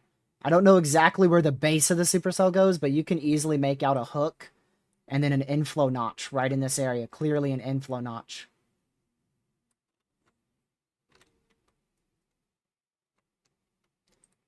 Like I said, we're not going to be able to confirm this from radar, so we're going to have to just hope that a chaser is on this. But even if there is a chaser on this, then he ain't going to be able to see anything. It's so rain-wrapped.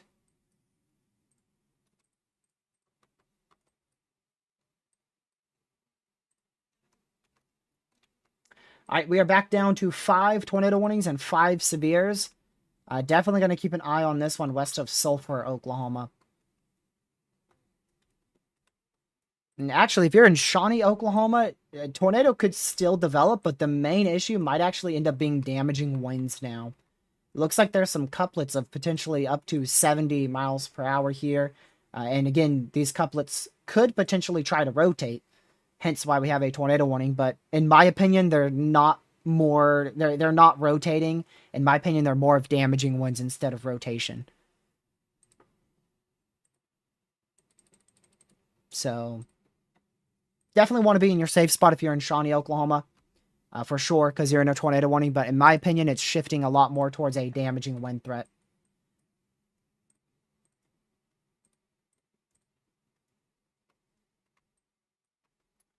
The main supercell I'm interested in here now out of the 3 bunch that we have out here near Stratford, it's actually going to be the one here north of Springer in south central Oklahoma along the I-35 corridor south of Wynnewood, just west of Sulphur, Oklahoma. That's the one that interests me the most right now. Out of all the tornado warnings, I'm watching the one over Fort Madison the absolute most because, like I mentioned before, it's far from radar, so we're not going to be able to confirm anything at all unless there's a chaser there or the public reports something. But you can just tell based off a reflectivity standpoint that there is a good inflow notch here and you have a good embedded supercell right in here. Another thing I should mention, if you are in Fort Madison, please seek shelter, but this storm is also going to be heavily rain-wrapped, so don't attempt to look for the tornado or go outside and try to see a tornado. Please just seek shelter. You're not going to be able to see a tornado at all. This storm is going to be very heavily rain-wrapped. If there is a tornado on the ground, it's going to be very, very rain-wrapped.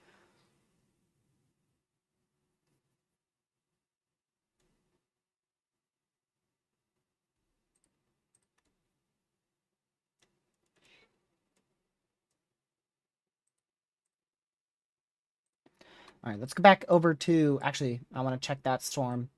Yeah, still can see this is outflow dominant in New London. Again, you can tell because the sharp will go with axis of those velocities, how there's blue on this side and then like dark green directly after that just west of New London. So this is definitely much more of a damaging wind threat here as opposed to a tornado threat.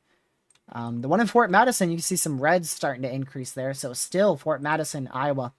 I would not be shocked if that produces a tornado at any point.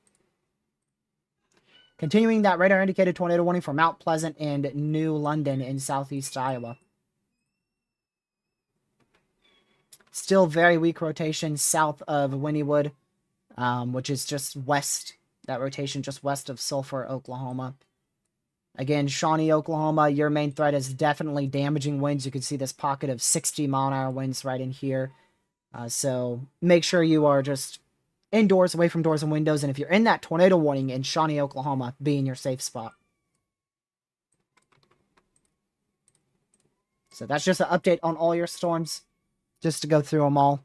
We're not ending just yet. I just wanted to go through them all to give you an update on all the cells.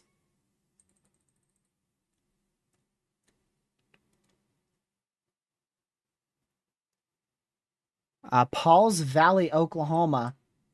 Where's that? All right, we had a tornado. Pauls Valley, 31 minutes ago.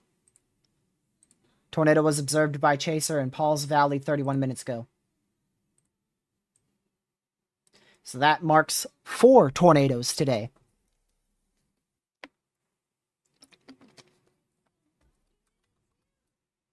Reported as a very brief, weak tornado. Touched down just for a few seconds.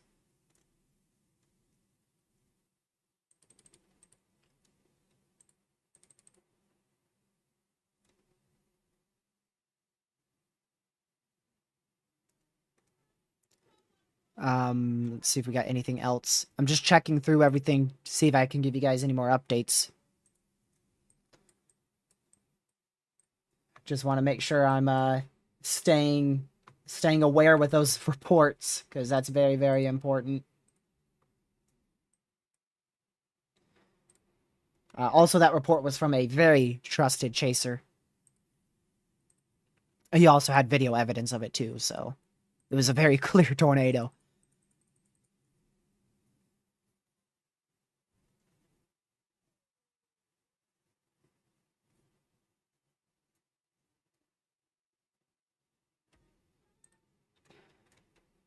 Let's see here.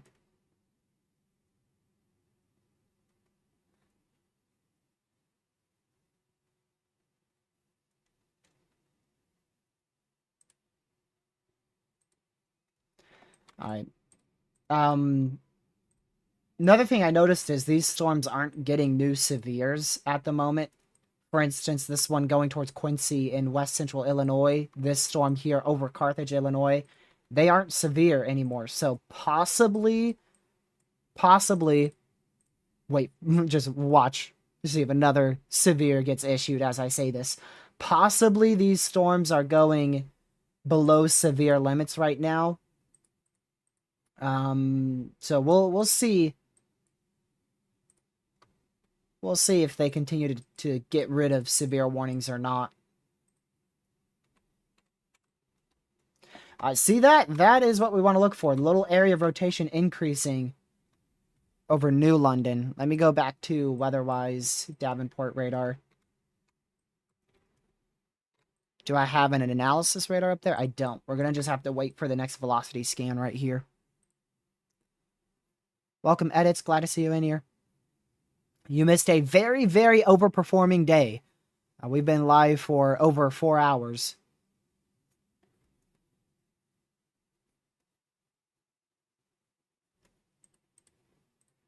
Very overperforming days. So there is a little area of rotation increasing here. It doesn't look like much. But we'll watch this general area for an increase in rotation here. That's going to go up into Mount Union. So still be in your safe spot, Mount Union. Keep watching that. The one in Fort Madison looks to be disorganizing quite a bit, but still is very much capable of producing a tornado. Both of those are in southeast Iowa. We're getting down on warnings, y'all. Keep your fingers crossed. We're down to just 4 tornado warnings now. We're back up to 17 severes. Our severes went a little bit up again. Destructive severe still continues for Scotland for 80-mile-an-hour winds in north central Texas. I wrote 16 exams in 1 month. Jeez. That's crazy. That is crazy, dude.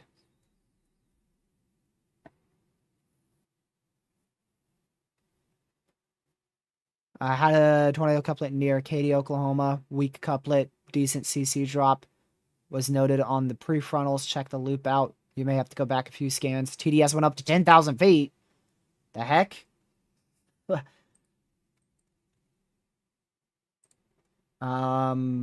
me just read that area again. Katy, Oklahoma, you say?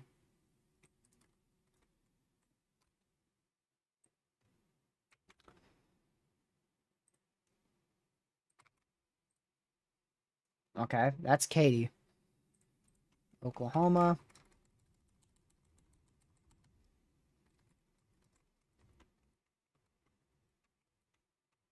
Oh.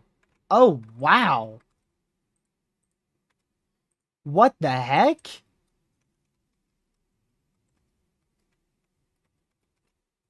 What in the world?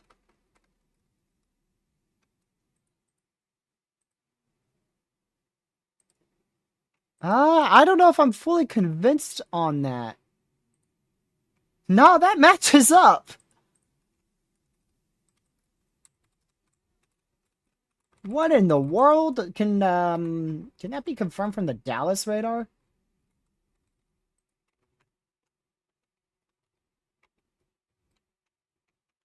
And then it lifted. I mean, that matches perfectly with radar. I want to go see if I can confirm that from the Dallas radar, at least a little bit, perhaps. Yeah. Yeah, you can. You can see it. You can see something from the Dallas radar. I'm going to make a tweet about that real quick.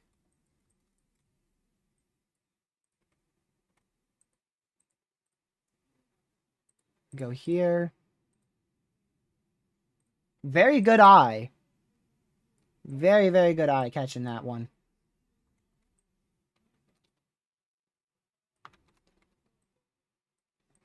I'm not fully convinced because of how many storms that has to go through, but that is definitely something that I'm interested in, into seeing if it gets confirmed later on.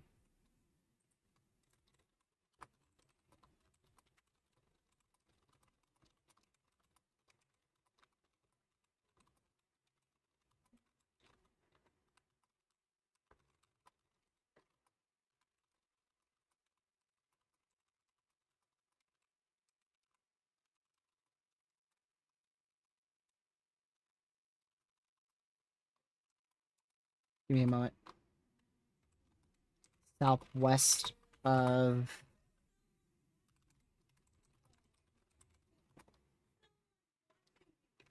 2245Z.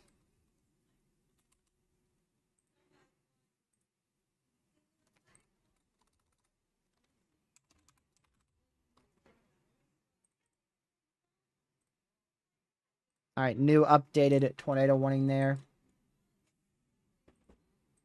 That's for Burlington. Still a radar indicated warning there, Burlington, Iowa.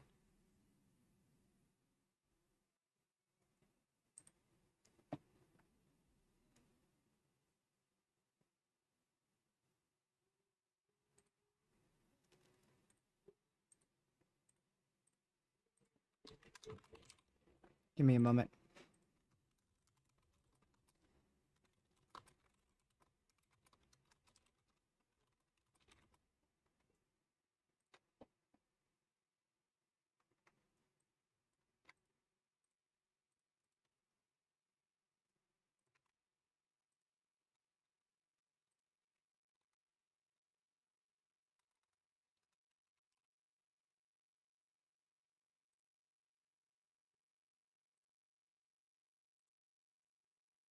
Okay.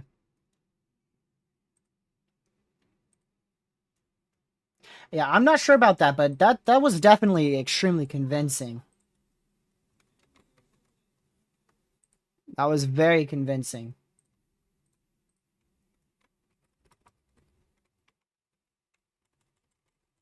And it slowly dissipated too, so...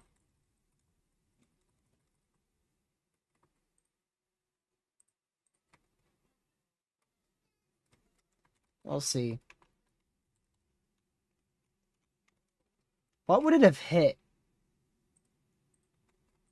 Man, there's definitely some trees, possibly even a house there. A lot of dirt. Obviously. Obviously a lot of dirt.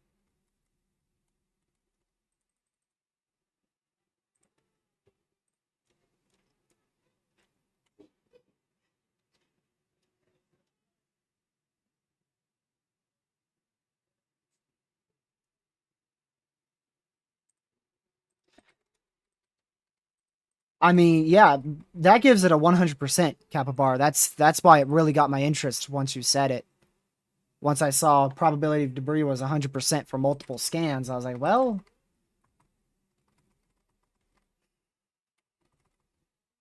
I mean, that's a very, very clear path. That is a very clear path of potential debris. with the first two being when it first touches down, which is obviously why it's a 100%. So, yeah, that would be southwest of Wynnewood at 2245Z, which was about 31 minutes ago. I'm glad you said that before it went too far on my radar scans. I mean, my radar scans can go, what, about an hour and a half back or so? No longer tornado warned out here in Shawnee. That storm is no longer warned at all in terms of a tornadic activity. But notice how they issued 3 severes for it. 3 new severes for it.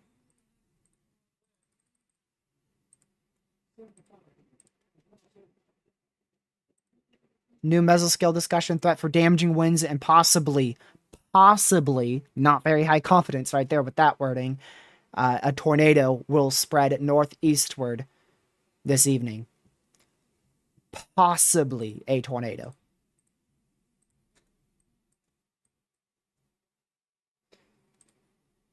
So that was a new mesoscale discussion just now issued by the Storm Prediction Center. From southeast Iowa, northeast Missouri, all the way into northwest Illinois, southeast Iowa. Main threat is 60 to 70 mile-an-hour winds, hail around or less than an inch in diameter, and a brief weak spin-up tornado, all being possible.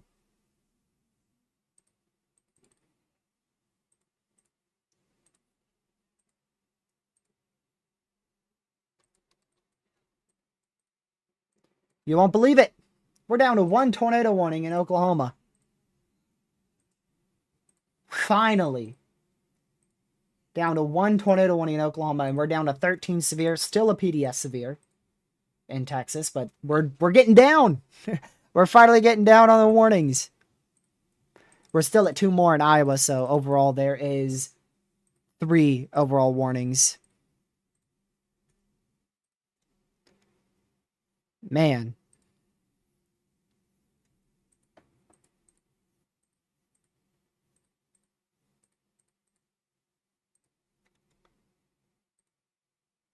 Hopefully everyone was okay from these very impactful storms.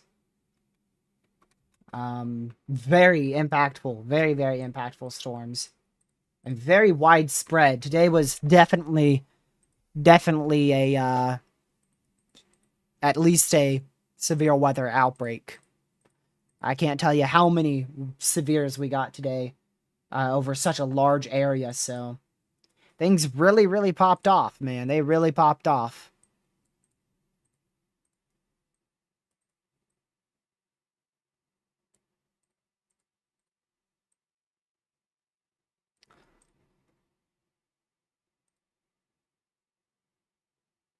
I just seen it. Someone reliable on X. I like and trust show it. I didn't see anyone on X tweet about it.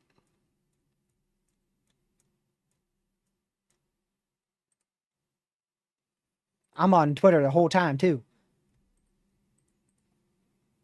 But yeah, good job verifying that yourself too. And then bringing it to my attention. I appreciate that. Chaser just reported a tornado lifting about 6 minutes ago off of our tornado warning in Oklahoma. So that makes it 5. 5 tornadoes.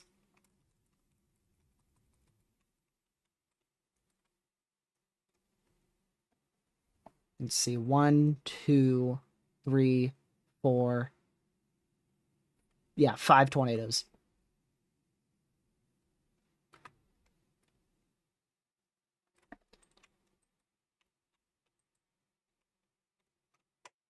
Ben, I'm sure there's going to be 1 tornado. 1 tornado confirmed that wasn't observed. I'm sure of it. 4 tornadoes, if that TDS is correct, that Capybara pointed out, that would make it 5. Actually, wait a second. Wait a second. No, because we had one reported. Oh, where was it? I think it was with this storm. Yeah, near Katy.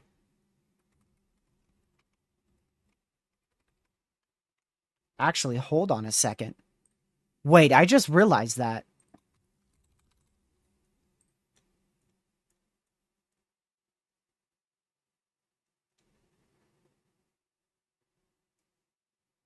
Hold on a moment. Yeah, it was northeast of Katy, near Paul's Valley, where that was reported. So we had a tornado reported on this storm. Then we've had a tornado now reported on this storm. So that's two. Then we had our observed warning in Norman. Three. Then we had our observed warning for Perry. That's four. And then our PDS in uh, Independence. That's five. So we're actually at 5 tornadoes. If this CC was correct, the one east of Katy, not northeast, but east of Katy, if that was correct, that would make it a regional tornado outbreak.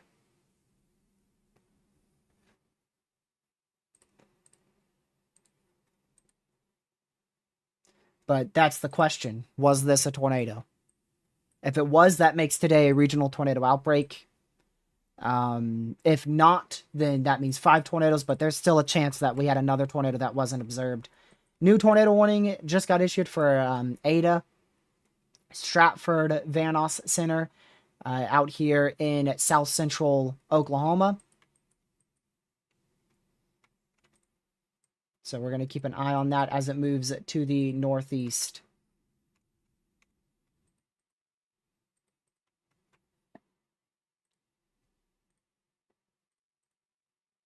Only 5 in Oklahoma. Man, they ain't nothing only about 5 tornadoes. But I do see your point there.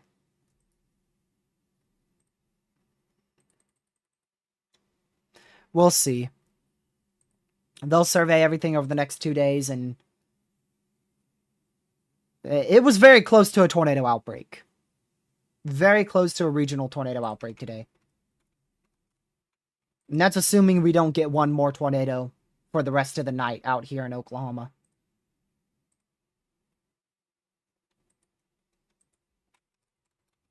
Or whatever the heck Texas is trying to do.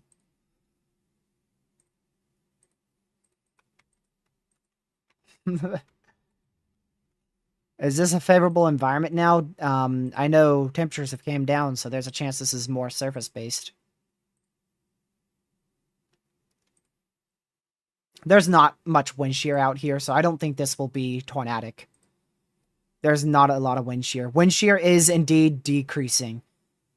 It is still decreasing. I was wondering about that. Some models had it increasing significantly around this time. Other models said it would decrease. That's what's happening.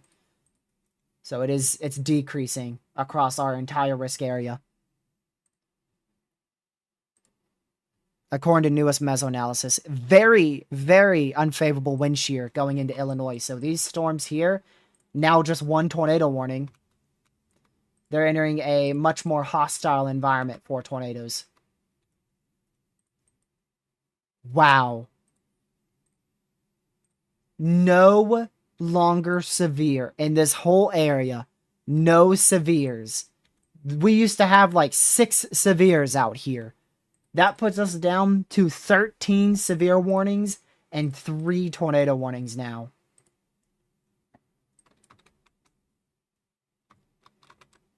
Gonna watch this one in Stratford. That rotation's definitely strengthening. Stratford going towards Ada. And Oklahoma. Dang it! We got another severe. Jefferson City, Central Missouri. That's for 50 more minutes.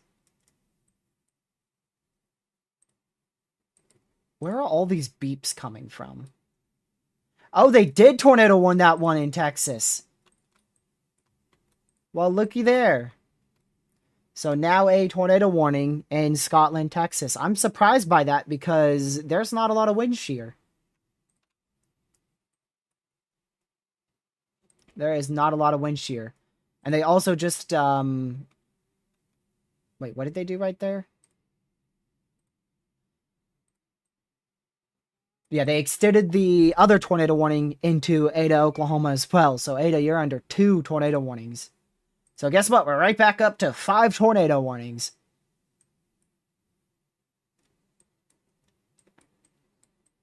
Right back up to 5.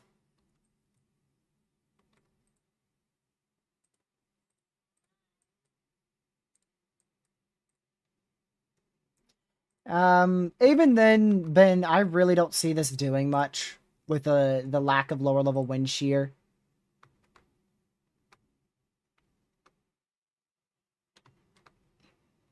But it is tornado warned, so if you're in Scotland here, north central Texas, being your safe spot. Dairy Queen all the way, Kaylee.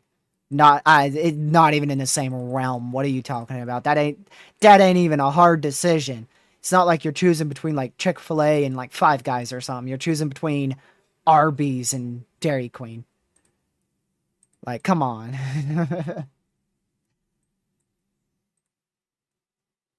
Not even close, in my opinion. Any day of the year, I would rather have Dairy Queen.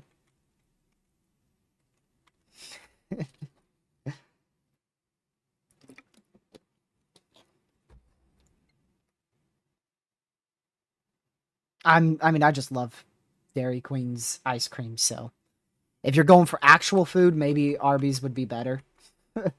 But for me, it's Dairy Queen. I mean, their ice cream's just too good.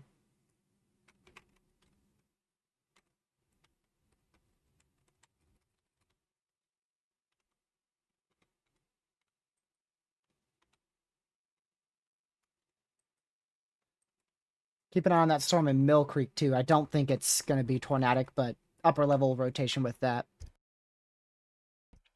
I have been trying to get that sneeze out for almost 5 hours.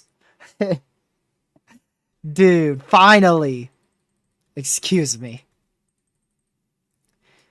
Took 5 hours for me to sneeze. Jeez.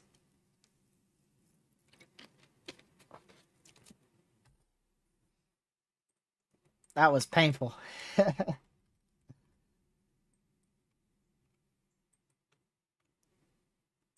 This area of rotation is likely increasing east of Davis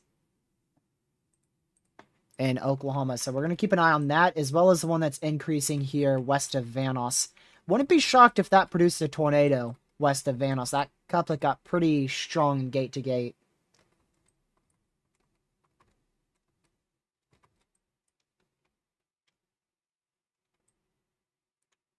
And that's another area of rotation too.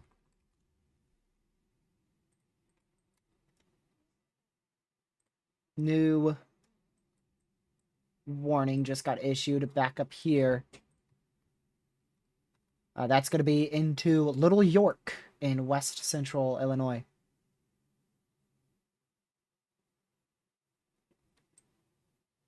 So we're going to watch that as it moves up to the northeast. Make sure you're in your safe spot. You're in that tornado warning as well. And we are right back up to 6 tornado warnings. Right back up.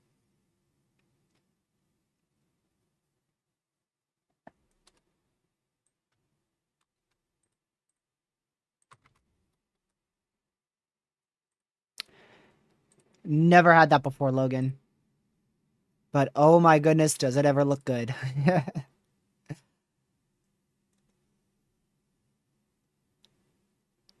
I haven't eaten supper yet, so why are you making me this hungry? I passed by... No. I parked across a parking lot. Do you guys remember the live stream we did, storm chasing in Winston? We parked in a gas station that was like across the road.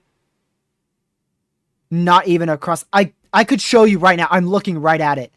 I saw that and I didn't go.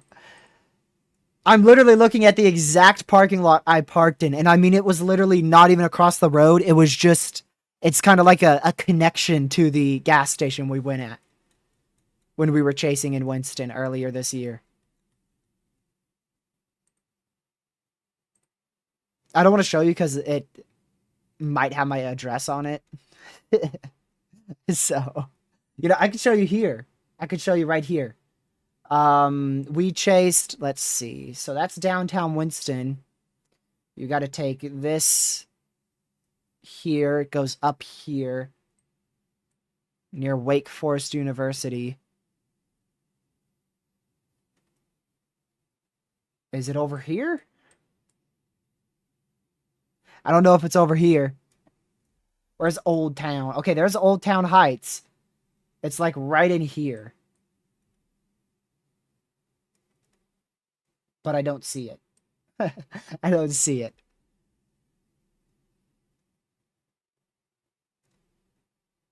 I'm trying to find the road. Aha! There you go. There it is. We parked in this parking lot right here.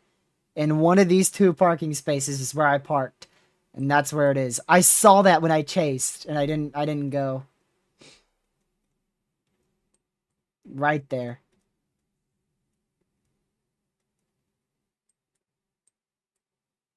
Make TRG as hungry as possible. I'll just end stream and go eat, Ben.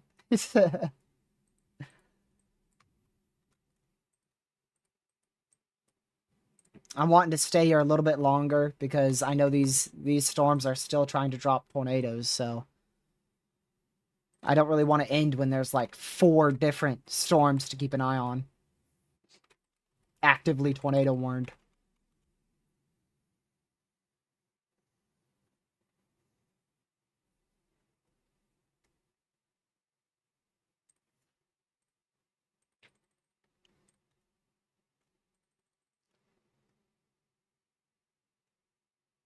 There's a chaser who's right under this area of rotation, and he said, I can't see anything.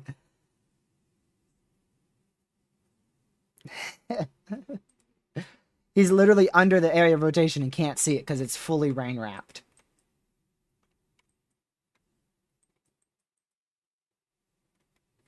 Let's go back over here. Update to this one. Still radar indicated. There's still plenty of areas of rotation to keep an eye on here. The most concerning one definitely being the one barely south of Stratford.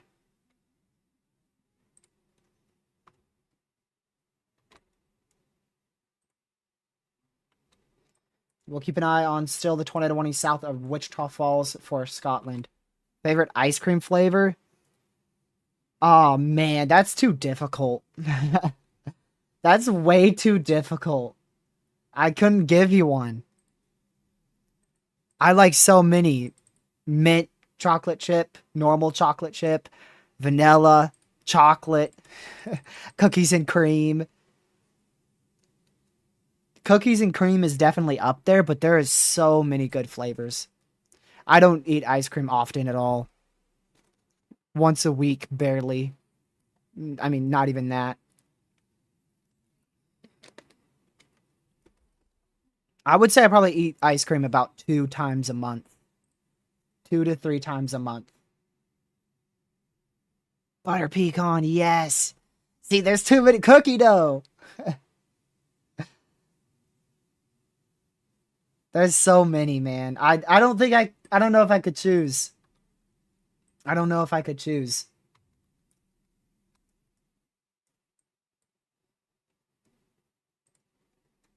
Sure have been. That's really good too. Tornado warning out here in west central Illinois for Bald Bluff. Not really strong rotation, but definitely want to be seeking shelter just in case.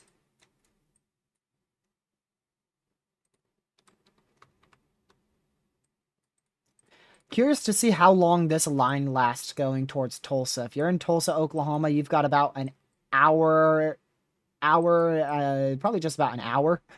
I would say probably just about an hour, maybe an hour and a half before this line gets to you. Mainly 60 mile-an-hour winds. Isolated gusts could be as high as 70. But hopefully it breaks apart. Everything should be weakening from here on out. Everything should weaken from here on out. Areas of rotation could still strengthen, but the line itself should be on a weakening trend still.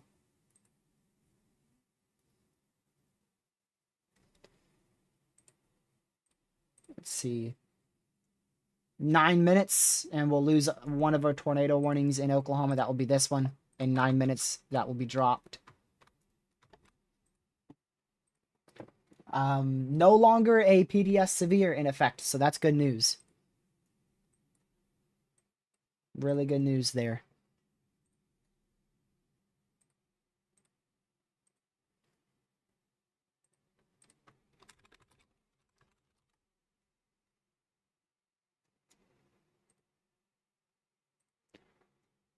Apparently something just got updated. Let's go see. Okay, just an update there. Still radar indicated.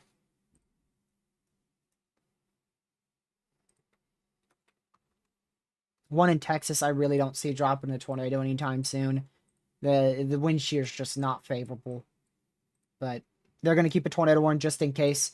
Not a bad idea. I mean, it's tried to rotate, so.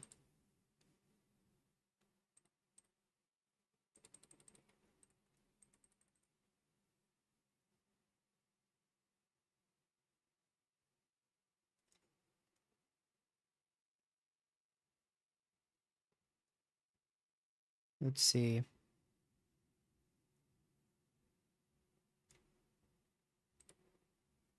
I think we have had a regional tornado outbreak here in Oklahoma.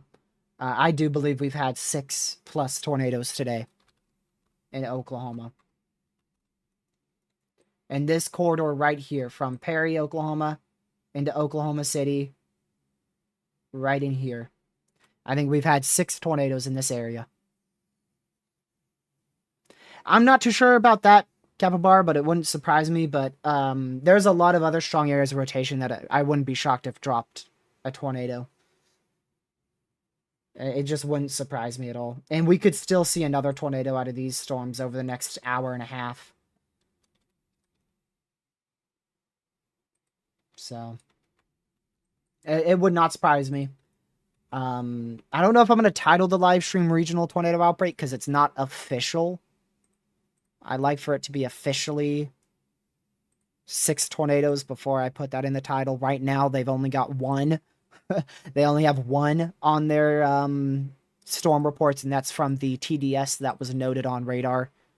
That dark blue CC we saw barely west of Norman, Oklahoma.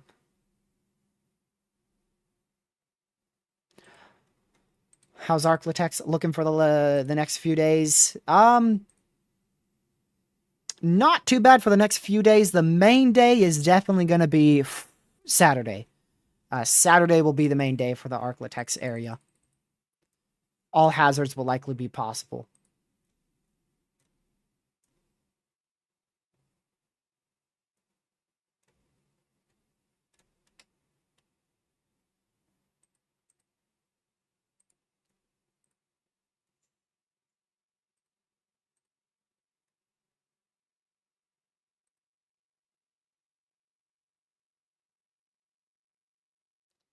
How many windbags will I see this week? 0. They all gonna die right on top of your house. That's what's gonna happen.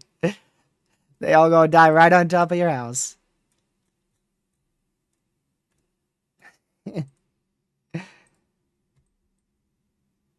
Yeah, not surprised they just issued a new warning for that. I've been watching that. They did just tornado warn the one barely to the northeast of Mill Creek.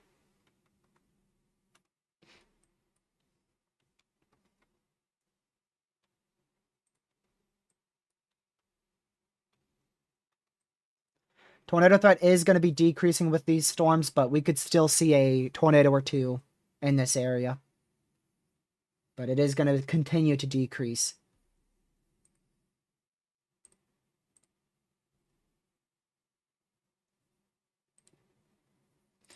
Man, even with the kind of lower end environment we had today in Oklahoma, we still saw so many tornadoes out of these prefrontals.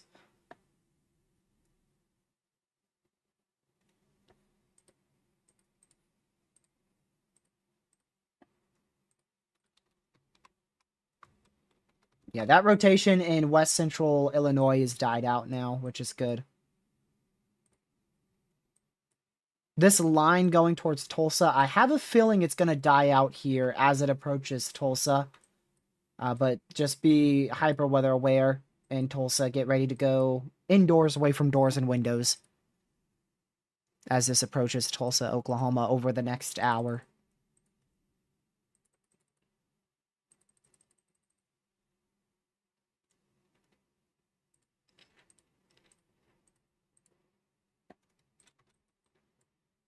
Yeah, plenty of tornado warnings in south central Oklahoma. But none of them look very impressive anymore. They're starting to get clustered. This one's looking a little bit better. But it's very mini. Very mini.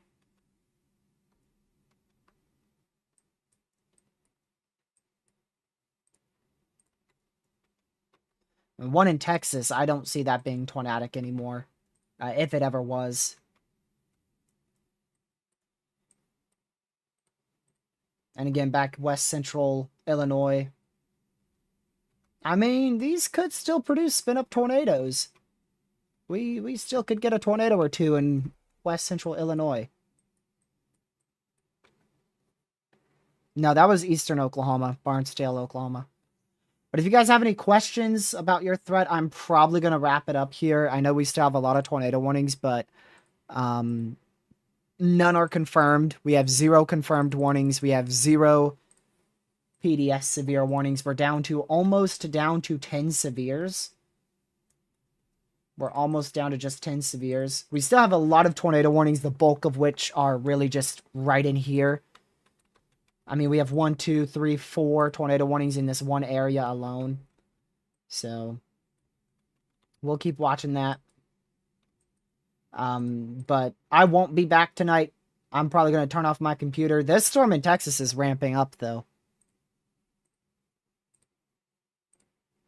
I don't expect that to continue for too much longer, right?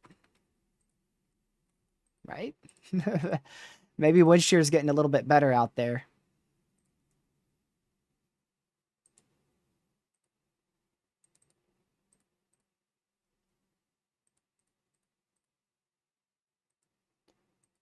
I don't know. Shear is getting better. It's moving into a better environment for wind shear. This storm in Texas might be an issue in the long term here for like Jacksboro, Bridgeport.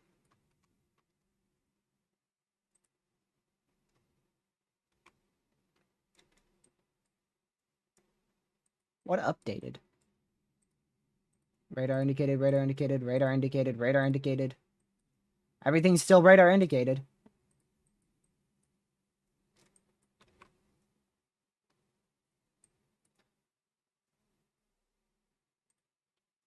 We'll see about this storm. I'm going to keep an eye on that. See what happens.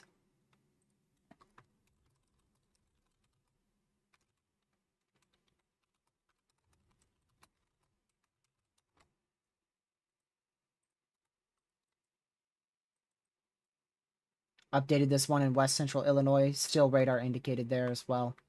Yeah, I could definitely see these one of these two areas producing a tornado pretty soon. So like I said, I'm going to head off here. I would not rule out a tornado by any means with this storm in Texas going towards Jacksboro, Bridgeport. So be hyper weather aware there. Definitely wouldn't rule out 1 to 2 tornadoes with these messy clusters here going into southeast Oklahoma around the Ada, Oklahoma area. Wouldn't rule out 70 mile-an-hour winds here over the next hour and a half going towards Broken Arrow. 60 to 70 mile-an-hour winds there. And then again, I wouldn't rule out a spin-up tornado in this area over the next hour. But I've already been live for 5 hours. I want to go do a few things, eat my supper, and get ready for a busy day tomorrow. I won't be live tomorrow. I got a lot of stuff I have to do off of stream. But I'm really, really glad. I'm really, really glad I was able to clear the schedule today to be able to live stream for you guys. I'm going to catch up on everything tomorrow. So really glad I was able to stream for 5 hours. Well worth it. And like I said, probably going to see at least another tornado or two tonight.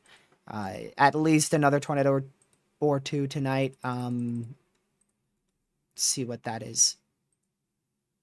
Actually, here is your SPC mesoscale discussion there in the purple area. Risk for damaging winds and tornadoes continues. I mean, the tornado risk is so low. Look at that. They've lowered it as low as they can go. As low as they can go. And the greatest risk they've highlighted there in the red hatched area. So, no, you went Arby's. It was cheaper. Valid reason. Valid reason. I would too. Valid reason. New tornado warning there for Oak Grove for that area of rotation in West Central Illinois. But I'm going to head off here. Hope you guys have a fantastic rest of your Tuesday night. I will see you guys Thursday. Thursday will be the next live stream. I'll be live Thursday evening for live weather coverage for a couple of hours, most likely, for storms in the Panhandle of Texas and Panhandle of Oklahoma. I'm going to go get me some supper. And again, I hope you guys have a fantastic rest of your night. Thank you for hanging out with me for 5 hours. Thank you, mods, for Mod Chat. Thank you, everybody, for being here. Greatly, greatly appreciated. And thank you for helping me reach over 3,000 people with the word of severe weather today. Thank you for hitting that like button. And if you haven't already, which you most likely have, make sure you hit that subscribe button and hit the notification bell set to all so you know when I go live or upload a video. Probably won't have a video anytime soon unless it's very, very needed. We're just going to be live. Again, no live stream tomorrow, but there will be a live stream Thursday, Friday, Saturday, and Sunday. Not sure about a live stream Monday. We'll figure that out once we get closer. See if Monday warrants a live stream. Those storms are going back tornado warned in West Central Illinois. So just stay weather aware. Like I said, tornado or two definitely going to be possible in Western Illinois as well as in Southeastern Oklahoma, and with that supercell going towards Jacksboro, Texas over the next 2 hours. But that's going to be it for me. I hope you guys have a great rest of your night. Stay safe. Watch severe weather. I'll see you guys on Thursday. Goodbye.